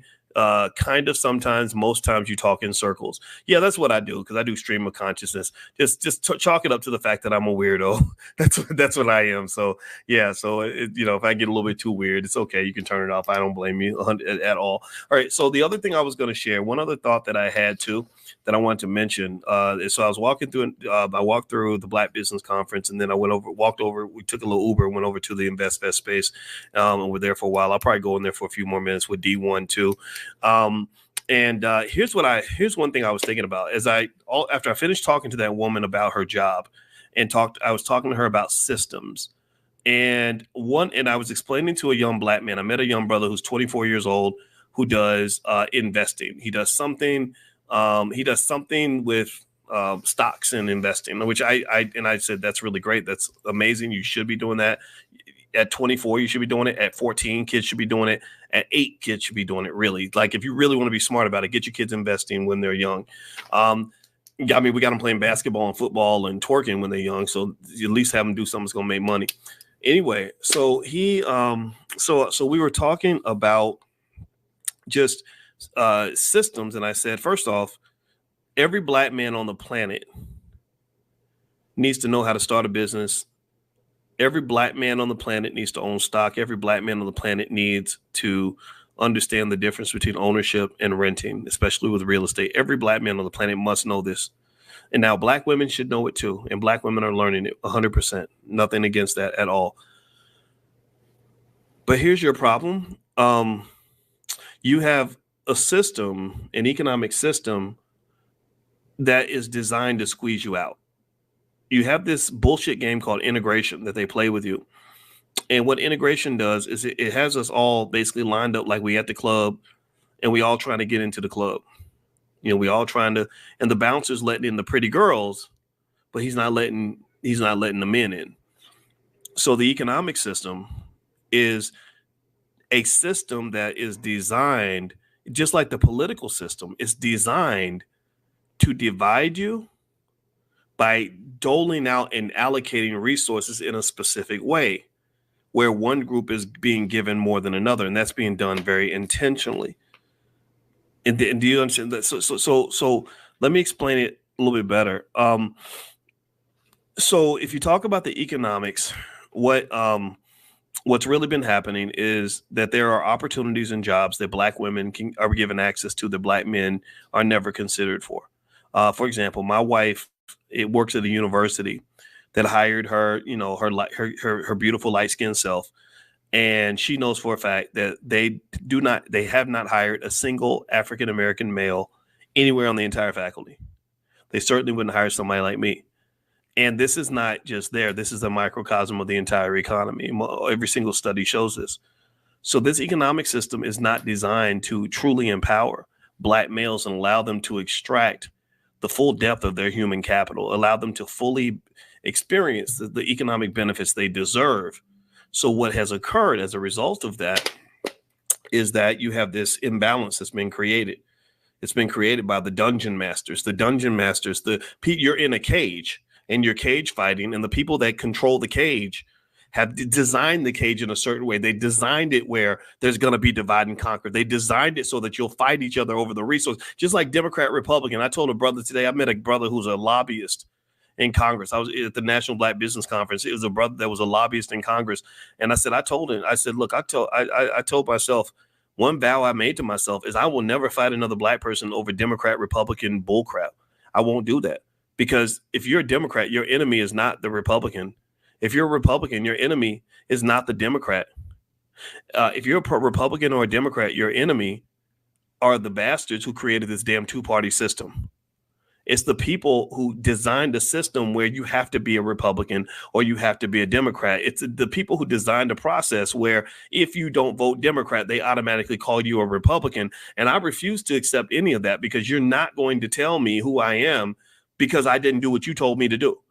You're not going to define me because I choose to accept whatever definition you preconceive that I'm supposed to have. Like, you think that because I'm a black man, I'm supposed to go vote for Kamala and the Democrats. And if I tell you I'm not doing that, and then you start calling me a Republican, well, that right there reveals the sinister nature of your behavior. That reveals the fact that you're mad at me because you thought you owned my vote. You thought you could back me into a corner by limiting my options.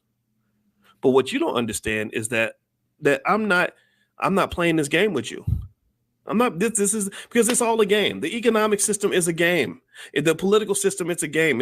And what do I mean by that? Well, see, and in this game, in all these games, you have different types of people. Now, pay attention. Now, you might want to pull out a piece of paper and write this down, because this is going to break. I'm going to break this down for you, because this is really a financial consciousness lesson. I'm going to reiterate this at some point because I think we need to understand this. Okay, you ready?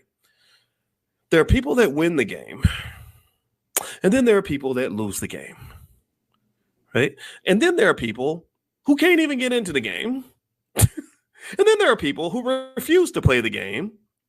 And then there are people who create another game entirely, right? So basically, when you're talking about the economic system and this integration stuff that they've sold to us since we were babies, it's a game. It's a game where when you win, you say, "Look, Mom, I made it."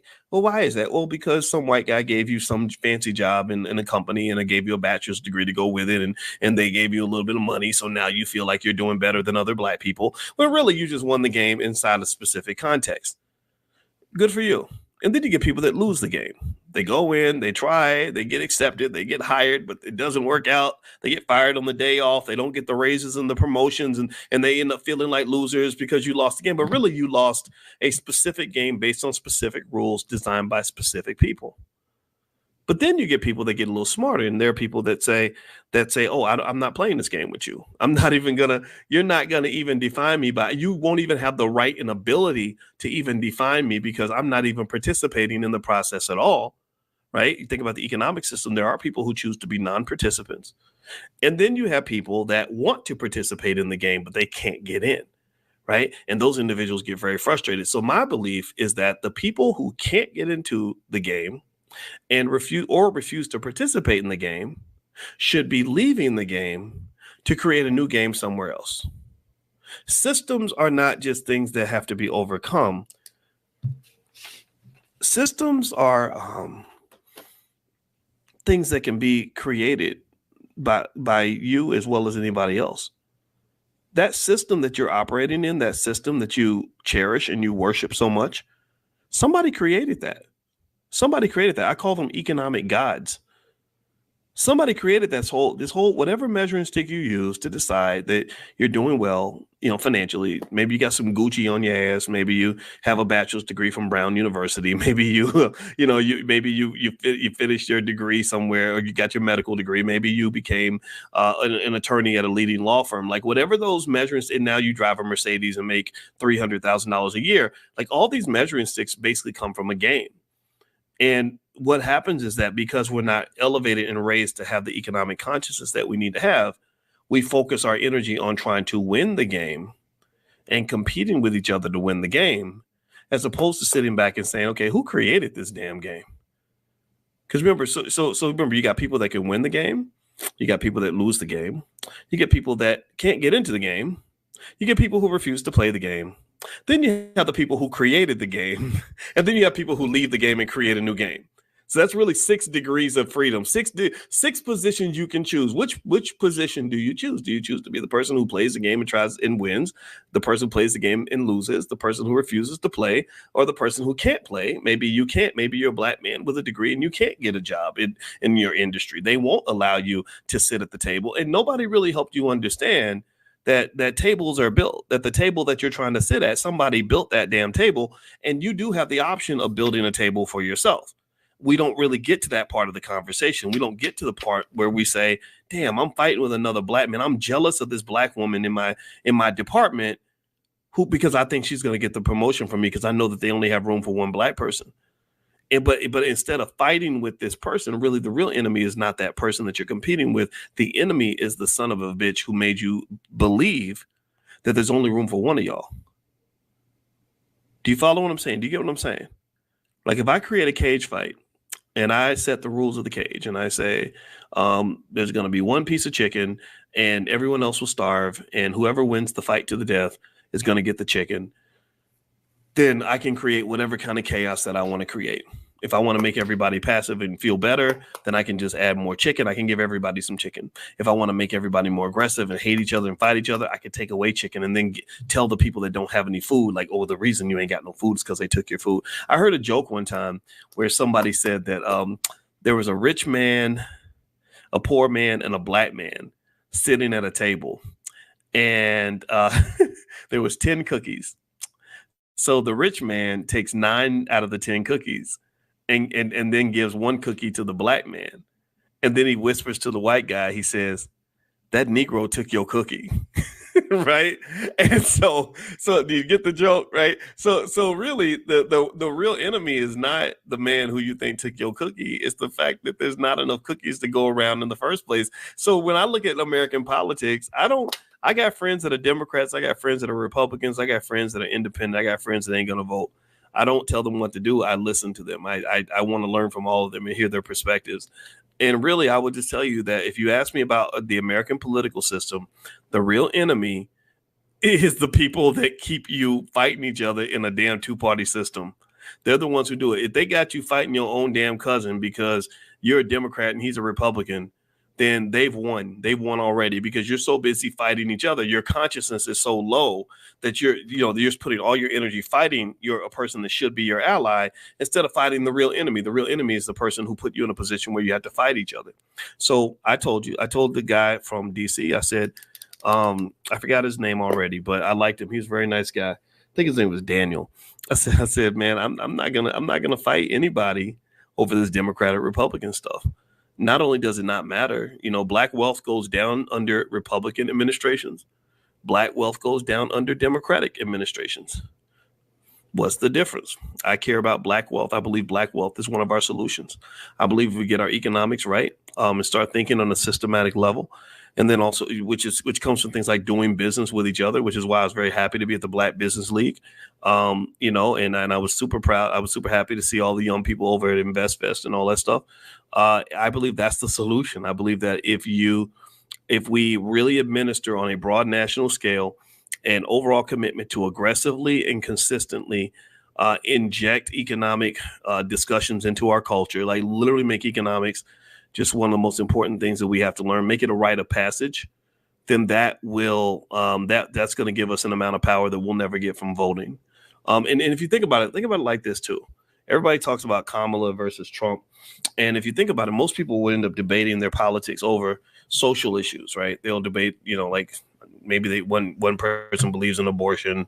Somebody else, has an issue with the border. Another person, has an issue with, they think Trump's just a bad person, right? Somebody else, talks about Kamala and her white husband and all that.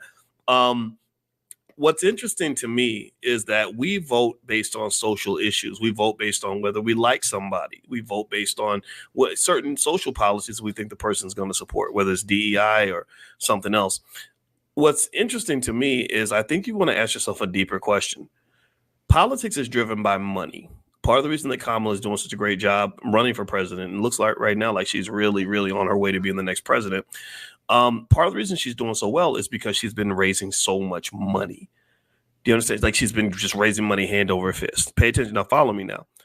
I want you to ask yourself a basic question. If you are a donor and you give $20 million to a super PAC, do you think that a donor giving $20 million to a super PAC would be doing it for the same reason that a voter would be voting for a certain candidate? Yes or no? Yes or no? Do you think that a $20 million donor to a super, Elon Musk said he's going to give $45 million a month to the Trump campaign? Yes or no? Do you think that he's giving that money for the same reasons that Republican voters are voting for Trump? Like, the voters that are voting for Trump, let's say that they're against Roe versus Wade, or maybe, I don't know, I don't know what the other stuff is, I guess, or they don't like the LGBT stuff, let's say, for example. Republicans don't tend to like that. Do you think that that's why Elon Musk is giving him all that money? You think Elon Musk became a multi-billionaire by investing hundreds of millions of dollars to stop, trans people from using the girls' bathroom? Like, do you really think that? Are you that naive? Or do you think that he's making an investment? Do you think it's a business investment? See, what you got to understand is that one thing about politics, and this is where I'm a little bit concerned. Dr. Claude Anderson talks about this a lot in his book, Powernomics. The thing about politics is that the number one reason politics matters is because there's this big pool of money. I'm going to keep saying money, because that's what we talk about, money. In case you're wondering why a finance professor talks about politics, it's because it's driven by money. So you have a big pile of money, and that money gets doled out. It gets doled out. I met a brother today from at the National Black Business Conference. He had a PhD in applied physics from University of Michigan. I think it was Abram. I think that was his name. And he worked for the Department of Energy. And one thing that he did that I thought was great was, I said, what brought you here to this conference? He said, I'm helping Black business owners get government contracts because we're writing checks for billions of dollars. And I want to see my people get some of that. I said, you go, Black man. Good for you. I support you and your Black job. Because this is what it's about, folks. This is what I'm doing. And everybody ain't going to get it. Everybody ain't going to get it. Like people that are just like, oh yeah, Trump's a bad guy, or Kamala's an AKA like me. And I get it. Ski wee to you too. God bless you. My sister's an AKA. Love the AKAs. Y'all my sister-in-laws, every one of you. And I love you. But that's not why people are giving money to buy your votes. That's not why Kamala raised hundreds of millions of dollars last month. That's not why AIPAC gave her, tens of millions of dollars. They're buying weapons for Israel. They're not into all the stuff that you're into. They're not thinking about what you're thinking about. Their consciousness is different from your consciousness. You fight with your cousin because, over whether or not Trump really did have sex with Stormy Daniels or whatever these stupid things are. Like, I think these prosecutions are so crazy, honestly. I just don't care, right? But that's not what the money people are thinking about. People do not donate millions of dollars to presidential campaigns because they're trying to, because they care about Roe versus Wade or whatever. They could care less about that. It's y'all that are getting into that stuff. So what they do is they get a bunch of money, and the big donors say, the big donors that are giving money to Trump, for example, in crypto and tech, they're like, hey, we're going to give you money. And if you get our money, you have to get Gary Gensler out of the SEC so that he'll quit messing with us and messing with our money and messing our businesses up, which I think is fine. The tech companies, the tech titans like Peter Thiel are writing multi-billion-dollar checks because they're like, hey, look, Apple's getting prosecuted for antitrust violations. They're going after Google. They're going after Amazon. That's the Biden administration. We need to stop all that. We'll give you money, but you got to make sure that these antitrust investigations stop because that's messing with our money. Do you understand? They are doing it because of money. They didn't all switch to Trump because they suddenly liked this guy. They switched to the person that was going to help them make the most money. And then what do you do with the money? Well, it's like, oh, yeah, voters, they care about all these little sensitive issues. They care about whether or not somebody, I don't know, somebody was dancing with Cardi B on stage and twerking with Megan Thee Stallion and like whatever, so they'll give you all that. They'll give you what they call the circus and I forgot what they call it, but give them circuses and candy or something. I forgot what the old quote was, but that's what it is. That's what they do. They give you the circus, they give you the coonery, they give you the lowbrow nonsense, and then you get to cheer for your favorite candidate. You could say, oh, I like this person because they're a Democrat like me or they're a Republican like me, and that's not even what the game is all about. That's not what's really happening here. And so I think for Black people, the reason that political intelligence and political maturity is so essential is because you need that money. You need some percentage of your tax dollars that you pay. How many of y'all pay taxes? Anybody else pay taxes? I pay a lot of damn taxes. Lord Jesus, it never stops. I hate taxes, right? If you pay taxes, I mean, I believe in paying my fair share. I believe that we should tax. I'm technically a rich person. I believe rich people should be taxed more. I really believe that. I think that we don't tax them enough. So if you pay taxes, you need as a community for some percentage of that tax money to come back to develop infrastructure in your community. They come and they get your vote and they take your money and then they pimp slap you and they say, shut up, bitch. And you just take whatever you can get because you just want white folks to like you. And I'm just not that guy. I cannot condone this behavior. I cannot sit back and say that this makes sense. It doesn't make sense. And if you tell me that no, Dr. Watkins, it does, I'll say, well, show me one time where any president, anybody, any administration you've ever elected, because you vote in every damn election and you do what you're told every election. Show me one time where that's impacted your wealth in a really significant way. Show me any time under any administration where you went from anywhere other than complete dead last when it came to wealth. And I believe every time you were also dead last in income. What's changing? So the reason I liked the Black Business Conference and also I like InvestFest and all that is because I like the fact that they're just helping us to learn basic ideas like keep your money, do business with each other, become entrepreneurs, make investments, make your money grow, become economically intelligent. There's money everywhere. And it's all like a big Easter egg hunt. It's all a scavenger hunt. It's like, where's Waldo? Instead of where's Waldo, it's like, well, where's the money? So the reason you want to go to conferences like that and other ones, the All Black National Convention has a strong economic component, things like that, is because you get with other people and you all start talking, and eventually talking together, you figure out where the money's at and you get your fair share. That to me is a solution that has to be explored. I think that's a solution that will supersede anything that happens in terms of politics. And who knows, maybe one day we would either have the money to support our own political party or, our own candidates. But it's very, very difficult because we don't have necessarily all the resources required to truly make the kinds of donations that could really put somebody in office and then force them to be beholden to us. I think the Jewish community does have that because they developed a whole industry around themselves called Hollywood. We know who's running Hollywood. I don't know why they are so ashamed of it. We know who runs Hollywood. We know who runs the banks, a lot of them.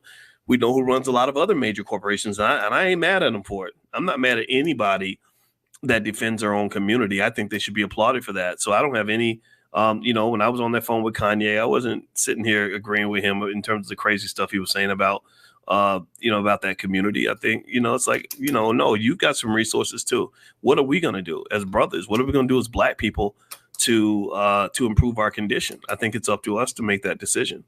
So anyway, I don't have much else to say. I'm pretty much done.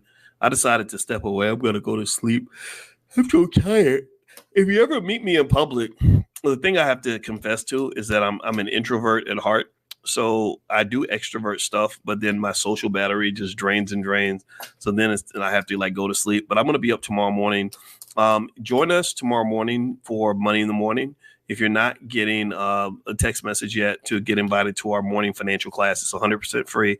It's where we just basically talk about the art of economic elevation and bring your children, bring your family. Text the word morning to the number 87948. Just text morning to 87948. It's right there on the screen. Also, you can follow me on Instagram, actually, at Dr. Boyce Money or Dr. Boyce Finance. So feel free to follow me on Instagram at either one of those spots. And you can see some of the content I put up there as well. So anyway, guys, I'm out of here. God bless you. Thank you so much for hanging out. And I'll see you guys in the morning. Talk to you later. Bye-bye. It's about in his book, which is Black Exceptionalism, which is something that I hope we all agree on. I hope we have some sort of concept of what that might mean or some appreciation for this idea. And he literally gave a whole blueprint about Black exceptionalism and what makes us exceptional, why we are not to be messed with, why we are unique, why there's nobody else on earth like us.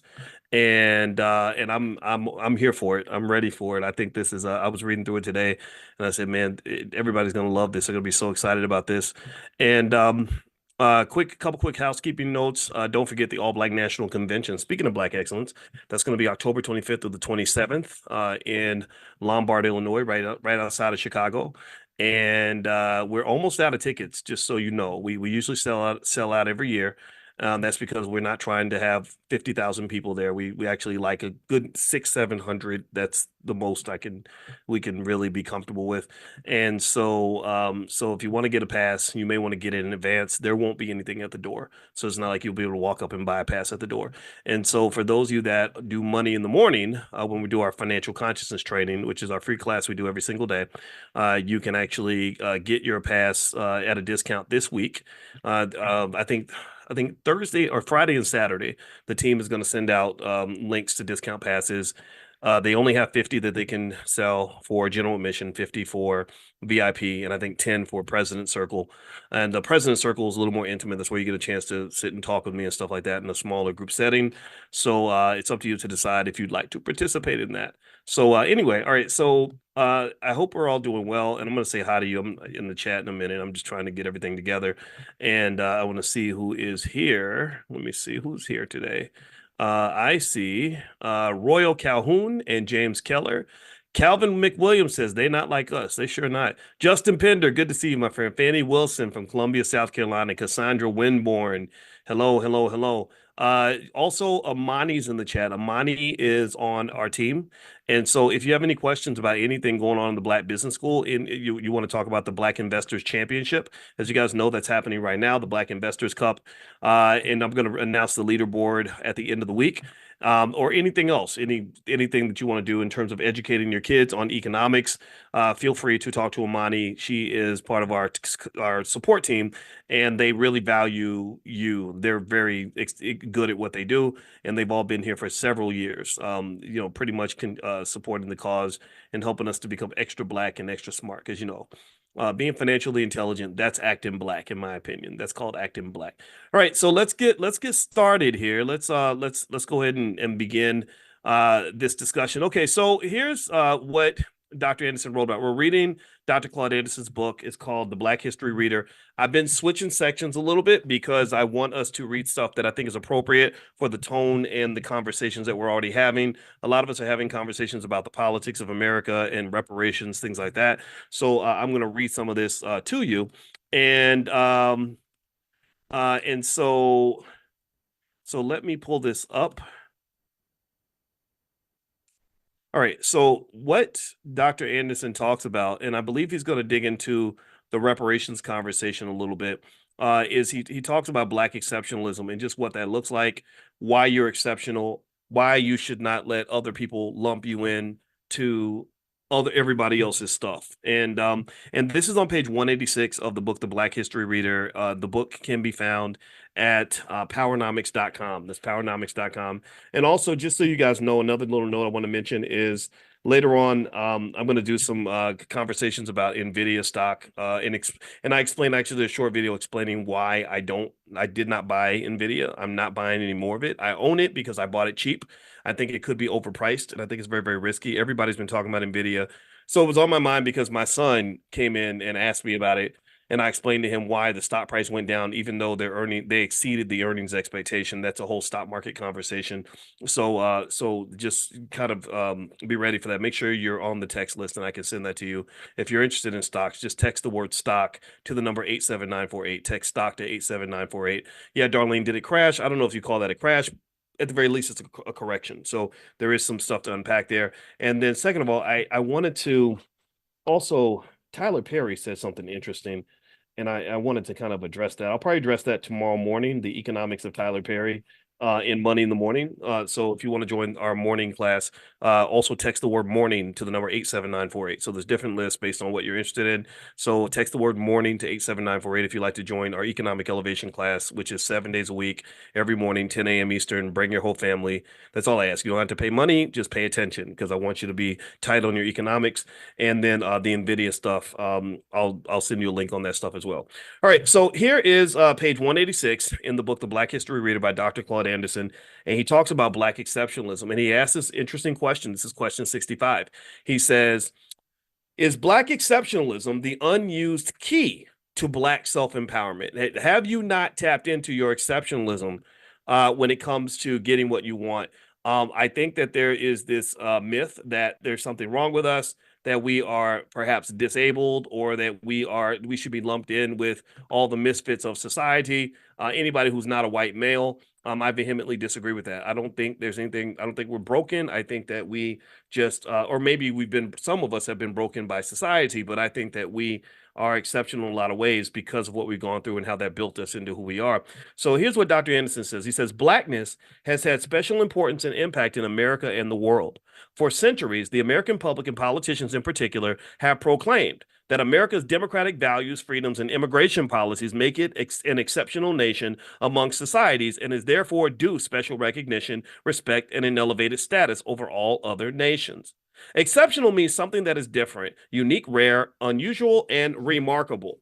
In the case of a group, it means that the members have been treated in an uncommon manner from all others. So he's saying that you are, pay attention now, he said unique, rare, unusual, and remarkable, and that you've been treated differently from everyone else. So give me a yes or no if you agree that no one else in this country has been treated the way Black people have. Give me a yes if you agree with me that we have had a unique experience in America, that we've been sort of dealt with in a way that no one else has been dealt with, that Black Americans are being treated differently from immigrants or LGBT people or anyone else. Give me a yes if you agree with that basic idea that we are treated differently from everyone else.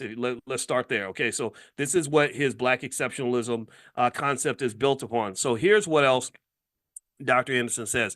He says, what group of people in America, in nearly every respect, have been viewed and treated in a more egregious manner than Black Americans? Black Americans are an exceptional people in this nation in many ways. It is time for Black Americans to demand compensation, recognition, appreciation, and respect for what their exceptionality created in America. Because of Black exceptionality, it is an affront and disrespectful for this nation and the Black overclass, the Black overclass, the Black overclass. Those are all those people that are telling you who to vote for and what to do with your money and what to do with your life. The Black overclass, y'all know who they are. You can pick whoever you want.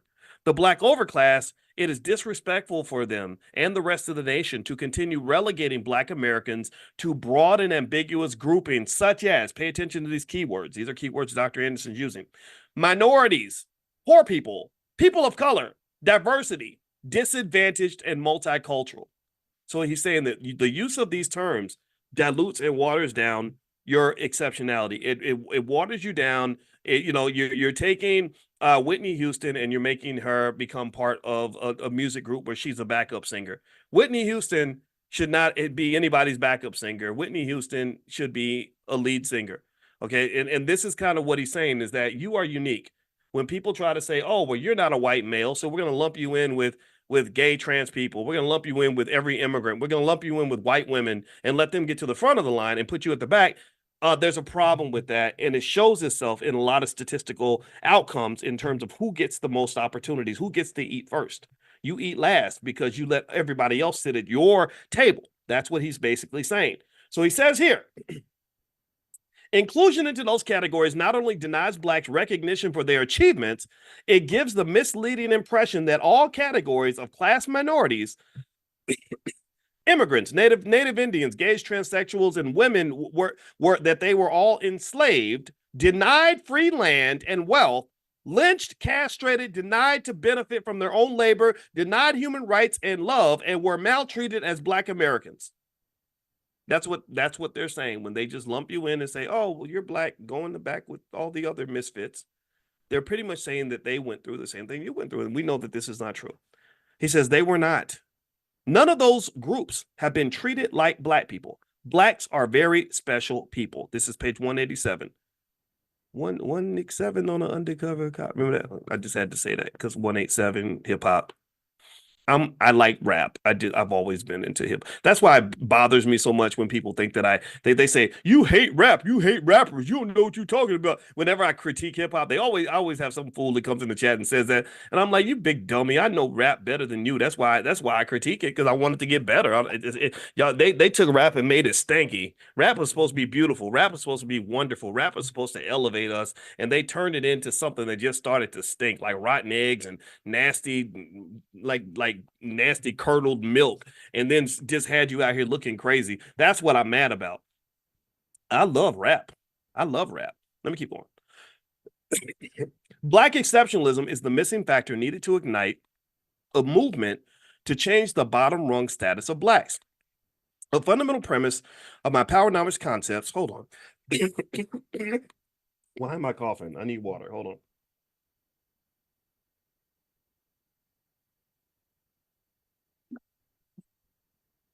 Whenever I start coughing, somebody in the chat says, okay, doc, just take your time. Get some water, doc.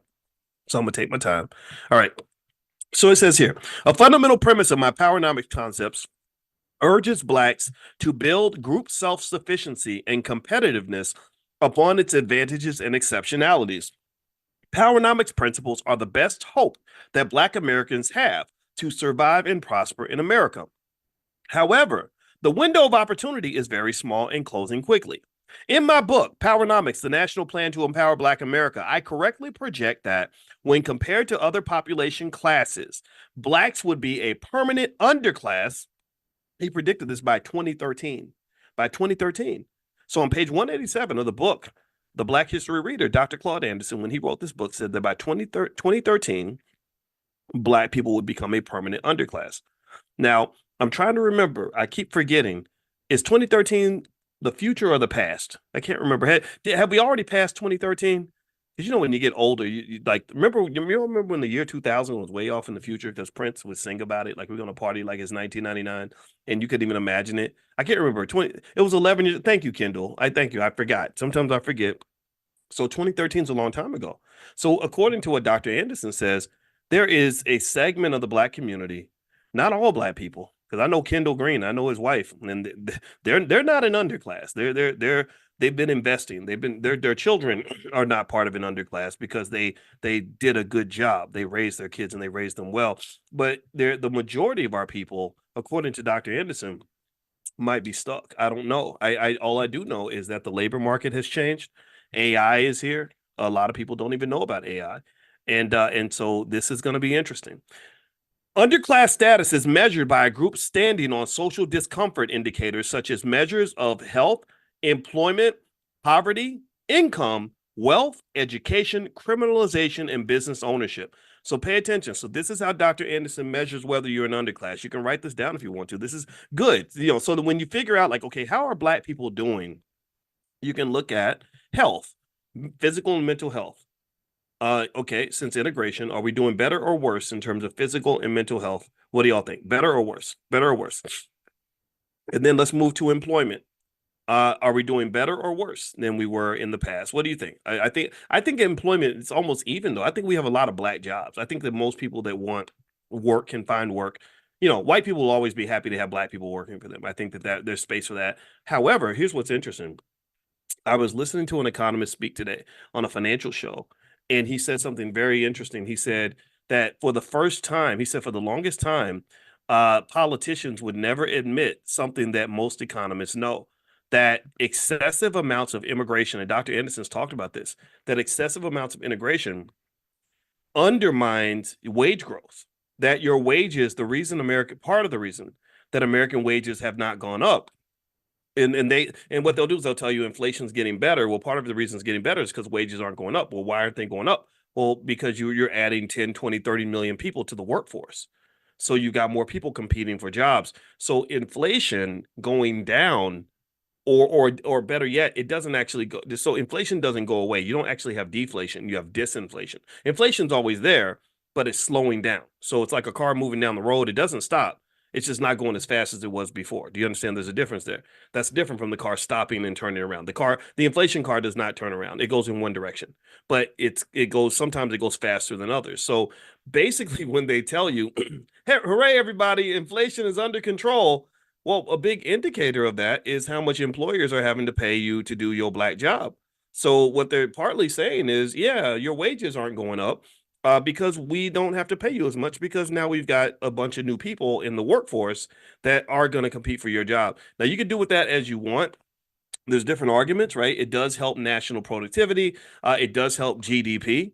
But just because GDP goes up, that doesn't mean that wealth is going up for everybody. So if you are in that working class, which a lot of us are, I don't think that this economy works in your favor. This is not a poor man's economy. This is not a working man or working woman's economy. This is a rich person's economy.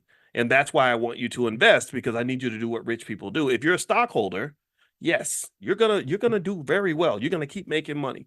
They're never gonna stop helping rich people make money. But if you are, say, somebody who doesn't invest and you get up and you work hard and you go to work every day so you can pay off that 100,000 in student loans, you'll be stuck on that hamster wheel. And it's the running on the hamster wheel that generates the electricity that builds the wealth of rich people. That's capitalism, folks. So I hope that you will understand that, because if you don't, it can be very costly. So let me keep going here. Let's see, poverty. Okay, so he mentions poverty. I think in terms of poverty, maybe we're doing better. Okay, income. Are we doing better or worse? Like we were ranked dead last in income after integration. I think we're still dead last now. So income, we're worse or the same, right? We're not doing better. Okay. Wealth. How about wealth? Are we just, is our wealth just skyrocketing and shooting through the roof, or is it going down? Education. How do you feel about education? Do you feel like our kids are just getting a pristine education in all these nice public schools in all these big cities, or do you feel like that's kind of an issue? I'd say it's an issue, and it's connected to culture, right? I think that when you're talking about broken families and then musical culture that celebrates criminality and broken families, you get a big problem. I think I read Poor LeBron. He started that school, and they said not one of the children was able to pass the state math exam in that school. And I don't think that's all LeBron's fault, though. I think he was probably doing his best, and he did actually get the school built, which we know that sometimes can take a while for some of us.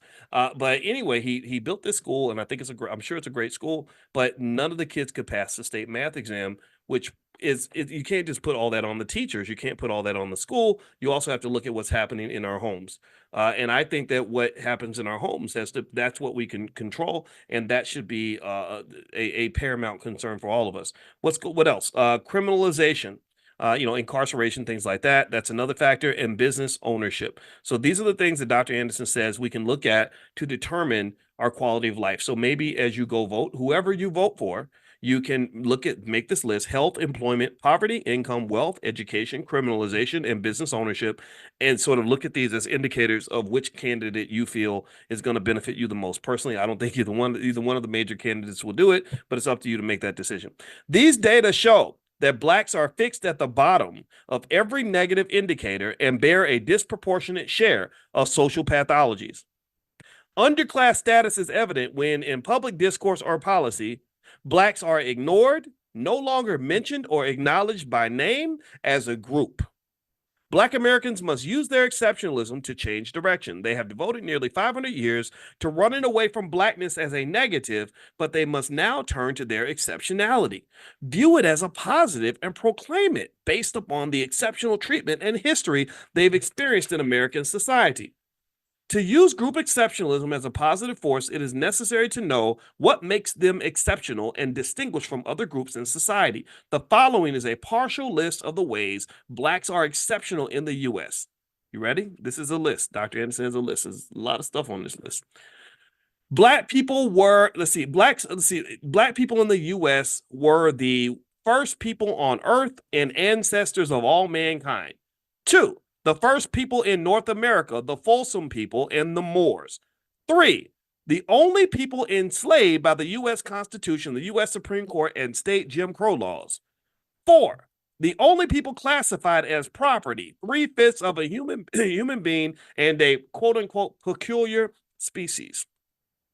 Five, let's see. Five, the only people made a permanent minority in underclass by the 1790 nationalization laws. Six, the only people excluded from billions of acres of free land granted to white immigrants. Seven, the only people not paid for their labor, therefore they could not acquire assets to pass to their descendants. Eight, the only people who gave free labor that, along with free Indian land, became the definition of the American dream sought by immigrants. So we were the American dream. We didn't get the American dream. We became a commodity for the American dream. Interesting. Nine, the only people for whom it was illegal to attend school or learn how to read and write. Number 10, we were the only descendants of slaves and were in America before 99% of all other people arrived. 11, the most patriotic people and fought in every major war since the nation's founding.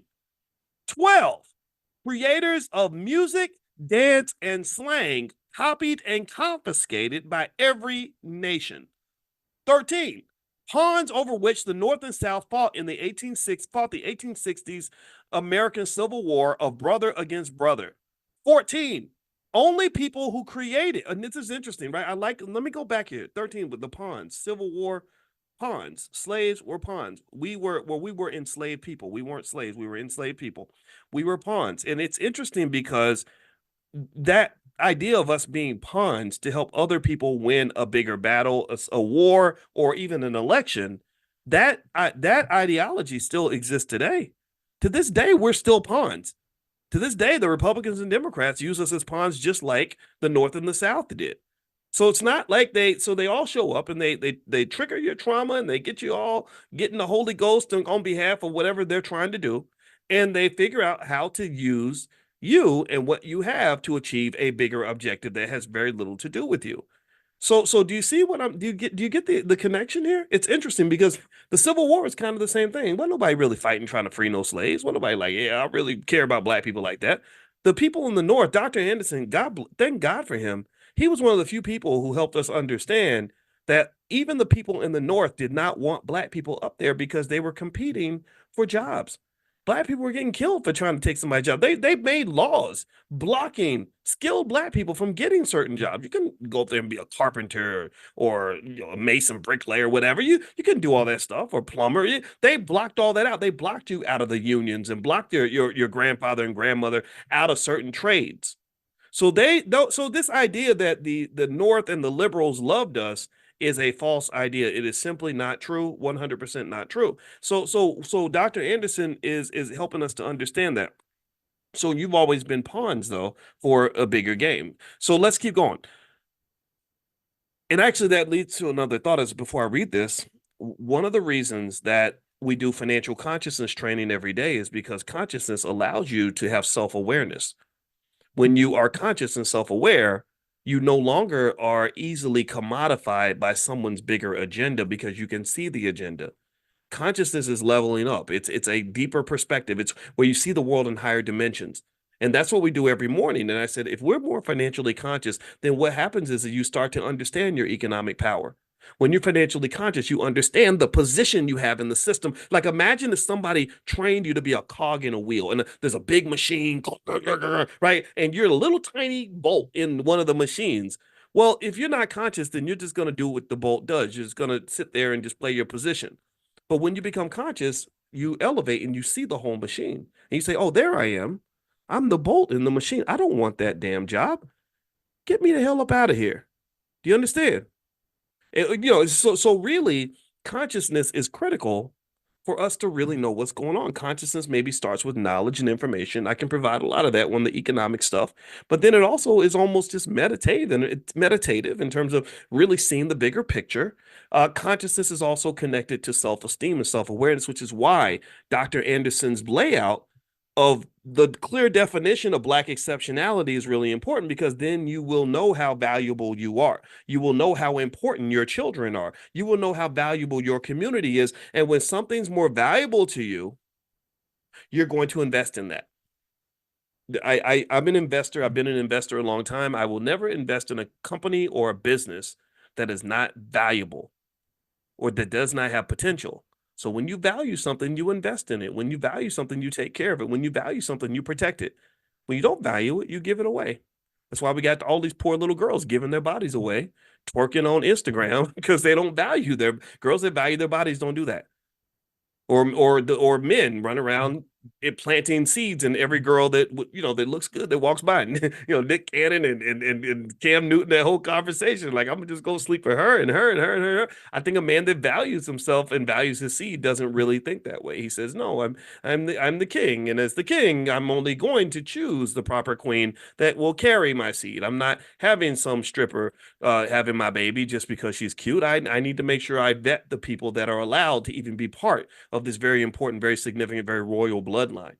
Do you understand? So really, that self-awareness, that knowledge, that ability to see the big picture, all these things relate to consciousness, and this is why we must be conscious. So when I say woke, like when I had that, y'all saw me at InvestFest, I had the shirt on that said financially woke. For me, woke is like wide awake, like you're seeing it all. And when you're really woke about the world and you really are committed to that, you start to just see things. And unfortunately, what happens sometimes is because I try to stay as woke as I can, and I see stuff and I say, I see that, and I see that, and I see that. Sometimes people don't understand it. And I get it. I understand that. So let's all wake up. Let's pay attention. We are exceptional, and we should demand that. You got to stand on that. You can't be letting people knock you off your perch. You got to stand on your exceptionality. So let me keep going.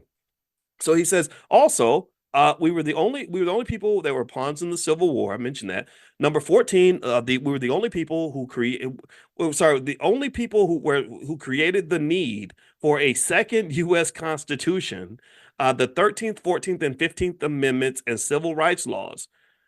15, we were the only people we were only Southern labor class whose images were displayed on Confederate currency. Didn't know that.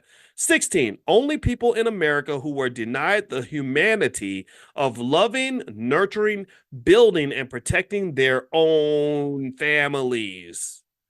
You weren't even allowed to nurture and love your children. And so when you see it that way, it helps us understand why we're not nurturing our children the way we should right now. For hundreds of years, we weren't allowed to do that. So it says here, reflection upon the exceptionalities listed above should lead readers to question how different the U.S. would look today if, one, blacks had been a paid labor force that cleared the land, built the roads, bridges, canals, government offices, and universities. What would have happened if you had got paid? Number two, if blacks had been members of the founding fathers, what would the nation look like if that had happened? Participating in the writing of the nation's constitution, allowed to vote, hold public office, and express a group self-interest. What would the country look like if we had done that? What would America look like today if blacks had ownership of some of the thousands of acres of free land upon which to build mega farms and ranches and extract the minerals, oil, gas, lumber, and other resources, and the opportunity to accumulate wealth from the generous land giveaways? I want you to think about whatever city you're from.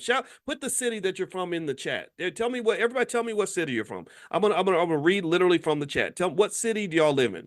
Type the name of your city. Rep your city right quick, because I'm gonna use this as an example. Let's see here. What we got? Let me hold on. I'm opening up the chat. It's taking a minute. Sorry. Okay, I see Chi-Town. I see Dr. Vibe. I looked like I saw Toronto for you. Was that right? Kansas City, Tulsa, Oklahoma, Brooklyn for Douglas. Okay, so Douglas. Let's start with Douglas and Brooklyn. Douglas is I love Brooklyn. The black people in Brooklyn are amazing. I got to do another event there because when I went there, you guys really came out in droves, and I appreciate that so much. So imagine if you went through Brooklyn and think about all the skyscrapers you see in Brooklyn, just thousands of skyscraper buildings.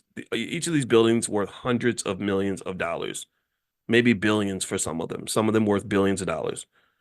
Imagine if black people owned like 13% of those buildings. Imagine if like one in every 10 or one in every 8, 9, or 10 buildings you saw that was like 80 stories high. You could say, oh, yeah, that's owned by a black family, or another black family owns that building, or a conglomerate with investors from the black community bought that building. Like that's the kind of world we would live in if we weren't locked out of economic opportunities. But I dare you, you go to a big city like Chicago or New York, and there's thousands of skyscrapers. You're gonna have a hard time finding one that's owned by black people. One out of 10,000. 5,000, whatever the number is. And I think that's atrocious. That's appalling. That pisses me off. That makes me angry. And again, that's another thing that consciousness does. Consciousness doesn't, it takes you from just seeing the world as it is to seeing the world as it could have been. And then also consciousness allows you to see the world as it could be if you make certain decisions. So you literally can time travel, mind travel to different dimensions. You can travel through space and time and see things in various ways. So I don't really see what's happening around me very much. I'm seeing 20 years in the future. I'm seeing the what ifs all the way across the board. So the big what if is that if you didn't have hundreds of years of slavery, Jim Crow, and oppression, if you didn't have hundreds of years of wealth extracted and stolen from the Black community, if you did not have hundreds of years of consistent, horrific abuse and disregard and disdain for Black people, the world would look very, very different. And I think that we should fight for that world. When Dr. King had that dream of they unfortunately they weakened his dream. They watered it down to that whole thing about little white girls and little Black boys holding hands. I ain't never wanted to hold hands with a white girl. No disrespect. If you're white, I don't hate you. I just like Black women the most. I want to hold hands with my wife. And my dream is much bigger than that. And my dream is not holding hands with a white woman. My dream is us owning what we really should own. My dream was when I went to the Black Business Conference this weekend and saw thousands of Black business owners, hundreds of CEOs. They had dozens of African delegations forming deliberate connections to do tens of millions and hundreds of millions of dollars of business with Black-owned businesses.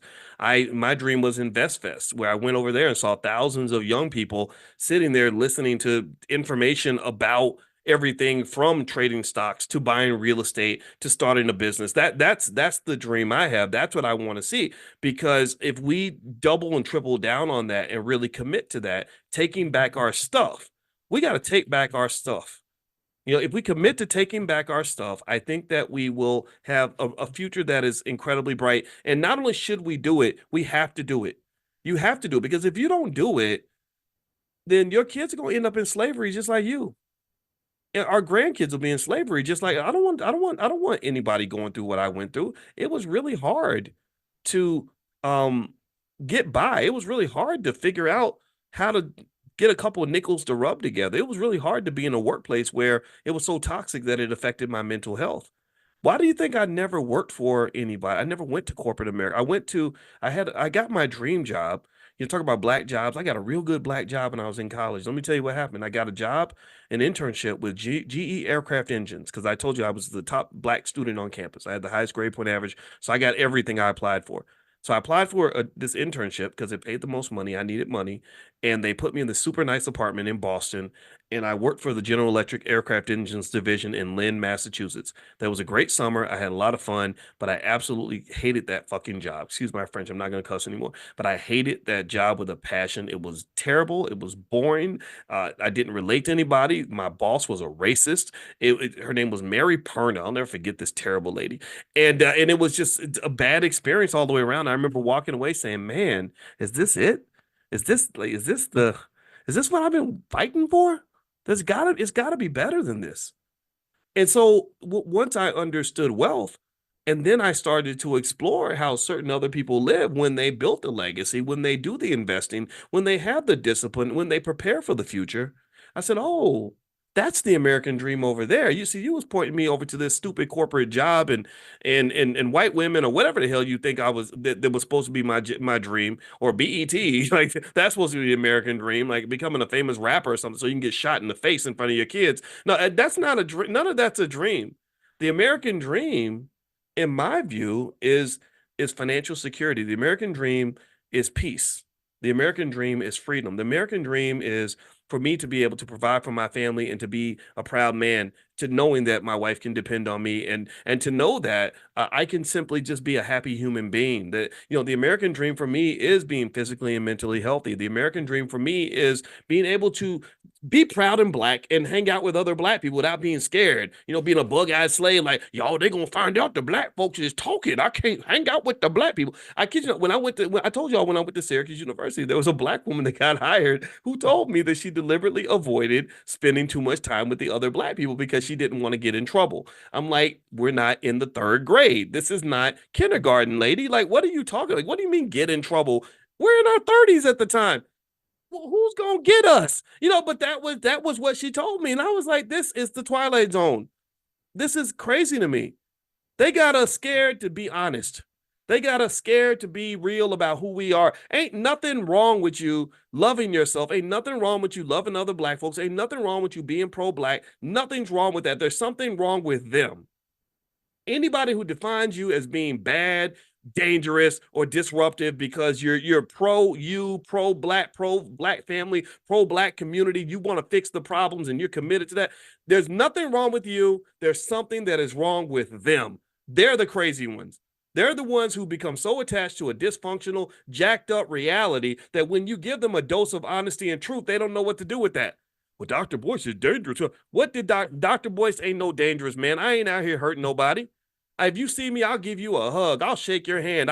If you're hungry, I'll feed you. What the hell makes me dangerous? What am I doing that's dangerous? I get it. I'm chopping up your bullshit false reality with some honesty, and I'm a pretty smart guy, so I know the difference between real shit and bullshit. And you don't like it. That's your problem. That's what makes me dangerous. But I'm not a dangerous man. A lot of y'all met me. You know I ain't dangerous. I think I'm a nice guy. I'll smile at you a lot. I smile a lot. I'm friendly. So why do we have this weird world where, like, oh, well, I can't say that I'm on Instagram, and why? That's insanity. So I don't think we have to submit and commit to a ridiculous reality. I don't think we have to submit to that. I think that you can dream a little bit, and I encourage you to dream hard. Dream strong, dream as a free man, free woman. Have those dreams of freedom, whatever that looks like for you. Have that dream and commit to it, and don't be scared. Don't let anybody knock you off of that.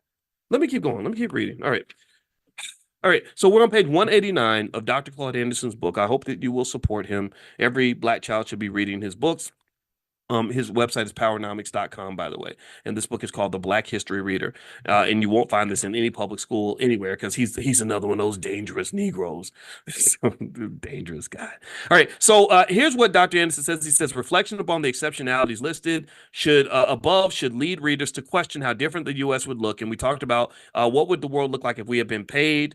What would the world look like if we had been among the founding fathers? What would the world look like if we had ownership of the thousands of acres of free land that was given to other people where they built oil and gas and lumber empires, etc.? What would the world look like if we'd been allowed to economically benefit from our inventions, our music, our dances, our culture, and our communities? What if hip hop belonged to us? What would that look like? It would be amazing, right? Because hip hop is this $1 trillion industry that's owned by a bunch of people who can't even rap. That doesn't make any sense.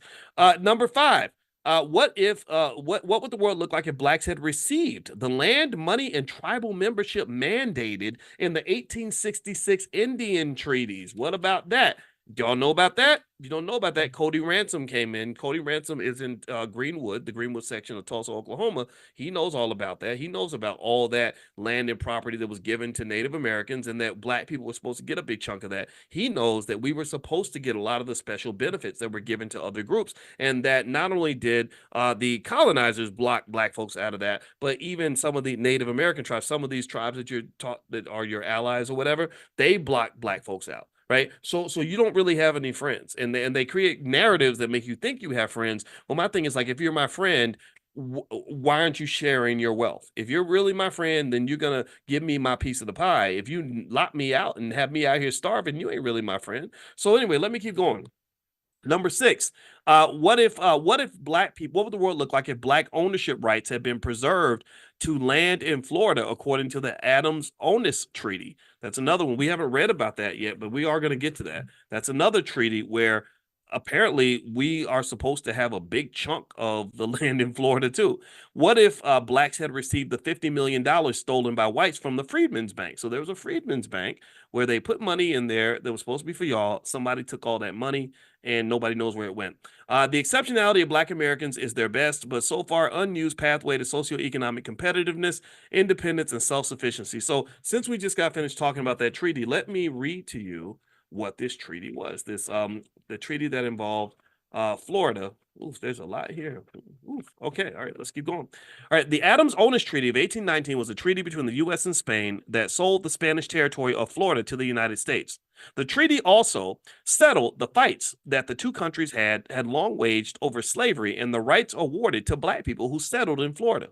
Some black settlers had always been free, and others had escaped from slavery. For 300 years, Spain had claimed the Florida territory that stretched from the Atlantic Ocean along the Gulf Coast to mid-Texas.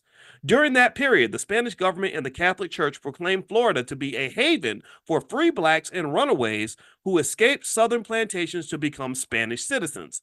Spain's offer of citizenship included physical protection and free land for blacks accepting Catholicism. After a number of costly military conflicts, Spain fell on hard times and by 1819 agreed to sell Florida to the U.S. for a mere 5 cents an acre or approximately $15 million. The sale was formalized in the Adams-Onis Treaty signed by Secretary of State John Quincy Adams and ratified by the Senate in 1821. The terms of the sale should have protected blacks who were made U.S. citizens by the treaty. So they were Spanish citizens. They were made U.S. citizens. How many of y'all knew this? How many of y'all let's pause. How, yes or no? How many of y'all learned any of this in school? Anybody learn about this stuff in school? Did they tell you this specific stuff? I'm looking for one yes. I see nope. Monica says nope. Jim, Jama, April, hell no from Jean Trey. I'm looking for one. I need just like I'm looking for one. I don't see one yes. One yes. Now do you kind of understand why I can't get fired up about fighting for like public schools? I can't do that because they lie to us and they don't tell us anything. Like I think we should be educating our own kids. I want our kids to be like Caden. I told you all I saw about Caden. I saw Caden at InvestFest and he was 14 and he just finished high school at 14 and he's already a millionaire because his parents really did what most parents should do, which is embraced him and really loved him and taught him in a nurturing space so he could be his best. I'm in that camp. But again, I'm not criticizing anybody's choices. I just think that these schools are just not that great, and that's what I believe. I think you're a commodity. Your kid is makes somebody else money, and that's why they want them there. All right, so let me keep going. But no disrespect to all the teachers that are. I know you're doing your best. But we know what the system does. It doesn't give you the ability to really do what I think you need to do. If I could raise a couple $100 million, I swear I would totally like start a bunch of schools across the country and hire a bunch of black teachers who love black children and pay you as well as I could to allow you to be the intervener in the lives of these children because what these children need isn't just education. What they really need is love. They need love. Love is the glue that elevates education. It's not even just about learning the math and the science and the facts. It's about learning it from somebody who really cares about you and wants the best for you. And I believe that when you are around people that want the best for you, you bring out the best in yourself. And I only know this because I was a black boy in public schools who acted a fool, who never made good grades, who was very disruptive. But when I was around people that genuinely loved me, particularly black women. So thank you for being there for us. When I was around people that really loved me, a man who was really mentoring me properly, a woman who really nurtured and cared about me, I became a whole different person. I became the best kid ever. And I think that's true for so many of our children. I think that they feel like they're in little penitentiaries when they're going to these public schools. And so if I had my way, I would get as many of our kids out of there as I possibly could. Again, no disrespect to anybody else's approach. I know some of us can make it work, and I'm not in any way criticizing that or criticizing you as a parent. I just, in my view, that's the gold standard. So when I become a billionaire, just know one of the first things I'm going to do is start a public school. So if you have $1 billion and you want to donate to the cause, hit Amani up and tell her you want to make a donation or something. All right. So anyway, let's keep going.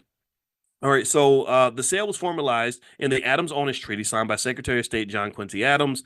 Okay, he says the terms of the sale should have protected blacks who were made U.S. citizens by the treaty, which conferred upon them ownership of the Florida land they had worked. So they were supposed to get ownership of their land.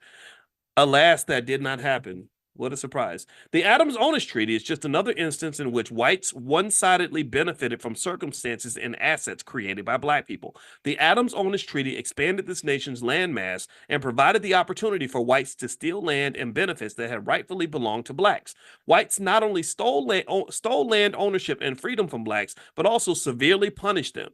Treaties are the highest laws of the land and have the strength of international law when they are made between sovereign nations. The treaty stipulations required the U.S. to honor the protections and rights that the Spanish crown had granted the slaves, free blacks, and native Indians. It required the U.S. to treat people with African blood living free in Spanish Florida the same way it treated whites. The language of Article 6 of the Adams-Onis Treaty specifically bound the U.S. to these conditions, stating, quote, "The inhabitants of the territories which this Catholic Majesty cedes to the U.S. shall be admitted to the enjoyment of all privileges and immunities of citizens of the U.S." That means basically everybody who lives here gets the same rights. That's kind of what he's saying. Like, that's pretty much what it says. It is clear that the terms of the treaty guaranteed all black settlers freedom, U.S. citizenship, and rights to their Florida land. So three things: freedom, citizenship in the U.S., and rights to their land. Rights to their land, rights to their land. Which one do you think they took first? The rights to the land, then they took the freedom. The U.S. citizenship, you kind of got that because you were 3/5 of a person, but that's it, in a commodity. It also gave them the right to migrate to any territory owned by Spain. Did y'all know that? I didn't know that. Interesting. So they had the right to migrate to any Spanish territory. Years before the Adams-Onis Treaty, the U.S. was under great pressure from white slaveholders who wanted their runaway slaves returned. So here we go. This is where they get into the greed. So they wanted their slaves back. I'm sure this is going to be part of the narrative. They also wanted the Florida land that the runaway slaves, free blacks, and native Indians owned there. So they wanted the people and they wanted their land. So there we go. Remember we were saying like the land and the freedom were the two things that we're going to take? That's what they're doing right now. It was estimated that black settlers owned, pay attention, that black people owned approximately 40% of the land across northern Florida. That's a lot of land. 40%. That's ours. That's ours. Where's my cut? That's ours. 40% of the land in northern Florida. Slave owners petitioned General Andrew Jackson to use his military forces to help them seize the land and the slaves. So the slave owners went to Jackson. They said, those Negroes, we want their land and we want their bodies. We want their black bodies and we want that land. And so they got Jackson to use the military to go to Florida and take it back. General Jackson, a slave owner himself, was sympathetic and obliged the slaveholders. He made several illegal military incursions into the Florida territory to capture runaways, take their land, and to destroy the black maroon towns and Seminole Indian villages that were protecting black settlers. Jackson had no military, executive, or congressional authority to invade Spanish Florida and to kill its black and Indian citizens. His actions nearly threw the U.S. into war with Spain over these incidents. The only reason Jackson's military invasions did not trigger a war at the time was that Spain was so financially weak that it preferred to sell Florida to the U.S. rather than get into another fight.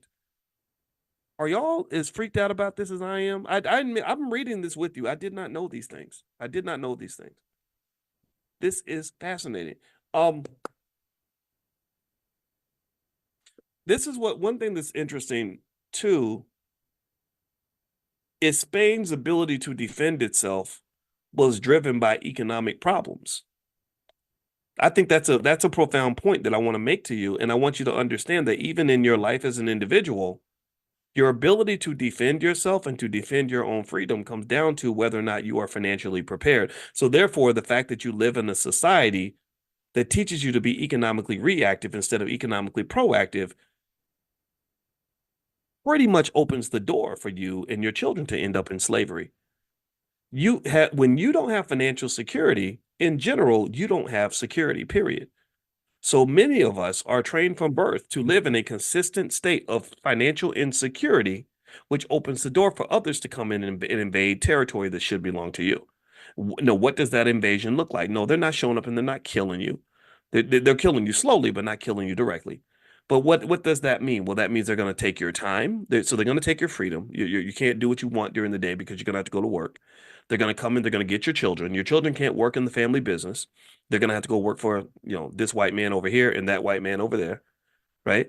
And then on top of that, you're just going to be in this constant state of economic anxiety. So what I want you to understand is, um, that this is bigger than money. Money is bigger than money. Money is not that important to me, honestly. Just today, I get people on my Instagram all the time. My Instagram is Dr. Boyce Finance, by the way, and I have another one, Dr. Boyce Money. Follow me on Instagram if you want to. And one guy, I put up a financial video today, and the guy said, "This is nice, Boyce. I'm glad you're on brand, whatever that means, right?" And I said, "I'm always on brand.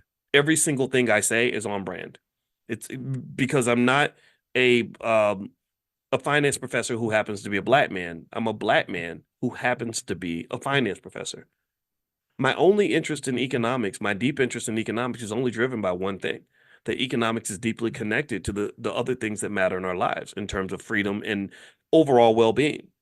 Money is a pathway to these things. That's why I care about money. I'm not trying to sit here and be rich so I can talk about how I have more money than another person. That's silly. That's for children. I believe money is important. I believe wealth is important because wealth will protect you when they come and try to invade you. And colonizers will always come and try to invade you in a capitalist society if you don't have your money right. So what you do for your kids, if you love them, is you make an economic plan. You prepare them financially. You start investing while they're young, so they have assets when they're older. So therefore, they don't end up like this, like Spain. Spain couldn't do anything. They were economically weak. So they had to give in. They had to give away people and territory and everything else. Just like it. So imagine if these citizens were kind of like their children. An entity or an individual that is not financially secure cannot defend and protect its people. So the part of the reason you cannot defend and protect your community is because we have not fully embraced the discipline required to be financially intelligent and financially prepared. Do you understand? Do you follow what I'm saying? Do you get what I'm saying? Do you see the connection here? If Spain had a different approach to its finances, they could have fought the war, defended their people, told them to fuck off. They could have they whatever. Excuse my French. I know I cussed a lot today. I hope that please forgive me for that, but I got to be honest. They could have said, "Screw you. These are our people. We're going to fight you till the end because we've got the resources to do that." But because they had no resources, they had to bow to the crown. They had to bow to the aggressor. So in many of your homes, in many of your families, because you don't have resources, you have to bow to the aggressor. Black men can't be men the way we want to be because we didn't grow up in spaces where they taught us to be economically strong and prepared. You have to go out groveling and begging and hoping that massa will give you an opportunity. And I'm not making fun of anybody in this position. I was there too. But I believe every black man on earth should know how to start a business from the time he's a child. I think that should be a requirement for all of our boys. Same thing. I think the girls too. The girls have their own reasons to be economically independent. So this is what I'm seeing here. This is what I'm seeing, that not being prepared makes you vulnerable. And then that's when people come in and they take your stuff and they take the people around you. So you are the head of a household. You've got some stuff. You've got some people that you're protecting. You can't protect them because the money's not right. Why ain't the money right? Why don't we have a plan? Why aren't we doing more? Why aren't we understanding economic preservation as a critical element of personal and collective freedom? Freedom, influence, power, whatever you want to call it. Money is power. Money is power, and economic warfare is a very real thing. It's declared on you every single day, and it's going to be declared on your children. So make sure that they're ready. Let me keep reading here. All right, so it says, as stated earlier, after the treaty was signed in 1821, Florida became an American territory and the inhabitants became U.S. citizens. However, that did not stop General Jackson from breaking the law. He committed numerous additional reprehensible acts to aid the white slaveholders. He repeatedly used the U.S. military to capture blacks in Florida and delivered them to the slaveholders. In doing so, Jackson violated the U.S. Constitution that declared it illegal to bring slaves into the country after 1808. These intentional illegal actions on the part of Jackson and the complicity of the U.S. government, because it let those illegal acts occur, raise numerous questions. The answers to those questions create legal pathways to remedies for reparations for today's Black Americans. In the following section, I am intentionally framing detailed legal arguments that should be used to compel the U.S. government to provide reparations to Black Americans as a group. And I mentioned with reparations, it's not the government is not the only entity that owes us money. Every corporation on the planet that in the U.S. that has money needs to be contributing to this pot because we see those $1 trillion. We see Nvidia with that $2-3 trillion valuation. Apple, all these companies, you can drop a couple hundred billion into the pot too. So let's keep reading. Violations of the Adams-Onis Treaty provide a strong statutory basis for reparations that Blacks should pursue. The following legal issues arise out of Articles 4, 5, 6, and 9 of the Adams-Onis Treaty. These articles articulate the citizenship and land rights granted by Spain to all Black settlers and the rights that transferred with them upon the sale of Florida. To pursue reparations based on this treaty, Blacks must develop a comprehensive legal strategy. The first step Blacks must take is to demand that the U.S. government provide a historical investigation into each legal issue I have identified and make a formal claim. The most appropriate investigators should be the U.S. Department of the Interior and Congress. Second, given the realities of history, Blacks must organize their legal scholars and elected officials to monitor government progress and identify descendants of Black Spanish settlers. Third, Blacks must make restitution from the Adams-Onis Treaty a political issue and organize the masses. These facts below are some legal issues that Blacks today must demand answers to as they pursue reparations based on the Adams-Onis Treaty. 1. General Andrew Jackson and the United States accepted ownership of Florida as a new state, but ignored the numerous provisions of the treaty that Spain had made for free Blacks, runaways, and Black Seminole Indians. 2. What compensation is due to the descendants of the free Blacks in Spanish Florida that General Andrew Jackson killed or shanghaied and delivered into slavery more than a generation after 1808, the date after which the Constitution, as ratified, prohibited bringing slaves into the country? 3. Why didn't Black Spanish citizenship and land ownership convert into citizenship and ownership in the United States as required by the treaty? So why weren't the citizenship and land ownership converted over? 4. When Indians and Black settlers were removed from Florida by the U.S. government, why weren't millions of acres of Florida land owned by Black settlers and Black Seminoles held for them in accordance with the Adams-Onis Treaty? What happened to the ownership of that land? That can be traced. You can trace who owns property, right? Am I right? Yes. So on page 193 of the Black History Reader, Part 5, Dr. Anderson says, do the descendants of Black landowners still have entitlement to that Florida land? They owned the land based on Spanish decree and natural or divine law, but did not have paper documents such as deeds. 6. If the terms of the treaty are invalid, then the state of Florida still belongs to Spain. Nearly 2 centuries after the U.S. Congress signed the Adams-Onis Treaty, it is necessary to track ownership of the many Florida lands that have been owned by Black Spanish settlers whose land rights should have followed them after the U.S. purchase. If the treaty is valid, then the obligations to Black settlers must be honored. 7. What happened to the sovereignty rights of free Black settlers who had lived throughout Florida for centuries and were forced into slavery? Think about this. You've been free for centuries and they force you. I mean, that's terrible. That's horrible. And who had been lived in Florida throughout Florida for centuries and were forced into slavery or were later marched along the Trail of Tears with Native Indians to the Oklahoma Territory. What happened to their land? Were the owners compensated? Were their descendants compensated? Or is that a bill still waiting to be marked, paid in full by the U.S. government?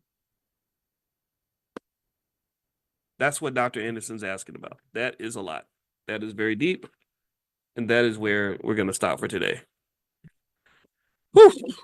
I don't know about y'all, but I'm kind of tired. I need a cigarette and I don't even smoke. If I was an alcoholic, I'd be getting a drink right now. Shoot. If I was a drug addict, I'd be hitting the pipe twice. But fortunately, I'm none of these things. So instead, I think I'm going to go kiss my wife and eat some of her delicious dinner. So with that said, we're going to meet next week for book club. If you want to get an invitation, you want to be on the list, text the word greatness to 87948. Text greatness to 87948. Couple reminders of things happening in the Black Business School. Number one, this week, Constance Carter who owned the largest Black real estate firm in California, is doing a session. I believe that session is Thursday night. We have B1 Real Estate, and she's it's her mastermind, so that's going to happen this week. Also tomorrow, or sorry, scratch that. Sorry, that's going to be tomorrow. Yeah, tomorrow night, Thursday, duh.